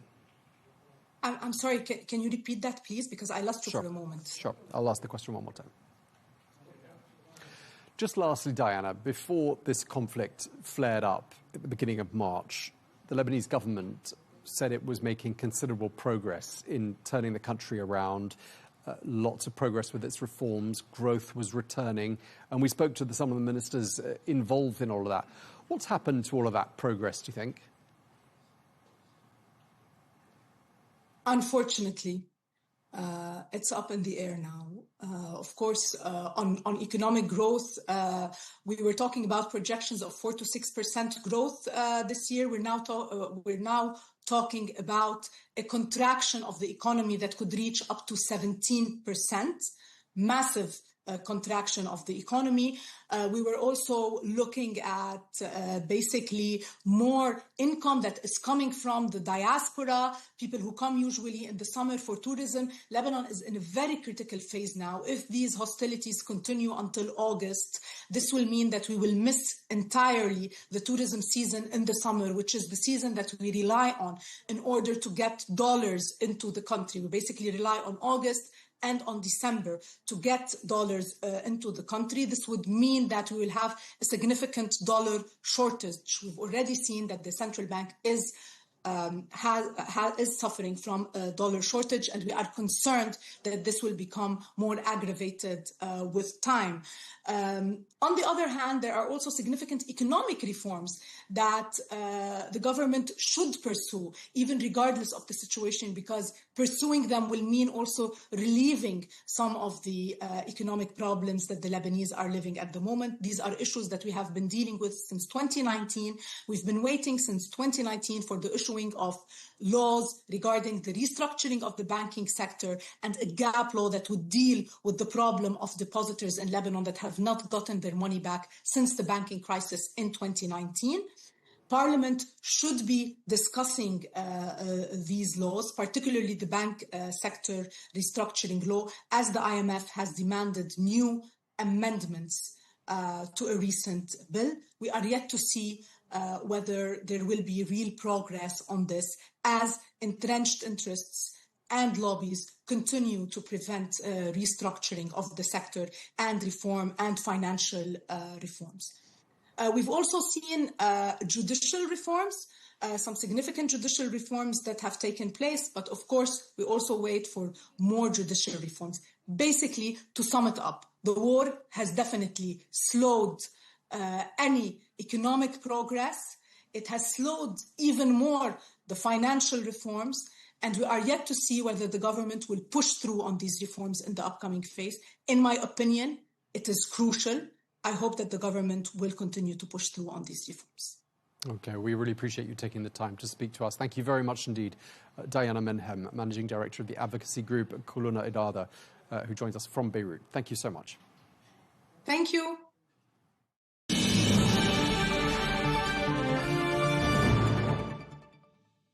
Well, that is all we have time for on Global News today. Thank you very much indeed for watching. Do join us again tomorrow for more exclusive interviews. And until then, goodbye.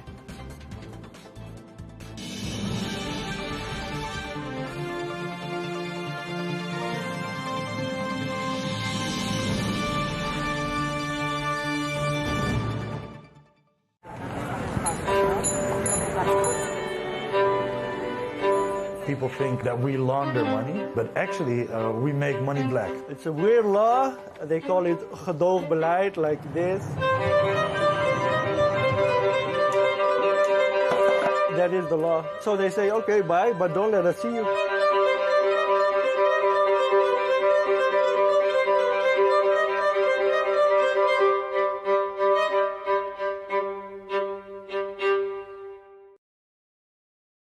The jewelry is lost forever.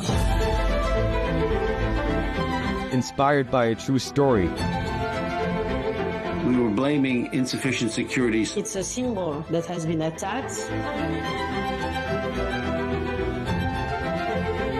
Isn't a museum the most protected space on the planet?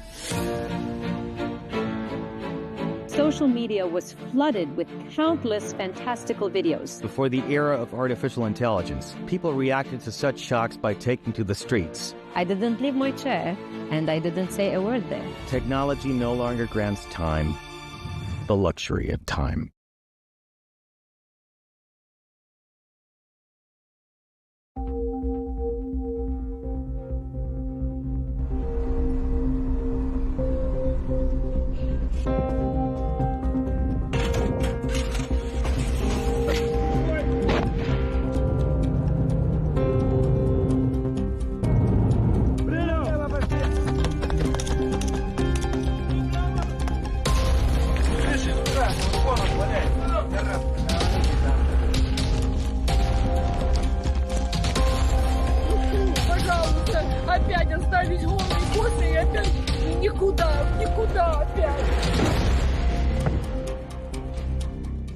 We faced many dangers while covering the events in Kursk.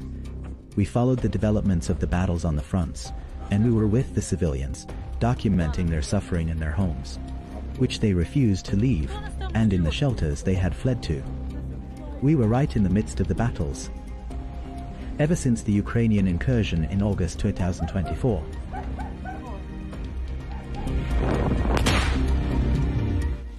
Al-Arabiya was exposed, just as it was while covering the Ukrainian incursion, to the dangers of Ukrainian weapons, while covering the path of Kursk's liberation.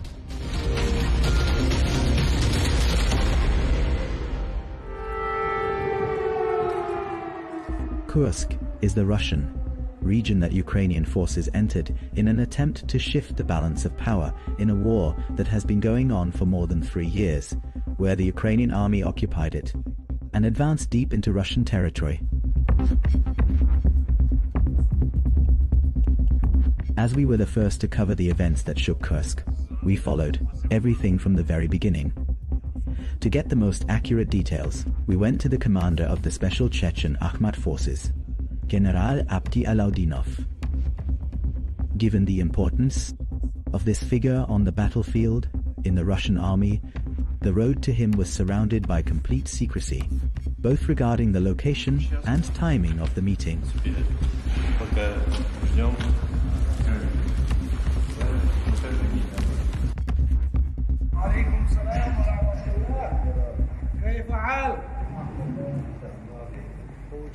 A NATO military staff committee prepared an operation to occupy the nuclear power plant and the city of Kurchatov, where this station is located, by encircling Kursk and Belgorod. This meant that this entire area to fall under the control of armed Ukrainian groups, according to NATO's plan.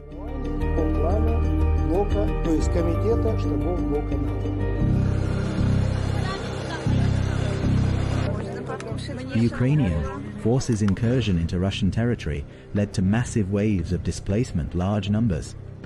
Temporary shelters received tens of thousands of citizens who had left their homes.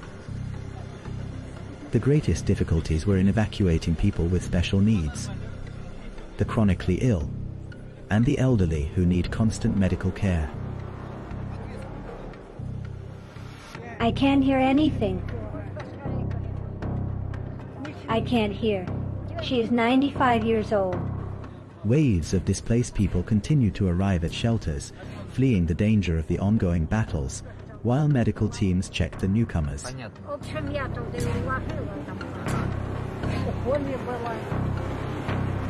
I was in a coma. My blood sugar rose above 600. Yes, I went into a coma because my medicine ran out. The affected people did not hide their anger toward the authorities in Kyiv and spoke about Ukrainian drones that tormented them day and night and turned their lives into hell because of their sheer numbers in the area where they lived. The situation is bad. The drones are hovering above us. Here we are. They are bombing us heavily. The drones are flying. I didn't know where to go. I lost my mind.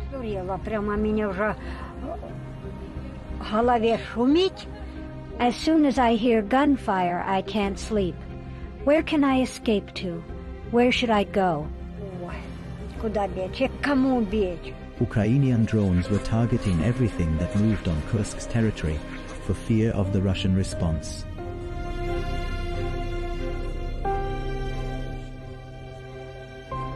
A large number of villages and towns have been liberated and cleared. Work on this axis is still ongoing in all circumstances. Aid continued to flow successively from various Russian regions to those affected in Kursk.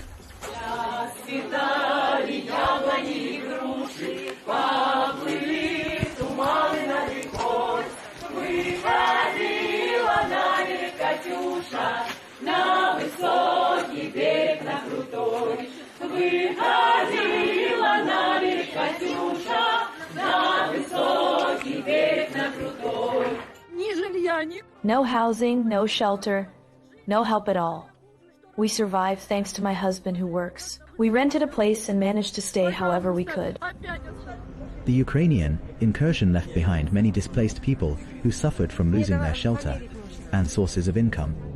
On the other hand, the Ukrainian advance prompted a rapid response from Russian forces to stop it and regain control of the situation.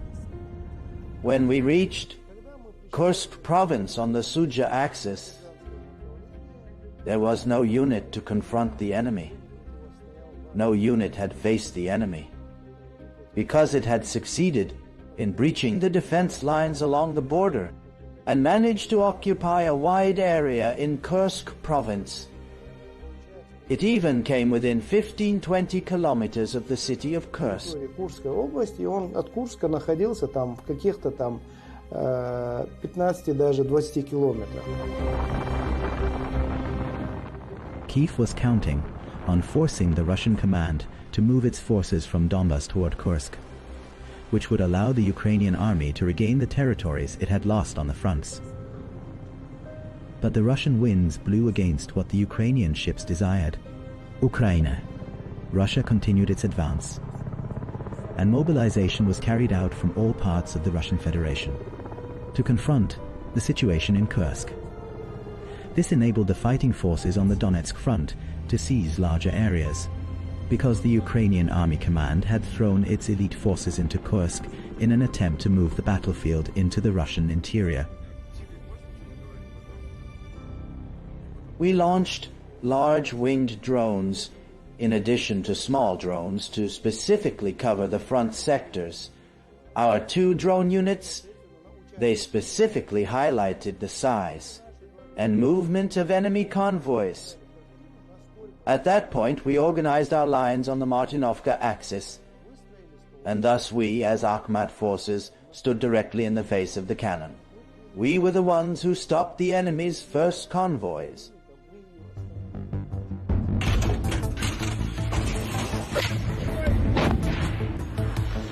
Russian reinforcements arrived successively in Kursk territory, and the confrontation began. Between the Russian army and Ukrainian forces in order to stop the latest expansion inside the province. Russian fighter jets filled the skies of the region around the clock, dropping glide bombs that inflicted heavy losses on the Ukrainian army in lives and equipment. The enemy threw everything. He had to limit our strength. He was throwing large numbers of his elements daily in an attempt to breach our lines.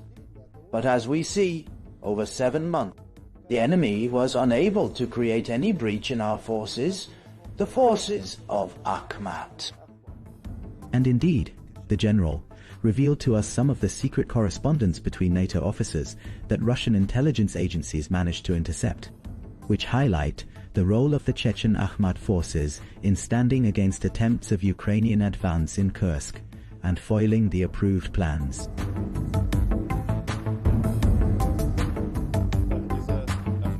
Thanks to the Akhmat forces, a great deal was done in general.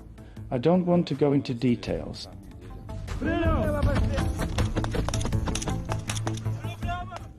The Russian army began to limit the advance of Ukrainian forces and succeeded in encircling the areas controlled by the Ukrainian army at the last point in the depth and on both flanks of the contact line. At the beginning, the number of populated areas they occupied exceeded 80 settlements. They couldn't hold this area, so they advanced to new territory.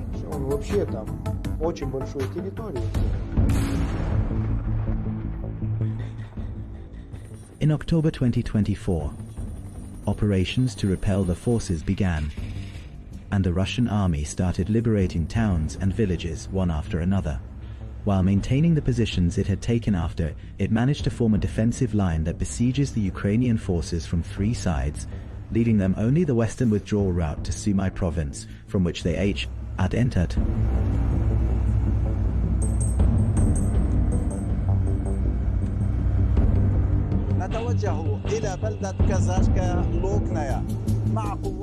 We head to the town of Kazakia, Lochnia, with the Chechen Ahmad forces that participated in its liberation. This town witnessed fierce battles between the Russian and Ukrainian armies after the Russian army intensified its efforts to liberate several towns and cities in Kursk province.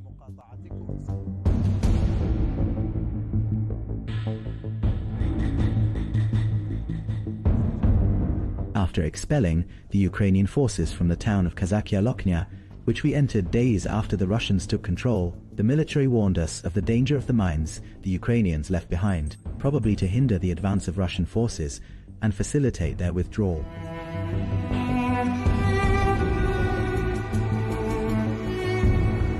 Why is attention drawn to the need for caution before taking any step here? This is because the Ukrainian army violates all internationally recognized laws and conventions by using prohibited weapons against infantry units known as butterflies. Mines of this size are difficult to notice among the grass. They are very small, but capable of amputating a foot. There are many weapons that the North Atlantic Alliance used to support Ukrainian forces, and these weapons were found on the ground of this province where Ukrainian fighters left them behind and withdrew to other areas. We positioned in Soldatskoye, then headed to Cherkasskoye Porekhnoi, where fierce clashes are taking place. We succeeded in repelling this attack over 2 full months. Then we advanced toward Martinovka, where we fortified along the main road. In the towns recaptured by the Russian army, the Ukrainians left behind large numbers of their dead following the bloody confrontations, at a time when some civilians refused to leave their homes and flee with the Ukrainian forces toward Kyiv.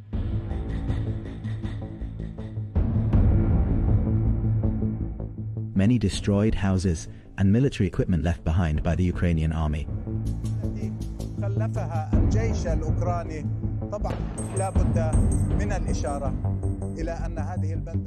Of course, it must be noted that this town was inhabited by thousands of citizens who were displaced during the Ukrainian incursion or the Ukrainian advance at the beginning of the crisis in August of last year. And when the Russian army returned to retake this town, about 180 citizens were living in it and were evacuated, and only about 6 people remained in this town no more. It is clear how brutal this war is, but I prefer to hear from you what happened to you. I became like this. My house burned down, so I took refuge with my brother. Why didn't you leave despite the explosions we hear? I didn't leave because I decided to stay on my land, in my village. Among your relatives, did you lose anyone? My brother disappeared when he went to work on the 6th of August and never returned after that. But thank God, our soldiers told me they found him alive and in good health. After the withdrawal of Ukrainian forces from most towns in Kursk and their entrenchment in the border city of Sudzha and its suburbs, the Russian advance froze and the battles of attack and counterattack continued until the beginning of March 2025. Indeed, the enemy entrenched across all areas of Kursk province. What can I say? They brought their elite forces and reinforcements from NATO. The United States brought all of this. Every time the enemy tried to seize more territory, he failed. And in the end, we tightened the noose around him in a specific area. We were forced to stay there for a longer period in a back and forth within the framework of a line between 2 and 3 kilometers. We would advance, then retreat, which resulted in them suffering heavy losses. In just 1 month, their losses reached up to 10,000 personnel.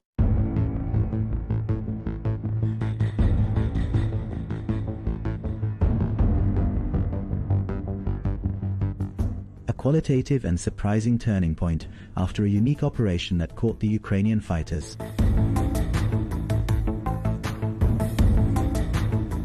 Through the infiltration of Russian forces via the giant gas pipelines that had been disabled by the battles, allowing them to reach the rear lines of the Ukrainian forces and completely encircling them.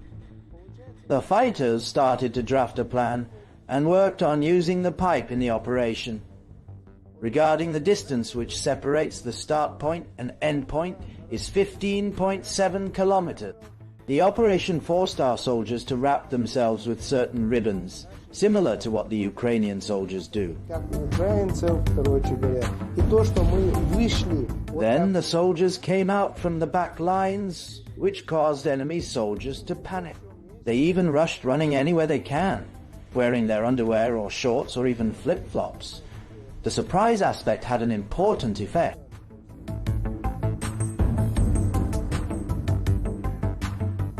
The unique gas pipeline operation lasted 6 days. Those who carried it out were able to cross in 2 days, but waited 4 more days until the other units arrived before launching the attack, in order to tighten control and the siege from the front and rear of the city.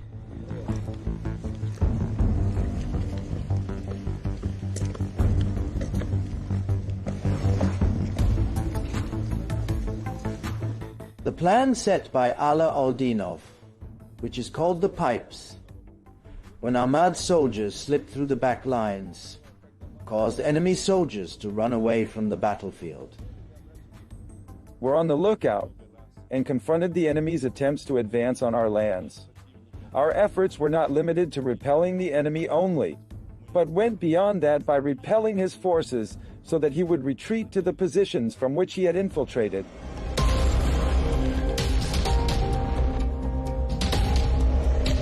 The Russian army expanded the encirclement of the city of Sudzha through the infiltration operation via the pipelines at the same time that the ground forces were carrying out their assault on the city. The Ukrainian forces lost their most important positions and some surrounding towns and withdrew to the border villages with Sumy province, leaving behind vehicles and equipment and thousands of casualties between killed and captured. At first they came from the war committees and from police departments with draft notices for military service. If someone failed to report, he would face a financial fine. Then they threatened with imprisonment. I'm not sure I could have continued. They selected some capable people, about 20 individuals. As for me, I am just an ordinary soldier. In fact, most of those who accompanied me in this training course had not originally undergone military service. No. I was injured while I was in Britain. That's why I spent most of the training time sitting and did not participate in it.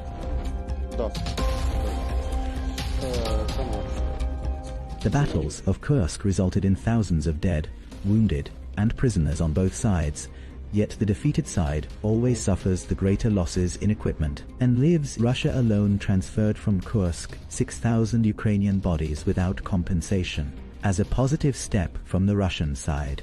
Each side will claim that its losses are few and that the enemy suffered greater losses as a participant in the event from the inside. But as an eyewitness, I can confirm to you, regardless of how it may appear, that the losses of Akhmat forces were indeed limited. We entered the city of Sudzha with the Imam of the Chechen Akhmat forces who is working on evacuating the citizens who refused to flee to Kyiv before the Russian army recaptured the city. Let us document the situation up close from the hottest points of confrontation. Young men gather people from the villages, and sometimes do so under drone and artillery shelling. This puts their lives at risk. We are extremely grateful to them. We are very thankful to them. Inside the city, those who could escape the shells and drones fled from Sudzha to safe areas in Russia at the beginning of the crisis, while those who could not leave remained under Ukrainian forces' control.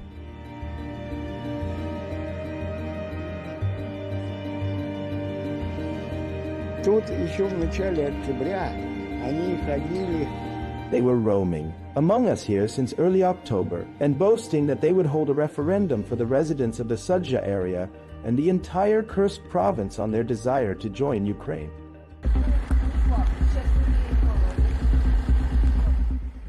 Electronic jamming has become one of the most important defense methods against drones, and positioning systems securing protection for stationed units and vehicles carrying jamming devices.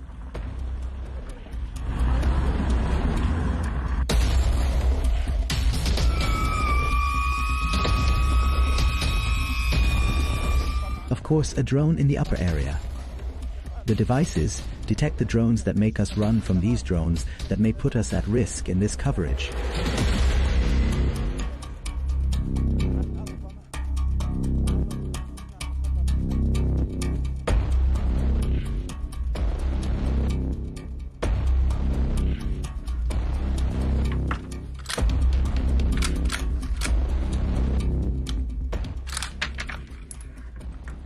Snipers load their ammunition in preparation to fire at the drones that are hovering over Sudzha.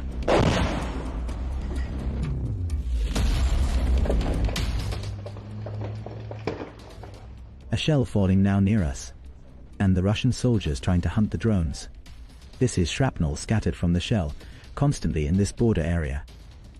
On the Kursk front, we are talking about the city of Sudzha, the last city of Sudzha, on the border with Ukraine's Sumy province. From the first line of confrontation, from point 0.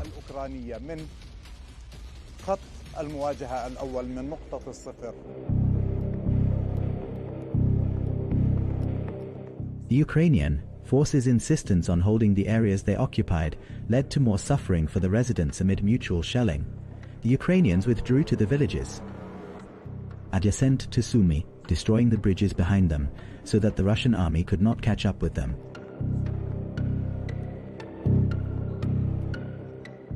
This is the bridge that separates the eastern part of Sudzha from the western part, where Ukrainian military convoys used to move. And clashes began in the heart of Sudzha with the encirclement of the fighters, which tipped the balance in favor of the Russian army, which took full control of Sudzha.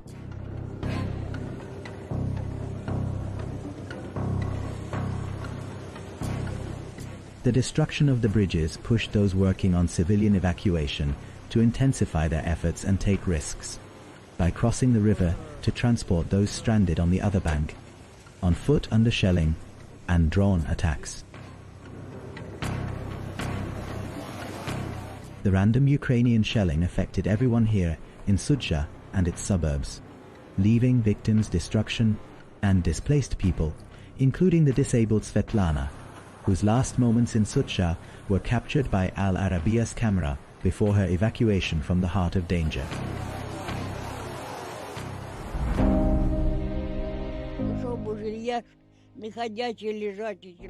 I am disabled. I don't know what to say. My daughter takes care of me. We had everything. Our tables were full. We had tea. I never went hungry. The windows were shattered in the room adjacent to the hallway.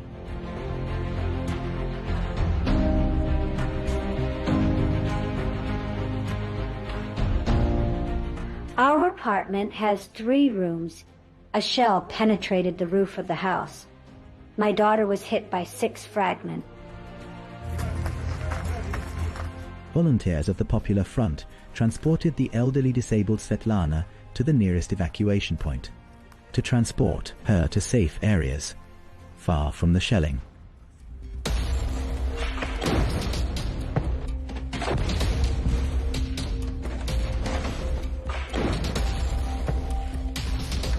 Shells falling near the evacuation point forced everyone to take cover from the horror of the shelling, leaving Svetlana to face her fate on the ground. At the same time, an injured man came running asking for help.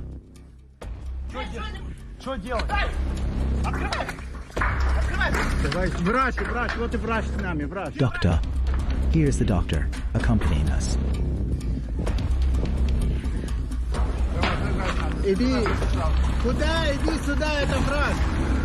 I saw them. They were stealing and looting, then burning everything. They were all bandits who came from Sumai, relatives with their cars, and stole everything, even underwear, with crosses on their faces. They were the savages. Do you understand? What wonderful people there, like butter on bread. They were ready to flatter in the most vile and despicable ways just for a piece of bread under the second occupation.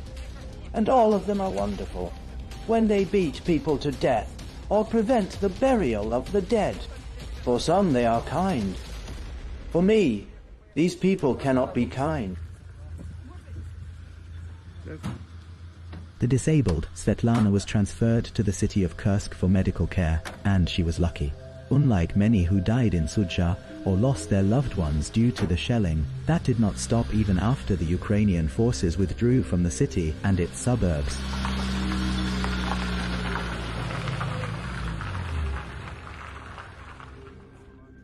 Shells and rockets falling from nearby Ukrainian forces near the city of Sudzha until this moment, and civilians are terrified, and fear and panic hang over the entire area.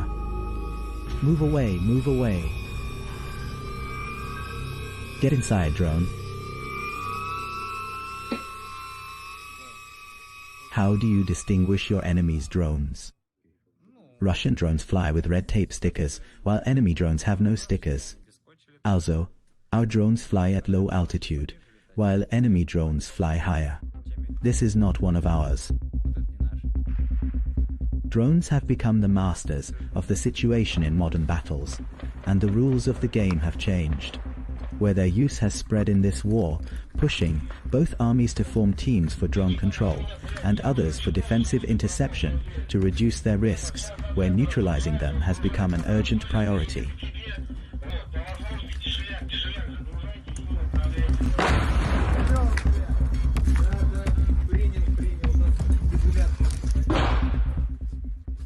Extreme fear and caution as drones fly at low altitude. The Ukrainian forces are a few kilometers away from our position in villages.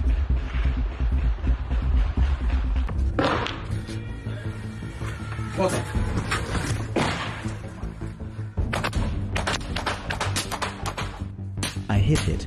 It fell. It fell.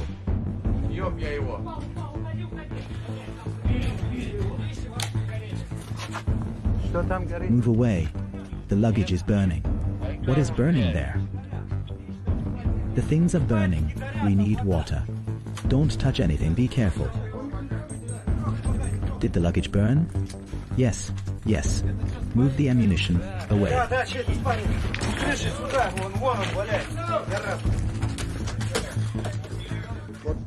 Explain to me what you have in your hand. This is an OS-4 from enemy drones, a suicide one. It flies using optical fibers, which allows it to stay outside the jamming range, and it can hit the target from a greater distance. One can say that with these devices, they are killing us.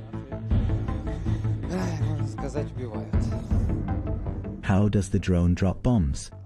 One way, unmanned aircraft. As you see here, the shell is fixed, and here are the optical fibers. And while it flies, it releases these fibers. The camera spots the target, dives on it, then explodes. With a mixture of explosives or any incendiary material, which causes shrapnel of varying sizes depending on the type of explosive material The larger the materials, the more terrifying their effect. There it is. Wait, wait, wait.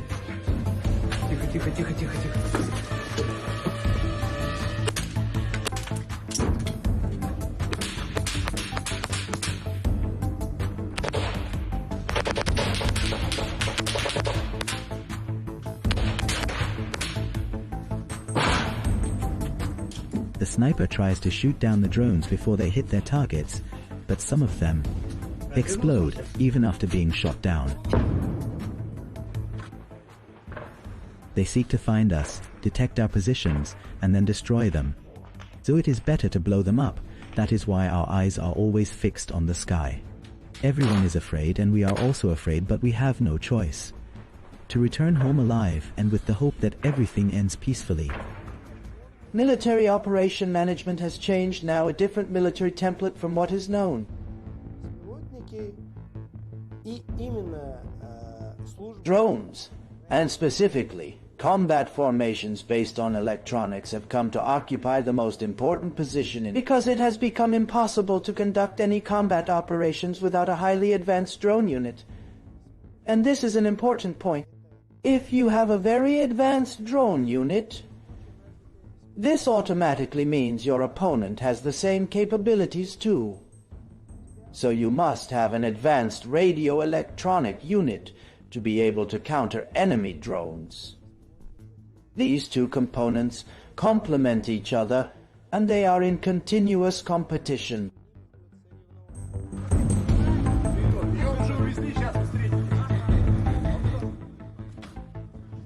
In this place, the residents who remained in the city of Sudzha gather for their evacuation, where volunteer teams and the Russian Ministry of Emergency Situations arrive to evacuate civilians since the Russians took control of the city, and they are transported daily. As individual, cases or groups sometimes. The number of displaced people who reached the city of Kursk exceeded 500 displaced people, including the sick and elderly and people with special needs, in addition to those injured by rocket shrapnel and shells of the bloody battles.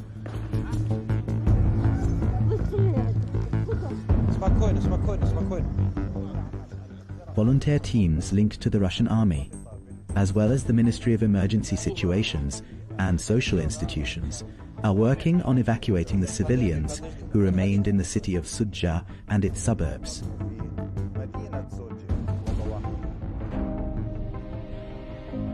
Let the lady get inside, brother. Let the grandmother stay in her place. This is your place, Grandma. Yes, sit in your places. As for you, get in. How many people did you evacuate today? Today, 6 people. And the work is still ongoing. We will send 3 people now. And here, the car has arrived. As you see, there was an attempt to target us with a drone. At this time, the situation is dangerous. Since the shelling is ongoing, we are working to evacuate civilians as quickly as possible. And you too, be as careful as possible. You saw how a drone was shot down.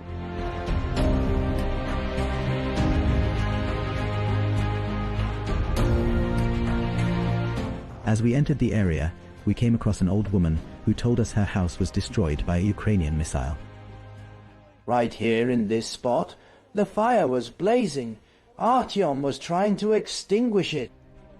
It is clear the house was completely destroyed, yet the lady is still here taking care of the sheep and chickens, refusing to go to Kyiv with the Ukrainians or even to evacuate to Kursk after the Russian army entered.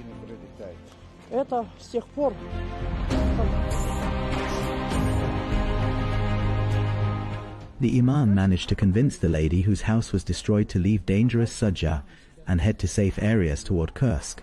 He promised to take care of her animals until the crisis ends and reconstruction begins, so she can return to her home. She agreed and left with him, reassured, even falling asleep safely on the way.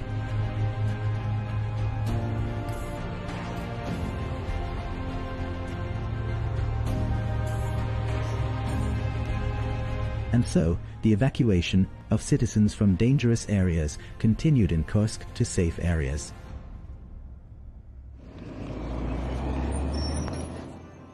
Vehicles arrived successively from the city of Suja, transporting stranded displaced civilians in the city to safe areas in Kursk province.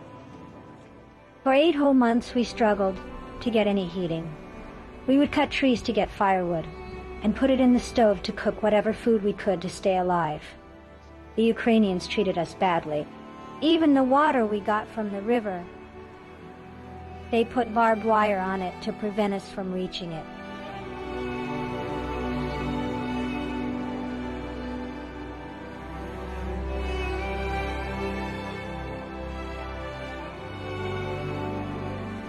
And finally, we started to feel some joy when the shelling decreased. The shelling was continuous, including with drones. They were bombing civilians. The main and decisive confrontations were in the first 2 days. After that, the enemy fled from the confrontation, so all that remained for us was to pursue his trail, clear the area, and advance. There were 3 towns that remained in the enemy's grip. What they did was they directed bombers towards Suja and nearby towns to continuously bomb our forces in an attempt to target our forces and limit our advance.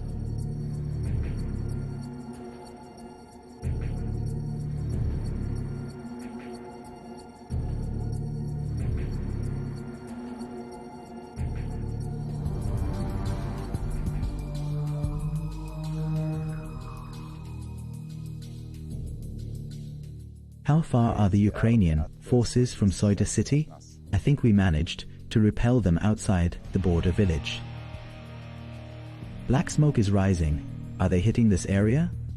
The border is not far, in principle, and long-range shells can hit the adjacent areas near the outskirts of Sumy. So we are close to Sumy's border.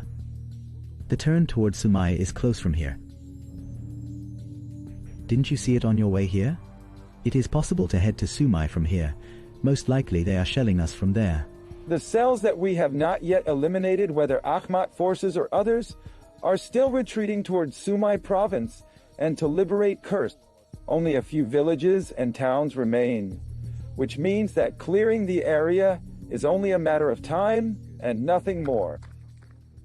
The Ukrainian forces' entrenchment inside Kursk province near Sumy pushed the Russian president to visit the province, directing his fighting forces to defeat the enemies and complete control over the entire territory of the region.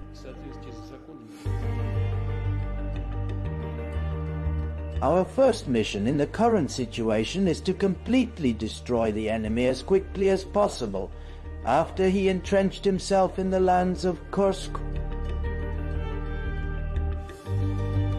The border between Ukraine and Russia, and here we are talking about Sumy province and Kursk province. Shells are falling continuously from the nearest points on the border confrontation line between Russia and Ukraine in Kursk province, where continuous fighting and non-stop shelling between the Russian and Ukrainian armies. The Russian army is advancing to liberate the entire Kursk province, while the Ukrainian army is trying to withdraw completely from Kursk province. It is also trying to infiltrate the other side south of Kursk toward Belgorod province.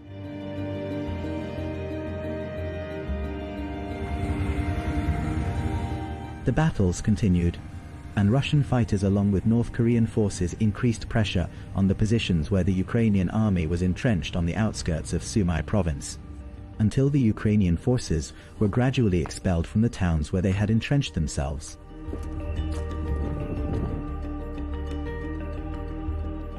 The units that were at the forefront, some of them from paratrooper units, were directed to liberate the 3 towns we mentioned.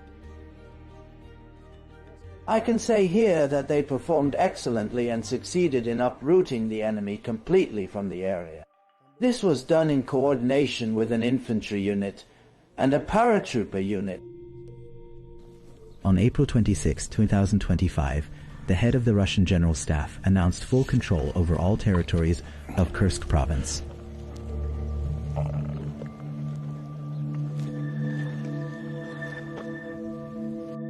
To the Comrade Supreme Commander of the Armed Forces, today the last town in Kursk province was liberated from Ukrainian military units, and thus the complete destruction operation of the units of the Ukrainian Armed Forces that invaded Kursk was completed.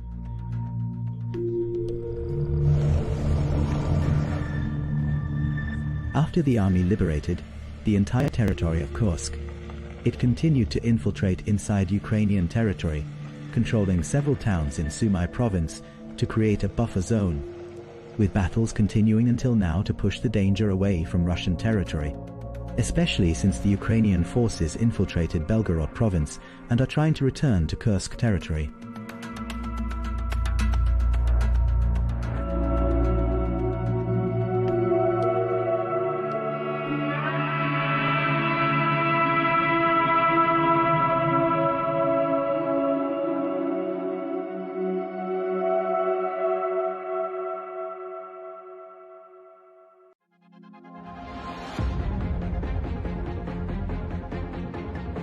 Youssef Diab, imprisoned in Rumey, came and prayed 3 times. The Friday prayer at Al-Salam Mosque.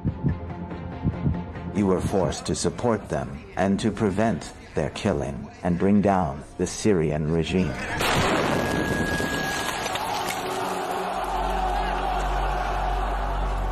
The file about the bombings was delivered to the newly instated management in Syria. After Bashar, who else must fall before these people get their rights? The Syrian regime has fallen. Assad fled, but his allies, Hezbollah, remains and still holds power. We were surprised it happened. We had only a loose thread in the network. Only the Lebanese state and its army can provide protection to anyone. Someone who bombed a church in '94 wouldn't hesitate to blow up the Al-Salam and Al-Taqwa mosques.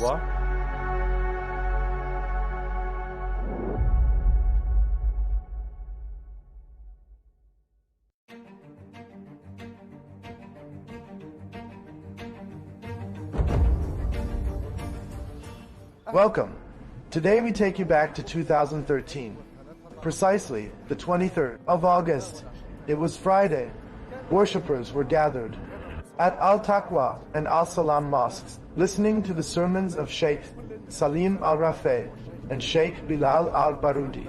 Suddenly, 2 huge blasts struck. In seconds, everything turned upside down, and chaos swept in. Death filled the air. 48 people were killed, and hundreds injured. Anyone following politics in Lebanon would quickly guess the main suspect.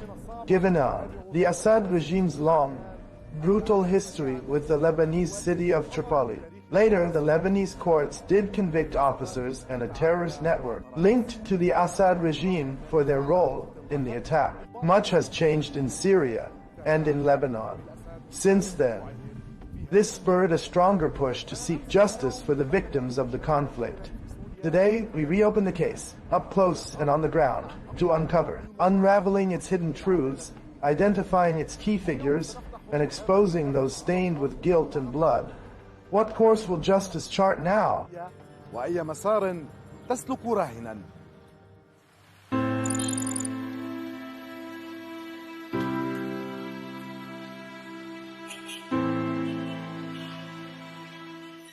For 50 years, the northern city of Tripoli suffered, subjected to the oppressive control of the Assad regime, its pervasive influence casting a heavy shadow on every part of life there.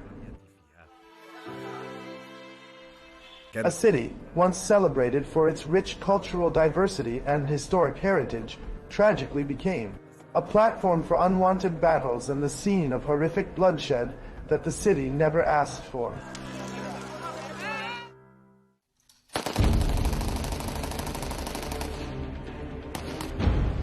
For many long years, the inhabitants of Tripoli lived in a state of constant fear and suppression. When Syria's army withdrew in 2005, many believed that Tripoli would enter a new era of peace.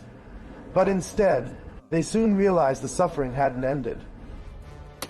This marked the beginning of a fresh wave of upheaval, peaking with the 2013 mosque bombings. These tragic events served as a stark reminder that the scars of the past continue to bleed. Just like the lingering wound of Mahmoud Jabr, a survivor of the horrors of war. The horrific massacre in Tabane in 1986 and the brutal conditions of Assad's prisons, yet destiny took his eldest son Firas, killed in the Al-Taqwa mosque blast. He was at the mosque door, sitting right there. Then the blast hit. A piece of shrapnel struck him in the back of the head. It killed him. The news. No one could bear it. May God avenge him, them and those who follow them. He was loved by all. Strolled through Tabana. The whole town mentioned Firas Diaba, Mahmud's son, and they bowed their heads out of love. As much as he was generous, he was always doing charity work. Do you miss him? Yes, I really miss him. God rest his soul. I miss him so much. In 12 years, I've had no justice from this state. Give me just a fraction of my rights. Arrest them, Rifat Aid and his people, Ali Mamluk and his gang.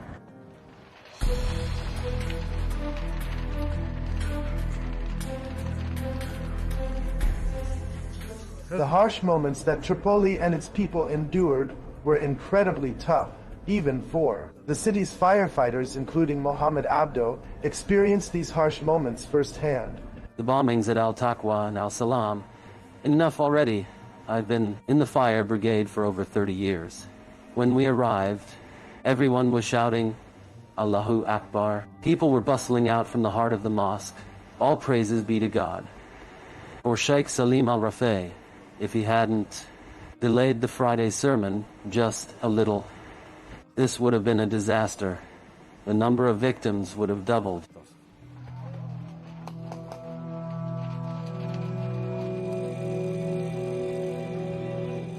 We traced the bombing operation to uncover more details. The investigation led us to retired Colonel Ahmed Hamid. Indeed, this man was once on a list of targeted individuals. Mahmoud recalled the name of Youssef Diab, who is currently incarcerated in Rumey prison. Youssef Diab locked in Rumey prison. He's the one who prayed Friday prayers 3 times at Al-Salam Mosque, just so he can accurately calculate the timing, observe it, and calculate the average. He came at that calculated time, but by God's will, they were delayed by a few minutes. They were still sitting when the explosion occurred. The blast struck. Many fell victim inside the mosque. Had they been standing it would have been a full-blown massacre. Most would have died. The culprits were a large, vast gang. The Syrian regime was behind a serious crime. Among the executors was a man named Hayyan, a sheikh. Ramadan, he's a cleric from Jabal Mohsen, to be honest. The investigation is still ongoing at the military court. The papers list many participants, either officers from the Syrian regime or criminals from Hermel, or from Jabal Mohsen. Some of them are still around. I could mention where they are located.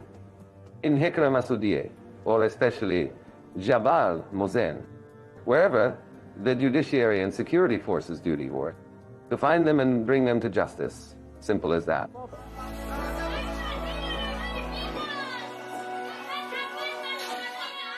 Truth is, Tripoli holds deep resentment toward the state. It never stopped. The city suffered from neglect for decades.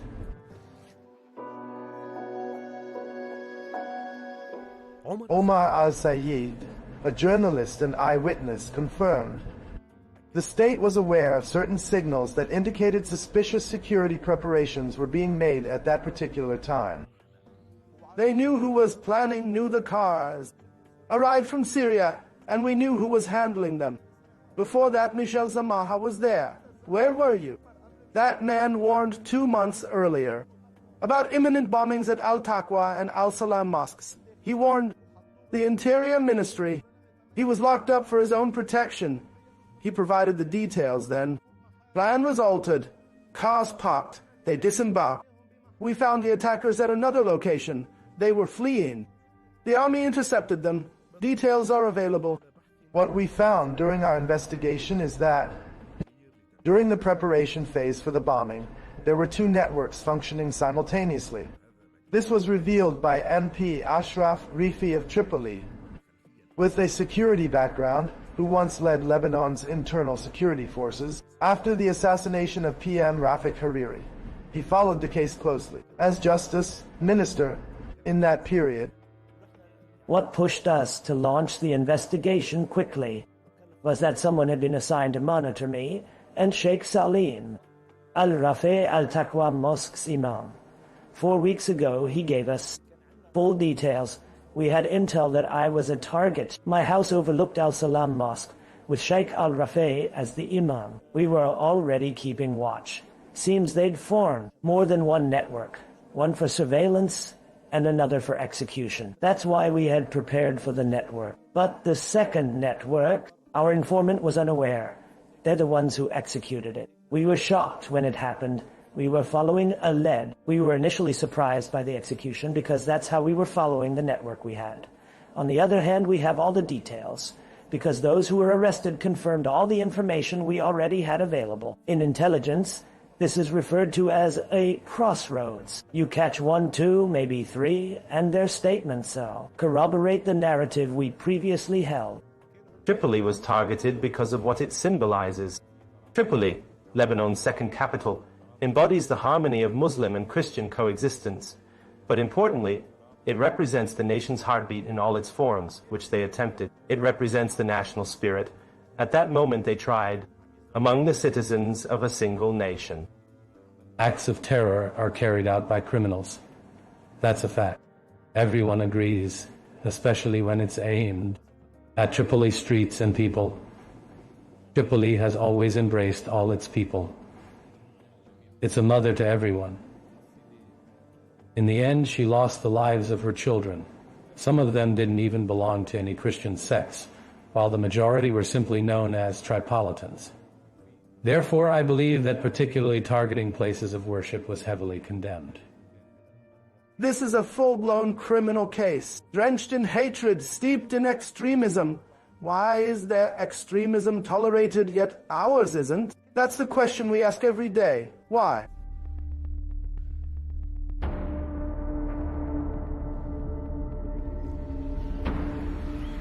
This is the entrance to Jabal Mohsen, across from Bab al-Tabane. In reality, these two districts have long been at odds due to political games that surpass the understanding of their inhabitants. Jabal Mohsen has long been a Syrian stronghold, a refuge for Assad loyalists.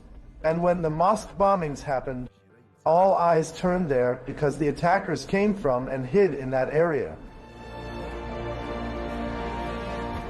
Yet the people of Jabal Mohsen denied any role in the attack or its execution, as confirmed by former MP Ali Darwish, the Alawite representative in Tripoli.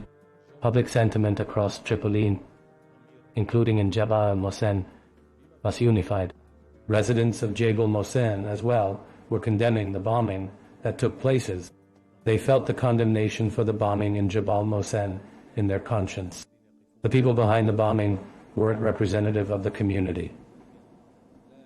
No decent or principled person who possesses a balanced character and human principles would ever condone bloodshed. Terrorism has no religion, no race, no color. These attackers must be confronted. These individuals should be dealt with by the state, its judicial institutions, and security forces. You're now in Jabal Mohsen, in a square called American Square. You're currently in Jabal Mohsen, in an area called American Square, once of all Tripoli's groups. Before the war, Tripoli was a symbol of unity. But then the Lebanese conflict happened. We paid the price. The people of Tripoli, directly the people of Jabal Mohsen, lost their livelihoods and lives. All of Tripoli is impacted as Jabal Mohsen is a part of it.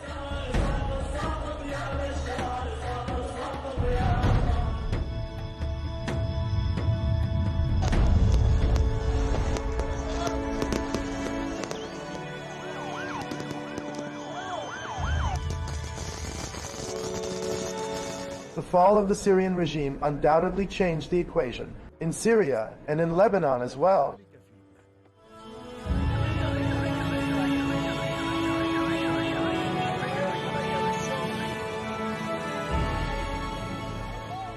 It gave hope to Tripolitans, especially families of the bombing victims, that justice might finally be within reach.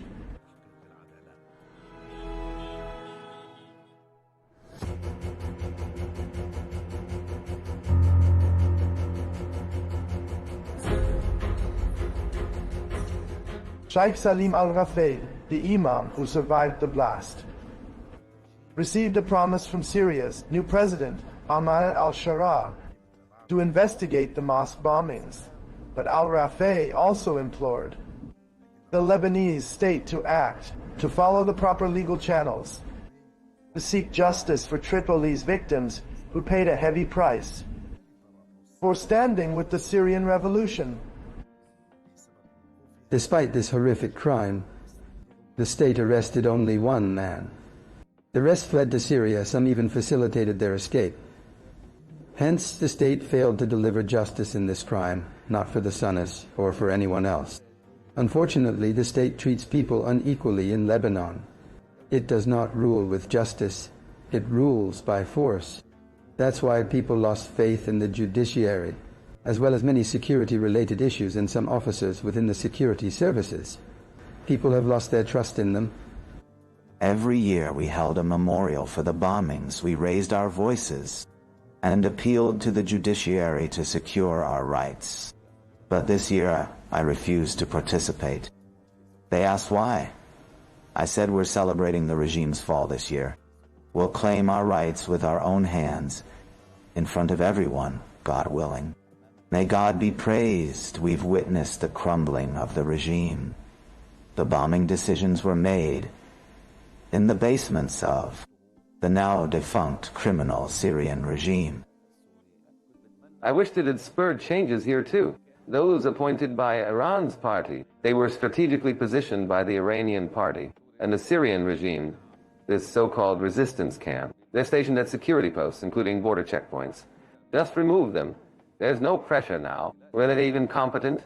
No. They work towards a specific goal. Judges, security officials, all working for one side. Praise be to God. Brother Ahmad al-Sharaa, first to visit Syria, and had a meeting with the head of state. The visit was pleasant. We had a fruitful discussion, where we discussed two key issues. First, detainees imprisoned for supporting the revolution, which we believe relates directly or indirectly to Syria. Second, the mosque bombing suspects who fled to Syria, whether Lebanese or Syrian nationals. We presented both issues broadly. The new Syrian leadership was handed the mosque bombing file. The case of the mosque bombings has been handed over, and God willing, they gave us their word, vowing to relentlessly pursue all who were involved in this. But the problem is, Lebanon hasn't even sent a formal request to the new Syrian president, or even to the previous, now obsolete regime. They've never demanded extradition. The Lebanese government should be sent at least a letter to Syria, past or present, requesting extradition for a heinous, brutal crime. They haven't. The Syrians are ready. If they're asked, we can't blame Syria. The request must come from Lebanon, not from us.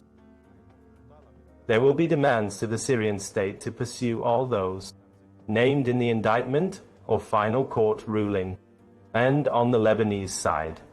We're hopeful, now that a new government is in place, we'll push the new justice minister to follow, because this isn't just Tripoli's concern.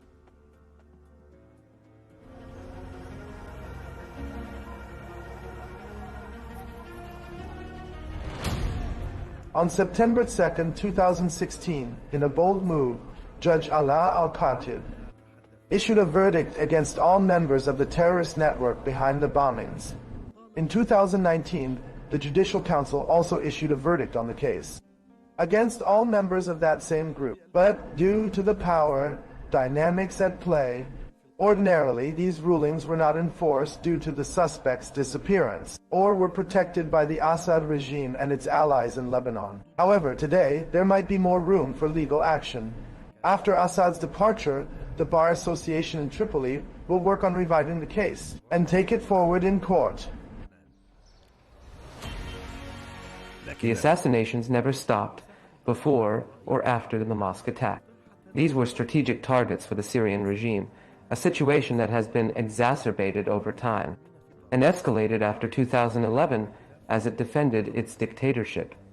He then headed towards Lebanon after defending the dictatorship in Syria and began to stir up discord and destabilize since the time of Michel Samaha and his involvement with explosives, and the military court found him guilty of this charge. He had a plan in mind. The Syrian regime was intending to instigate tensions in Lebanon, aiming to reduce the pressure on Syria. This was followed by the assassination of General Hassan, then Minister Chatta, and the twin bombings at Al-Salam and Al-Taqwa mosques, all executed with the aim of alleviating pressure off the Syrian regime, all part of the same effort to protect the regime and terrorize Syrians and Lebanese, and prevent them from rising against it. We won't spare any effort to pursue justice before the highest authorities in Syria and Lebanon will follow up with Lebanon's presidency, cabinet, and judiciary, with the Lebanese Minister of Justice to liaise with, to get in touch with their respective counterparts in Syria. Syria's Minister of Interior is also involved, aiming to uncover the depth of this network, to apprehend those who have been sentenced and those involved, to uncover the full network and arrest the convicted and the fugitives. Many are now on the run in Syria or Lebanon. The security forces also need to monitor and apprehend them. We are committed to pursuing this case to the end. The Lebanese judiciary did its part. It issued a final ruling, naming those responsible, suspects, fugitives, collaborators. Approximately 24 individuals were identified. Only one individual is currently detained in relation to the case, while all others have fled, not to Russia. They're in Syria or nearby. Yet, they must inevitably face justice, regardless of the time it may take.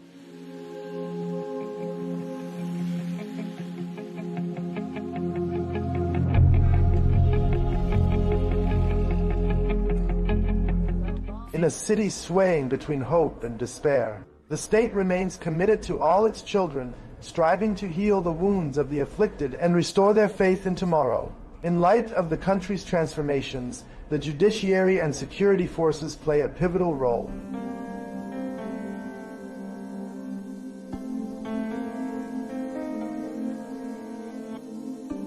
It's not enough to issue a ruling. True justice lies in our ability to implement this ruling.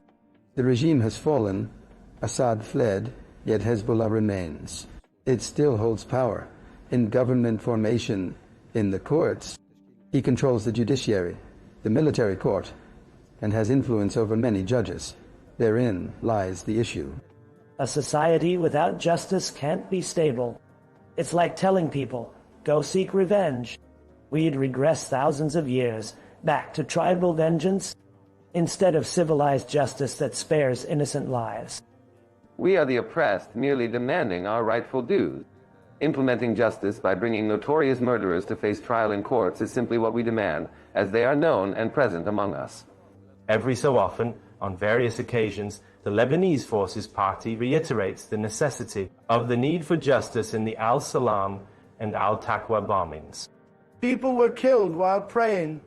Children burned. Men were torn apart. Others are still in pieces. Are they supposed to wait for Assad to fall to get justice? Where was the world? Just watching. Where were they? Just observing our pain. We belong to this country, this city.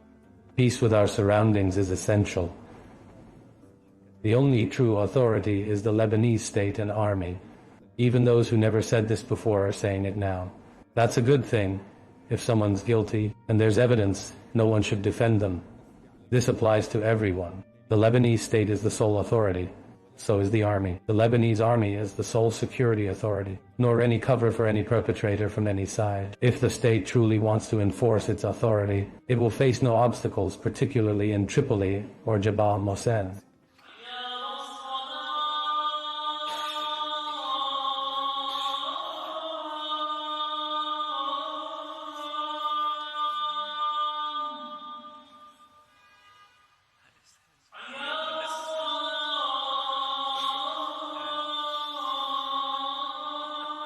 Arif al-Ayyubi, the muezzin of Al-Salam Mosque, He was severely injured.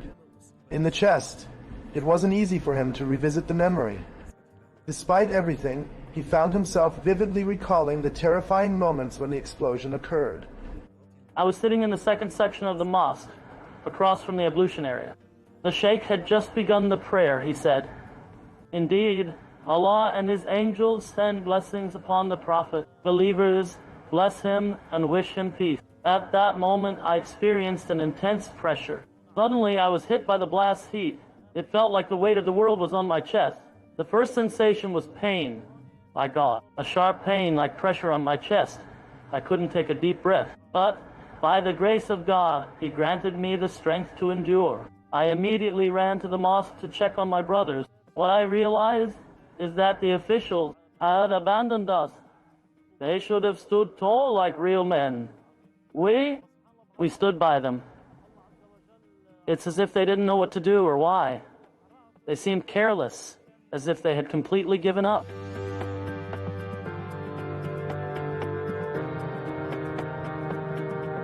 Perhaps here at Al-Taqwa and Al-Salam mosques, everything was restored better than it was before the bombing.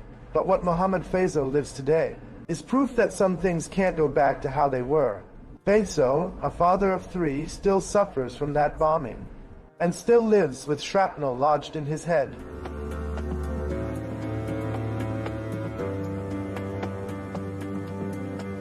To this day, I only pray in the school mosque. I can't pray Friday prayer in the main mosque. I pray in the school. They open it. I go in and pray. I can't pray in or outside the mosque. Not afraid. God. He took away my fear. Praise be to Him. I still relive the moment. It's been 13 years, but I still feel it. Once, I went to the mosque, 20 times just near the door behind it. I sat behind the column. You live it. You keep imagining it. Until the guys came and checked my back. I'd done a million things. Started the car. Handed it over. Went there, lifted someone off the ground, came back. All before people even arrived. I was unaware of my bleeding. I was torn but oblivious. Praise God. The pain from the metal. They didn't remove the stitches. I did. I've completed everything.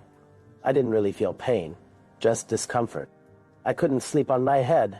I tried different positions. All stitched up here, yet no real pain. No pain from the explosion to my recovery.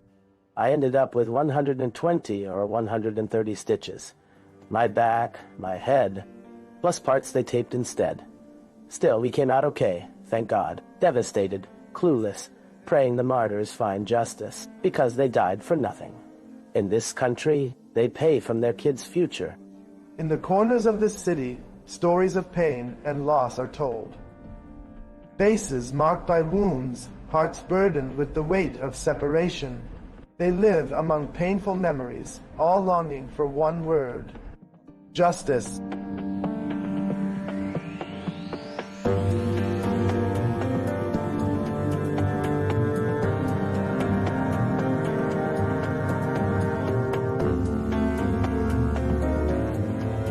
I believe it's only a few months away. May it bring solace to the victims' families and peace to the martyrs, so that justice may prevail and the criminals may retreat from their bloodshed. The retribution will descend upon them. The justice and promise of the Almighty cannot falter. We will soon witness it. Justice and retribution.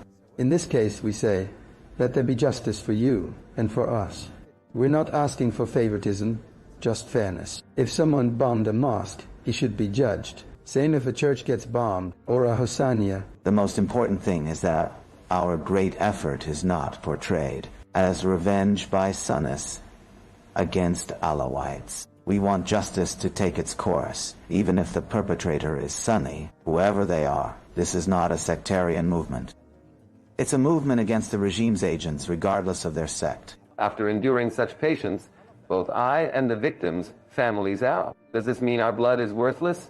We can't stay silent. We're not saying we want personal revenge. We're not hunting them down. Urging the security and judicial bodies. Go on, seek them out and present them to the law. Let the world proclaim, indeed I feel secure in this country. I live with 5 stars, just like anyone else. Just like any other citizen, frankly speaking. Justice is served when an oppressed person Has his oppression lifted and the investigation goes to the end? If it's revealed through the investigation that the Syrian officers were ordered by Ali Mamluk, then Ali Mamluk should stand before the Lebanese court and face justice. That's the duty of both the Lebanese and Syrian governments. At the very least, he should be summoned now as a witness to fulfill this request. When we can link the explosives and those officers to Ali Mamluk, or someone even higher, then we can truly prosecute them. After the Lebanese state and judiciary confirmed the involvement of Assad's regime, it's clear that the Bashar al-Assad regime was involved in this operation. Regrettably, as with numerous scenarios related to Lebanon's resistance axis is, we don't reach any resolution. If some wanted individuals are in Syria, we've now got cooperation from the new government. If they're in Lebanon, or even in another country, and if their protection was in Syria, Syria's regime used to protect them if they went over there. We may not reach Iran, but if they move elsewhere, I believe Lebanon or others could work with Interpol to catch the rest and prosecute them. We want justice. Justice today is about uncovering the truth, identifying the culprits then, arresting them and executing the sentence. In the end, we're all citizens of this city, one of many groups. Tripoli needs diversity. Don't think it's not. Tripoli, as a city, is a sanctuary for all its inhabitants. Despite being the northern capital and Lebanon's second city, there's a real need to reinforce this sense of belonging. I've come to believe that now, in this current phase, that even the people of Jabal Mohsen now see Lebanon as their first and last home. They're part of this country. In Lebanon, we must coexist. Christians, Muslims, people of all beliefs, we must rise, and we may never get such a chance again.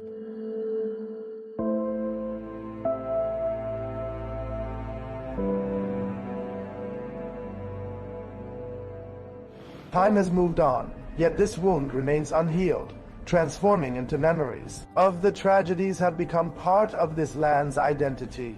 While we wait for justice, the spirits of the casualties continue to inspire Tripolitans in their persistent pursuit of justice and a state of institutions.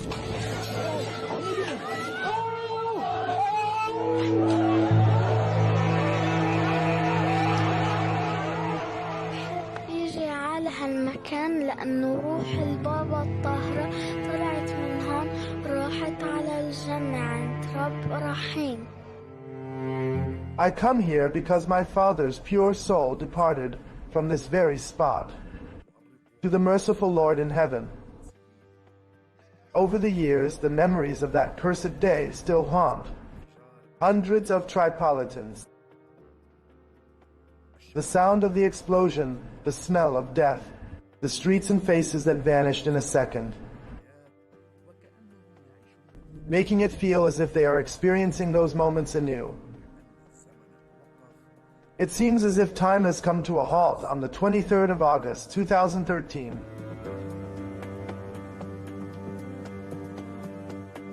I can't forget this tragedy. It's always with me. As soon as I step into the mosque, it brings back those tragic images. Today, we could be torn apart in the mosque at any moment. Dad, I long for your presence, yearning to call you Dad. May no one endure this. It's unbearable. Nothing's more precious than a child. The hardest part was the two little children hugging each other, dead. No one understood. Your son is the most precious thing in the world. If you lose him, your whole life turns dark. What's worse is the scenes you've seen. They stay with you forever.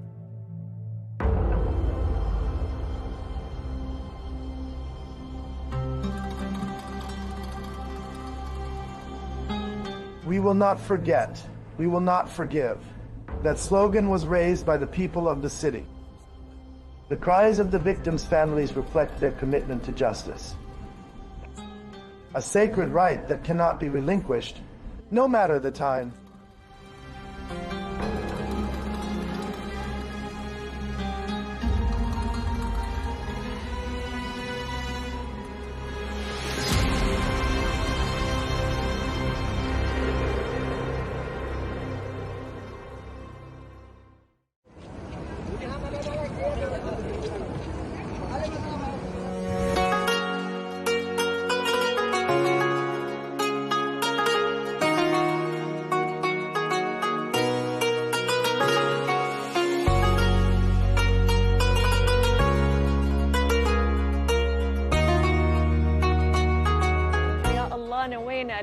We intend to perform Umrah in Ramadan. Welcome everyone to a new episode. We have arrived with you in Jeddah and to reach Mecca. We have several options. We can take buses or private cars or taxis or the Al Haramain train. And that's what we chose.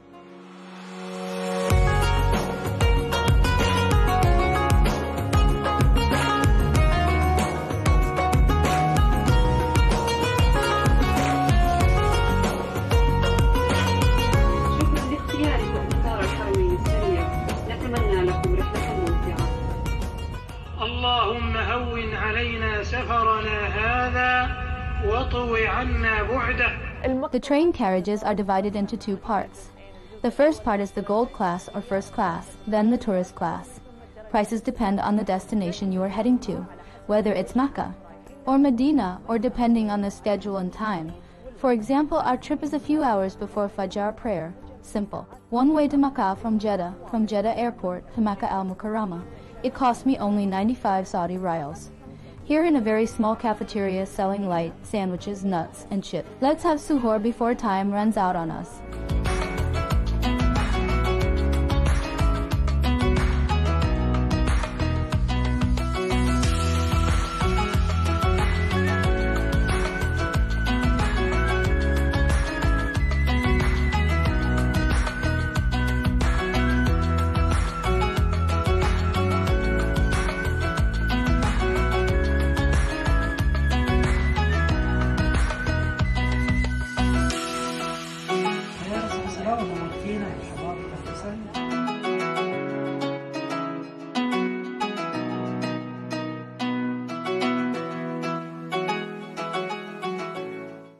The most important thing before entering Al-Haram is to draw a mental map or remember your entry point.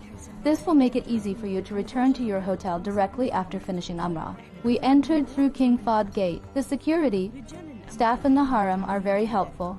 They speak every language you can imagine, including Bengali, Chinese, and Russian, whether in the women's sections, the shared courtyards, or the gates.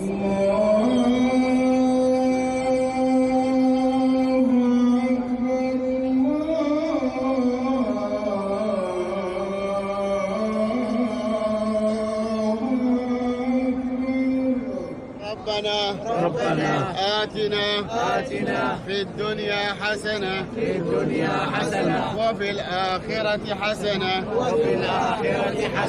وقنا عذاب النار ربنا آتنا في الدنيا حسنة وفي الآخرة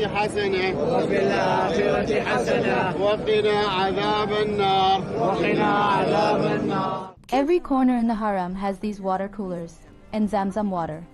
There's no need to fill up your bottle or carry a plastic cup. The lighter your load, the easier it is to move between the sacred site. اللهم فرج همنا نفس كربنا ربنا آتنا دنيا حسنة وفي الآخرة حسنة No matter how spiritually immersed you are in a place, you cannot stop your eyes from admiring the beauty of the Islamic architectural design and the Islamic decorations that distinguish. The Grand Mosque in Mecca, it is one of the most magnificent architectural masterpieces in the world. These precise designs help light and air enter evenly at all times, summer and winter. If you want to avoid the crowds, you can perform tawaf on the second floor. It is less crowded, but it is reserved for wheelchairs, so you must keep the path clear for people with special needs and the elderly. If you want double the reward, stay away from pushing and leave as much space as possible between you and others, out of mercy for the elderly and respect for people's privacy. The jogging starts from the beginning of the green sign until the end. It is not preferred for women to jog, of course, to preserve their privacy, but the men usually jog very noticeably. Of course, the jogging starts on both paths, whether you are going or returning from Safa.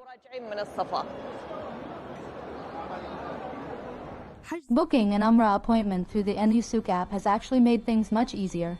You come at your scheduled time. They actually give you 2 hours and are flexible up to an hour before or after. And it all depends on the crowd and the number of Umrah performers during the same period. Praise be to Allah for completing the Umrah. I have finished it. May Allah write its reward for me as a Hajj with the Prophet, and may He grant everyone who wished and everyone who longed for the same feeling. I have dreams, and our journey on Where Are We is not over yet. Our stories from the two holy mosques have just begun. Subscribe to all our channels on social media so you can follow all the new reels and episodes. It feels like decades are passing by in a matter of weeks.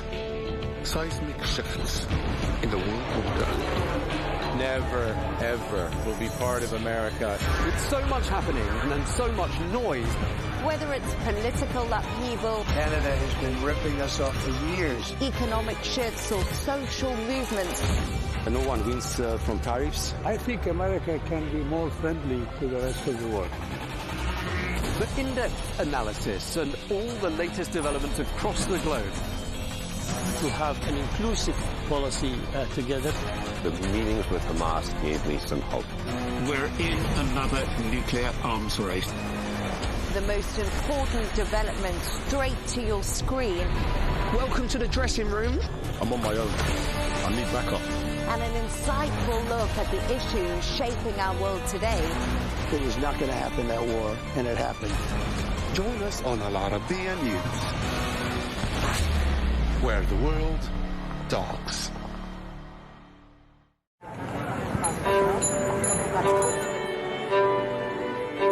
People think that we launder money, but actually we make money black. It's a weird law. They call it gedoogbeleid, like this. That is the law. So they say, okay, bye, but don't let us see you.